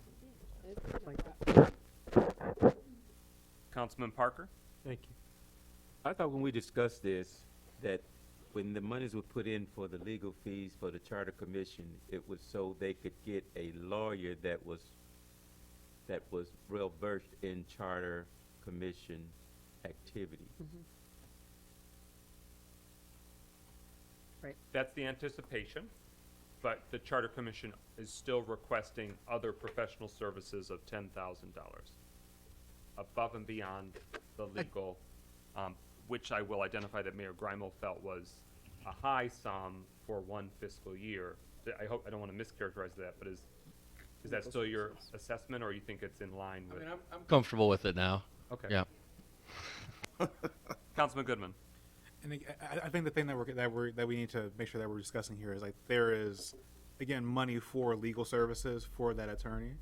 But when we're talking about charters, we're talking about someone who needs to understand municipal law, how ordinances work, how these different things operate all across the board, which is not always solely an attorney-based thing.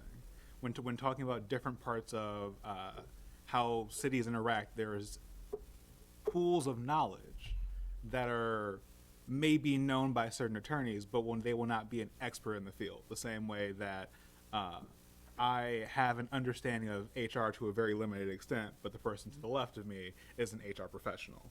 So just making sure that we're not only providing them with legal services to have their own attorney, but again, making sure that they have access to the pools of knowledge to make sure that we have the best charter that we have in the city, outside of just legal representation. Any further discussion on the amendment before us, which is adding $10,000 for other professional services to the Charter Commission budget? Hearing no further discussion on that amendment, roll call, Clerk Doyle. Parker, Yes. Carrington, No. Goodman, Yes. James, Yes.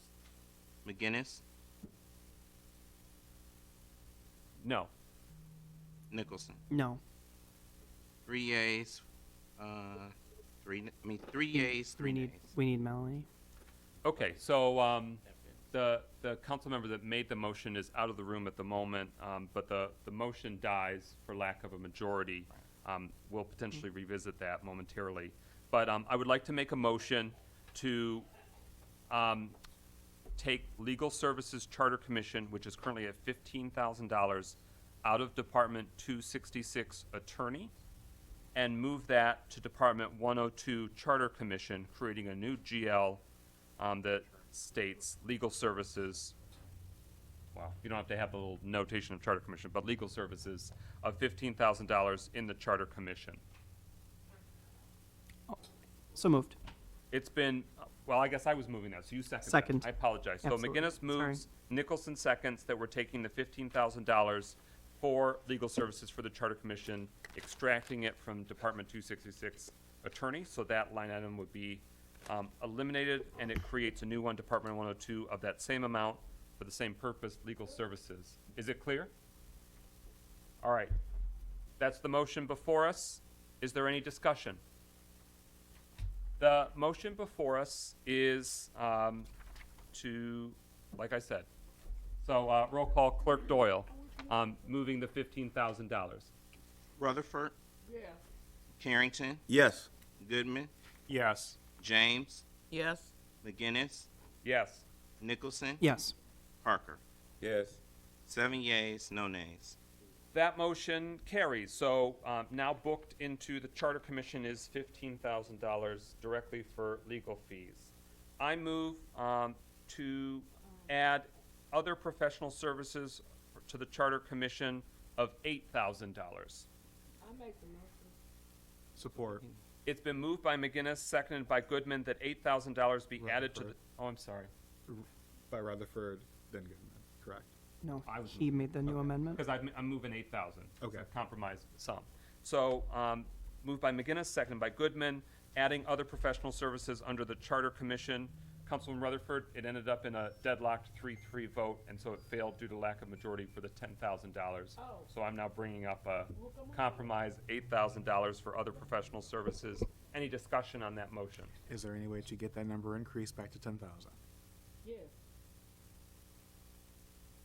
I made the motion, it's seconded. You can withdraw the motion, and it could be strangled in the crib. Nope, I'll just let it go to 8. Any further discussion? Councilman Rutherford? Okay, so I went out. Y'all voted. It was 3-3. Right. Okay. Okay, let's vote. Any further discussion on adding 8,000 for other professional services? Hearing no further discussion, roll call on that amendment. Clerk Doyle. Carrington. Yes. Goodman. Yes. James. Yes. McGinnis. Yes. Nicholson. Yes. Parker. Yes. Rutherford. 7 yeas, no nays. That motion carries. Are there any other amendments from the floor? Thank you, Clerk Doyle, for relaying that request from the Charter Commission. I appreciate that. Is there any other amendments from the floor? Councilman Rutherford. It was gonna be a joke, don't worry about it. Any other amendments from the floor? Going once? Going twice? 3 times. That means that we have concluded the amendment process for the fiscal year budget. And correct me if I'm wrong, Clerk Doyle, we want to move to postpone for 1 day and then adopt the emergency ordinance tomorrow when we have the clean final copy at tomorrow's special meeting on the budget, June 23rd, 2022. No, June 22nd, 2022 at 6 p.m. Is that correct? That's correct. And also on that, Mr. President, so you would need from the administration, the ordinance, the budget ordinance, the schedule of fees, because there were some changes made to the schedule of fees, the list of salaries, because there were some increases made to the salaries as well, too, and then this actual budget document. All the other categories would go away, and it would just say 2022-23 budget with the numbers. I would propose that all the changes that you've made, that the administration identifies those in red, so that you can actually see that the changes were made.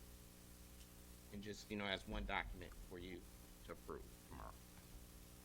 How does that sound to the staff that has to furiously make that a reality in 18 hours?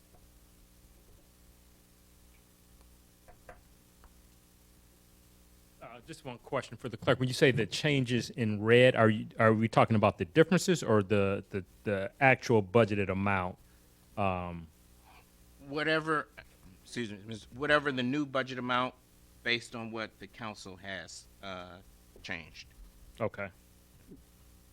But just so where the council would be able to see easily that the changes were incorporated.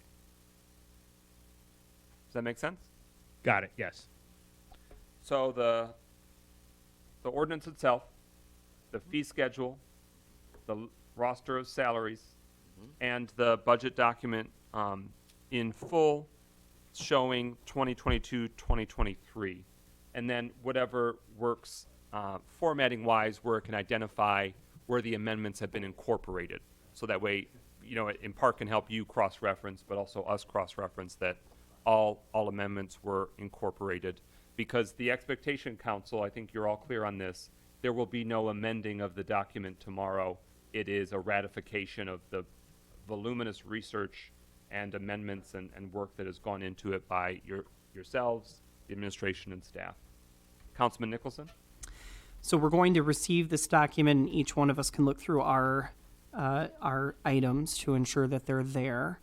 Is there going to be a period of time by which we're able to sit with that document? I imagine it's going to take an entire day to complete all of those, so getting that document ahead of the meeting's not probable.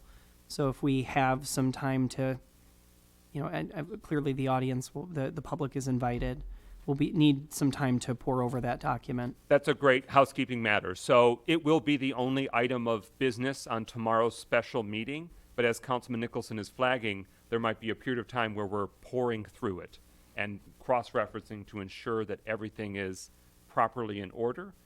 It might not be that we then are able to amend it further tomorrow, but we can flag immediate budget amendments that, that we're going to want to try and dive into. But I think that as much as humanly and financially possible, that everything is tight and right, so that way we can start off on a fresh and positive new fiscal year coming for the city of Pontiac. Thank you for elevating that point. So to the Deputy Mayor and Finance Director, we'll of course take it as soon as it's possible, but we're willing to take it when you've got it done, and including if that means as the meeting comes, but we may be spending a lot of time reviewing it in that meeting, just so everyone's aware. Any further discussion on the item before us, which is the budget ordinance? Hearing no further discussion, is there a motion to postpone for one day to our next meeting this ordinance? Moved by Carrington. It's been moved by Carrington, seconded by Goodman, to postpone to the next special meeting on the budget, which is tomorrow.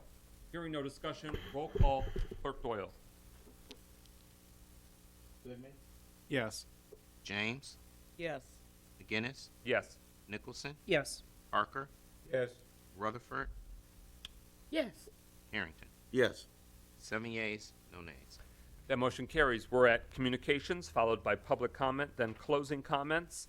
The City of Pontiac Pride and Beautification Award nominations are now available at Pontiac City Hall, in council offices, or on the city website at the council webpage. The city's IT was kind enough to even create a fillable form.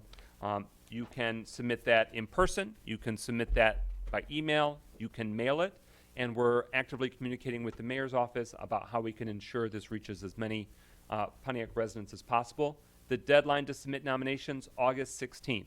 So there's a period of time. We are inspired by how they did Pride and Beautification Awards in previous decades, where it's kind of awarded in the early fall. So once the spring and summer has gone through, so we're trying to encourage residents and businesses to make those improvements and maintain them during the warm, really visible months. And that way we're coming up with other creative ways to, as a whole community, celebrate those that win. So that's available in the chambers tonight, online, or in the city council offices. Very quickly, I just want to let you know that the Road Commission of Oakland County, construction on Orchard Lake Road between Old Telegraph and Middle Belt, essentially like Sylvan Lake, Kego Harbor part, that begins in the coming days, and that runs through September. Some lane closures, all sorts of inconvenient stuff for our life, but be prepared. State Senator Rosemary Bayer has coffee and conversation at the Bowen Center on June 24th at 1 p.m. Free and open to all, 52 Bagley Street. Strand Theater Marquee Concert with Thornetta Davis and Tino G up in the mix, as well as a Pontiac Makers Market Vendors Expo is June 25th at the Flagstar Strand. Concerts start at 4, but the Market Vendors Expo starts at 3, runs till 9 p.m. and 8 p.m. respectively. M1 Concourse has Cars Under the Stars Fireworks Spectacular June 26th. Gates open at 5 p.m. Fireworks begin at 9:45 p.m. depending on weather at M1 Concourse. Smart bus service route changes involving Phoenix Center bus stop delayed not 1 week, but multiple months. So they said September, right? September. And Power Company Kids Club and Deputies for Kids Fun in the Field, July 6th, 4 to 7 p.m. at Aaron Perry Park. Mayor's Office, would you like to offer up items 11 through 15? Sure. Thank you, President McGinnis. Just an update regarding the Mill Street reconstruction project downtown. That's occurring between Water Street and Pike Street. That's been delayed a little bit and will be continuing in construction through probably the end of August or very early September. Secondly, DTE is planning a 2-hour outage. This is for purposes of upgrading the electrical grid. Tomorrow, June 22nd, that's Wednesday for those watching on tape delayed. Tomorrow, June 22nd, Wednesday in the afternoon from 1:15 to 3:15. It will only impact 10 customers, and that's in the vicinity of Huron, Henderson, and Washington Streets. Pine Street, between Huron Street and Carter Street, was vacated back in the 1980s and has been owned privately by the sequence of owners of the Oakland Press building. And that private owner has closed off Pine Street between Huron Street and Carter Street, which they are entitled to do because it's private property. It's their property. And that, again, is because the city back in the 1980s vacated that street. That's the Oakland Press property. So this is the section of Pine Street immediately adjacent to the Oakland Press building. In addition, we have a public town hall forum scheduled to talk about the Woodward Loop reconfiguration proposal. That is scheduled for July 14th. That is a Thursday from 1 to 3 p.m. in the afternoon, and the same day from 5 to 7 p.m. at the Bowen Center. So again, July 14th, a Thursday from 1 to 3 p.m. in the afternoon and from 5 to 7 p.m. that same evening to learn about and provide public input about the proposed Woodward Loop reconfiguration. Similarly, we have a proposed and scheduled town hall on Wednesday, July 20th from 6 to 8 p.m. in the evening, also at the Bowen Center. That is to learn about and ask questions about and provide feedback about the proposed development on the old Lakeside property, the Shores at Crystal Lake proposed development. Again, at the Bowen Center, Wednesday, July 20th from 6 to 8 p.m. at the Bowen Center. And that concludes everything under announcements, Mr. I President. just want to point out that Pine Street private property owner closure, the mayor and his team has notified public safety agencies, so that way they don't run into any issues. Public comment now. President Pro Tem Carrington. Thank you, President McGinnis. Ms. Audrey Mans.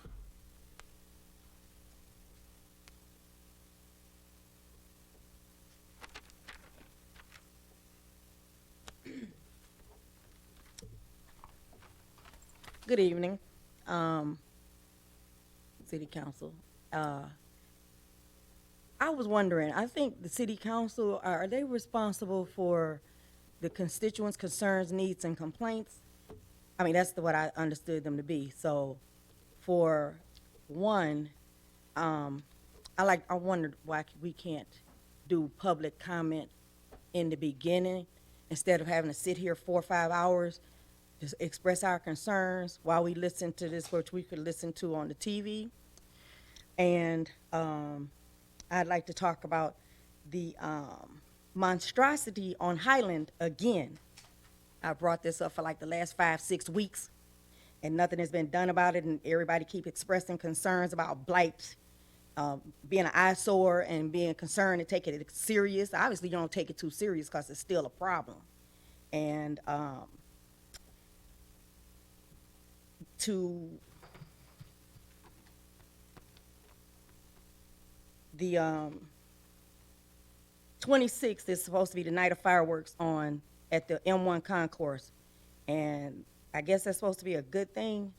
And M1 concourse is going straight down Highland, so you have to pass by this house, 404 Highland.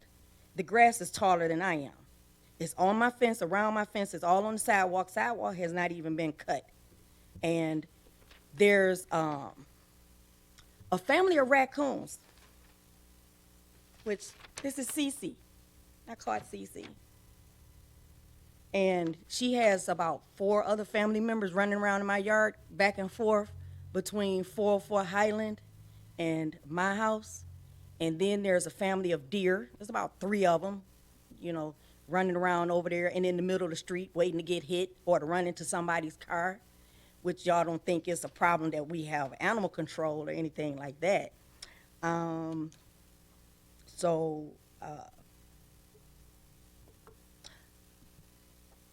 Last week, it was brought up that there was no plan to handle the animals control. That's why you didn't want to expand the budget, because you didn't have an idea what to do. But initially, I think y'all could have at least, at a minimum, supplied cages so we could have caught them. And then, just like trash, you could have got animal control to come by and pick these animals up, because I don't know what to do with her, and I have her. So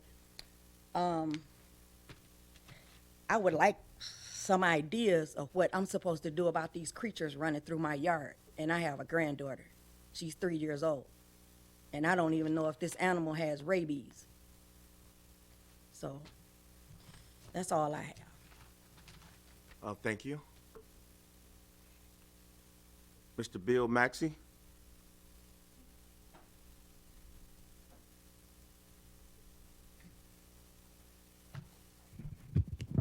Late evening, Mr. and Mrs. Pontiac. Sit at large and governance. Going to make it very brief. Our landlords and tenant act guidelines, landlords have taken over. Raped our seniors, raped our young adults. In terms of violations, I've been working on this for the last 2 months, and faithfully, and I appreciate code enforcement. We work together.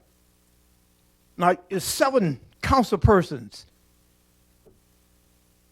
The top case of these violations, which shouldn't be, is in District 1, but we have got that together. 1 more piece of paperwork, Mr. Mayor, 2 more. And you will get an email. It's no excuse for landlords to manipulate, violate.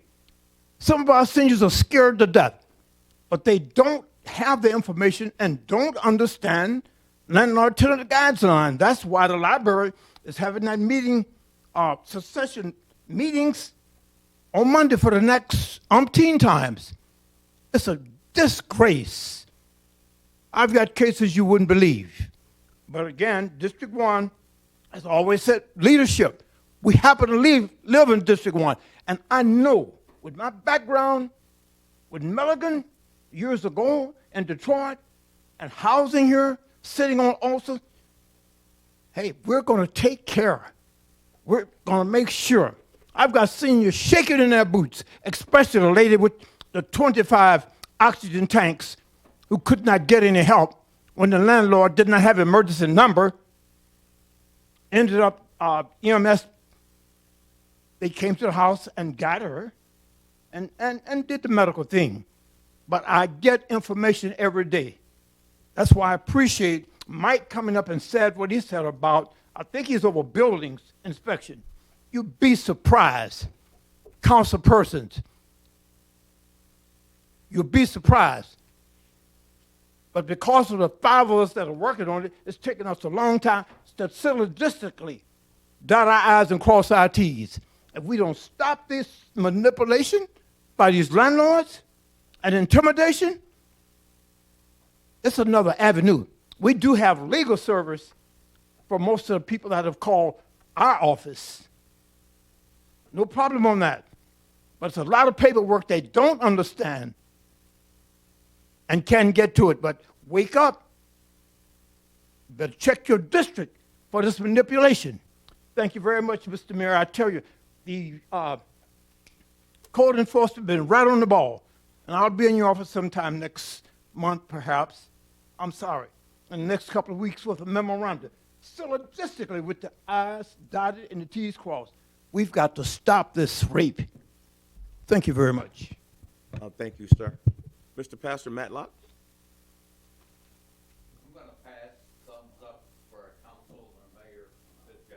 All right, thank you, sir. Mr. James Sabish?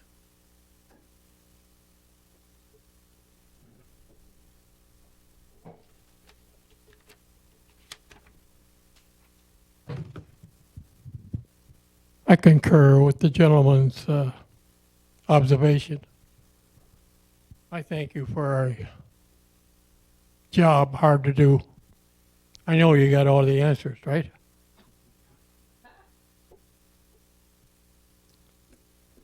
I repeat something worthy of repeating. Gemini's sisters' advice to the world: seek truth, make peace, revere life, communicate with compassion.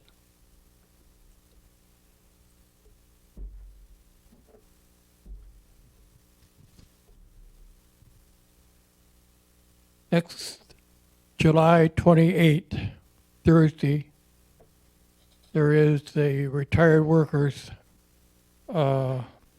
picnic at Independence Oak. It's an annual process if anybody's interested. The $7 tickets are available at the Union Hall, 653, 3 days a week.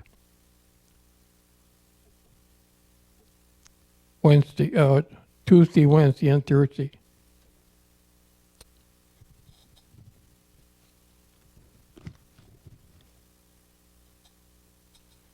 Wisdom is the prime thing. Acquire wisdom, and with all that you acquire understanding. Only add to that, you got to be patient because it doesn't readily come to you. What are the facts? There's so many opinions that it can put you to confusion through time.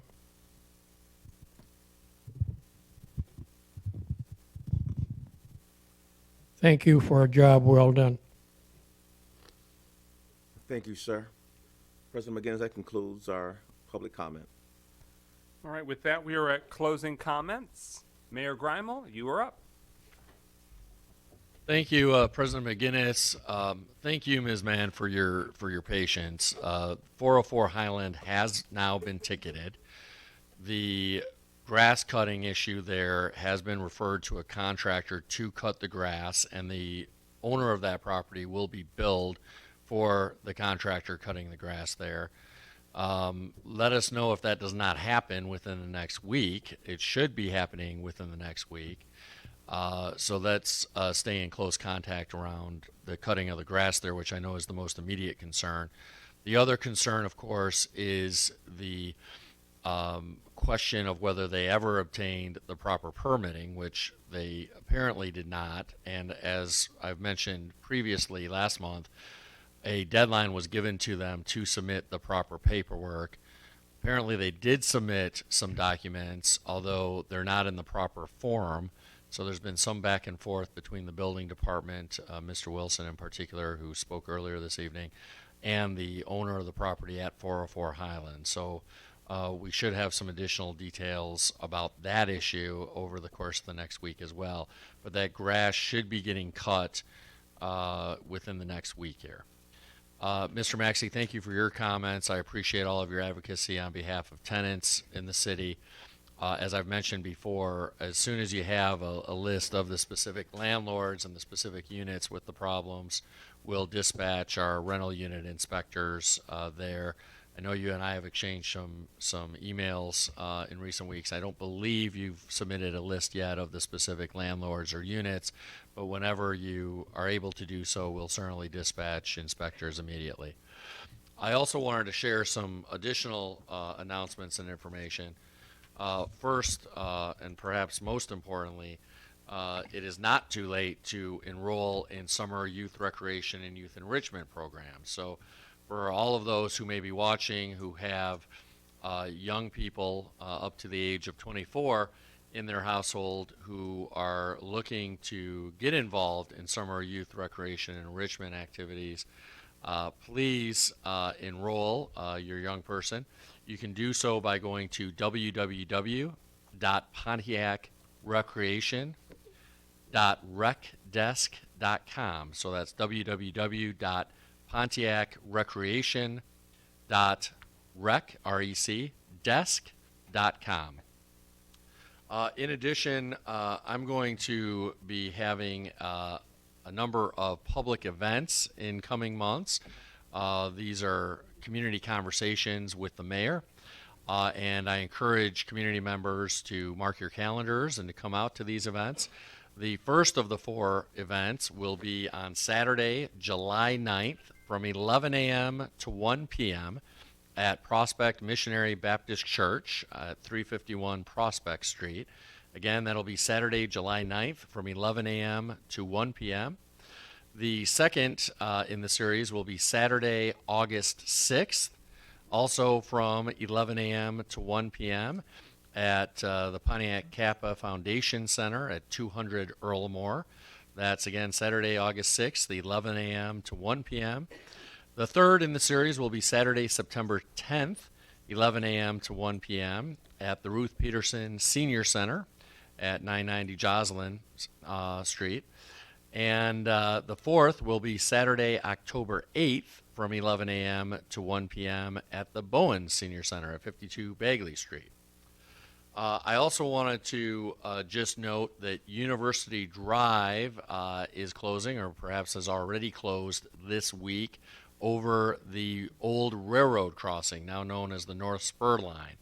And that's because the bridge is in dire need of improvement and repair. It's going to be closed beginning this week through August 20th.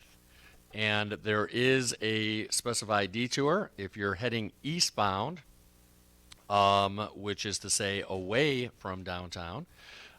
You should take University Drive to MLK Boulevard and go south on MLK Boulevard, or turn right on MLK Boulevard to Featherstone, and then from Featherstone turn left onto Featherstone and take it out to Updike Road, and then you can turn left onto Updike Road and take it back up to University Drive. If you're heading westbound on University Drive, which is towards downtown, then you should take University Drive and go south on Updike Road, take Updike Road to Featherstone, turn right on Featherstone, take Featherstone to Martin Luther King Boulevard, MLK Boulevard, turn right, and then back to University Drive. In addition, M1 Concourse is hosting Cars Under the Stars, which is their fireworks display. That's going to be this coming Sunday, June 26th. Gates open at 5 p.m. and fireworks begin at 9:45 p.m. If you want to take your car there, it's $30 per car to park on the track, or $45 per car to park in the arena.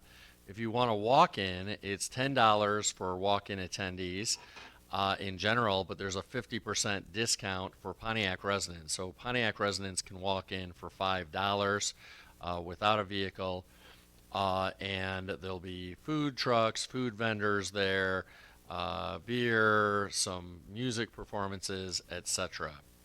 And then lastly, I wanted to announce that the Pontiac Promise Zone is hosting a career and job expo at the United Wholesale Mortgage Sports Complex. That is this Thursday, 2 days from now, June 23rd, from noon until 7 p.m. And there will be soft skills and resume building workshops provided, again, free of charge by the Pontiac Promise Zone this Thursday, June 23rd, from noon to 7 p.m. People are encouraged to register, by telephone at 248-812-0067. And that's all I have, Mr. President. Thank you, sir. Closing comments, Clerk Garland Doyle.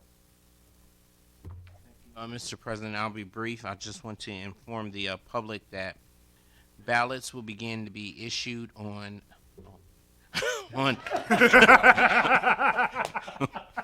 excuse me. Excuse me. Anyway, ballots will begin to be issued on June 23rd, and that's absentee ballots. That's the first day that we can issue absentee ballots for the primary election scheduled on August 2nd, 2022. Thank you. Councilwoman Melanie Rutherford, District 1.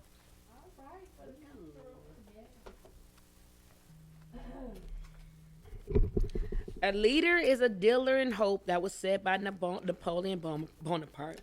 Really? Yeah, I quote it. That's what it said.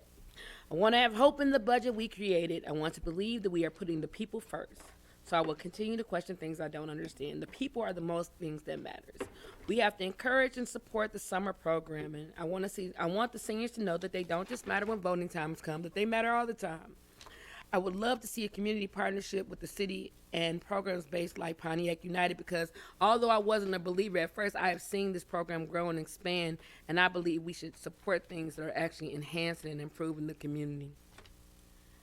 I have hope like I never had before, because I sit on the opposite side of the aisle now, and I'm able to make the calls and make the votes, and I'm able to challenge and push us to move forward and ahead, because hope is all we have. And when you can give out hope, you can change the world. So, in saying that, on June the 25th, this Saturday, we have the best district ever, District 1, having a meeting from 11 to 1 p.m. at the famous Alley Cat. There will be food served, we have speakers, and we have a report card, I'd like to call you, so you can see what I've done in the first 6 months. I want to be graded, supported, and actually encouraged to empower us to change. One of our speakers will be the lovely and my friend, 97% of the time, Mayor Tim Growl. He'll be there, yeah, 97. We'll have other speakers as well. In closing, listen, we did it. We didn't fight. No chairs were thrown. I didn't even use a cuss word. And we are almost done with this budget. And to this council, I say, I know it wasn't easy, and I know I got on your nerves. But I appreciate your honesty and your passion for the city I love, grow, and probably will have a parade when I die in the city of Pontiac, Michigan. And for that, I say, good night. Councilman Brett Nicholson, District 2. I think I'm more excited to see the slide than I am to give my update. But Casa del Rey, that looks beautiful. Hopefully we can make it shine again one day. We District 2 residents just wanted to say, as we get through this budget time period, we've got a lot of things that are still in the queue that administration is working on. Some of those things, of course, is to see that movement start at Rush Hour Court, the upgrades at Bodette Park that we've been talking about, the lighting return to having street lights in front of Mount Hope Cemetery on Orchard Lake Road. All of these things are in process, but it takes money, and we just well, hopefully tomorrow we will do that. So those things will be set into motion, and we'll see some of those wheels start turning. So please continue to be patient as we look for those things to continue to transpire. District 2's advisory group, just a last reminder, because I know you've been hearing it from me for a long time, our next meeting is not at Goldner Walsh. It is at Indian Village Park, 7 o'clock on Monday night. We'll be meeting there. It is a potluck, bring a dish to pass.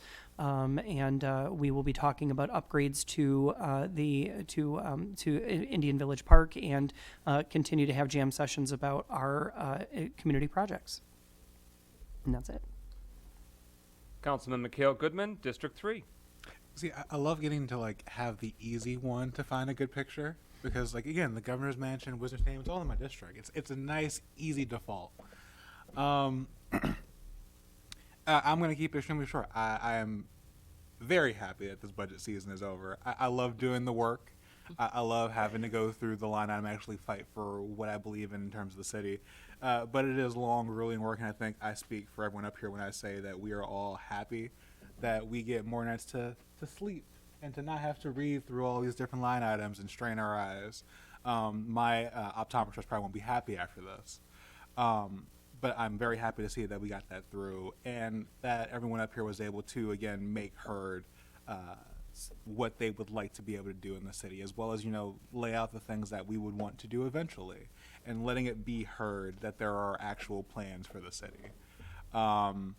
Outside of that, I am extremely happy to see that the change with the smart bus system and the way that that has manifested for our residents, having relied on public transportation for a most integral part of my life.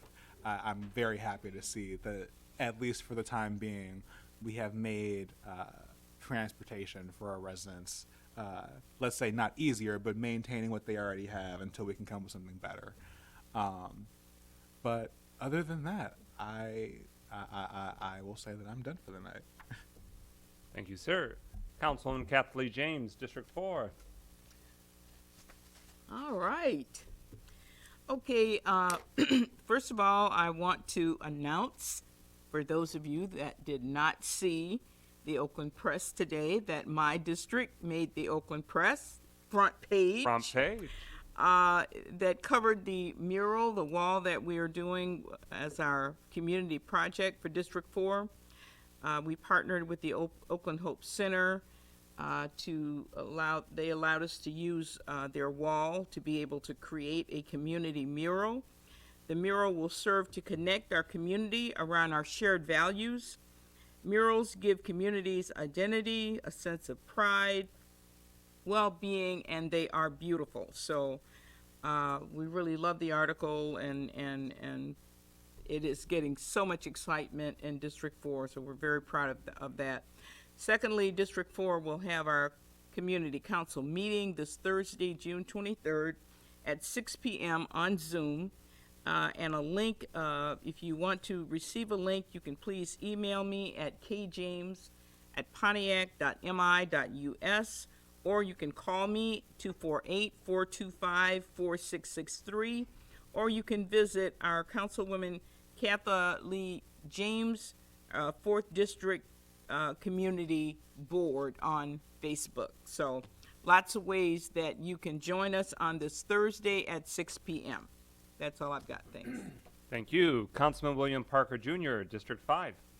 Thank you, sir. Mine is going to be very short. Just want to remind all of the CAT team members that there will be a tour of Galloway Park next week. I believe it's on the 27th from 1 to 4. Please plan on coming with us so we can get some ideas as to how we can renovate Galloway Park and make it be the park that we want it to be. I want to remind the Law and Courts Subcommittee members that we are meeting at 6 p.m. on the 27th in the council chambers. And just wanted to keep in mind that as we move about, we want to thank the city for all that they are doing with our parks, our roads.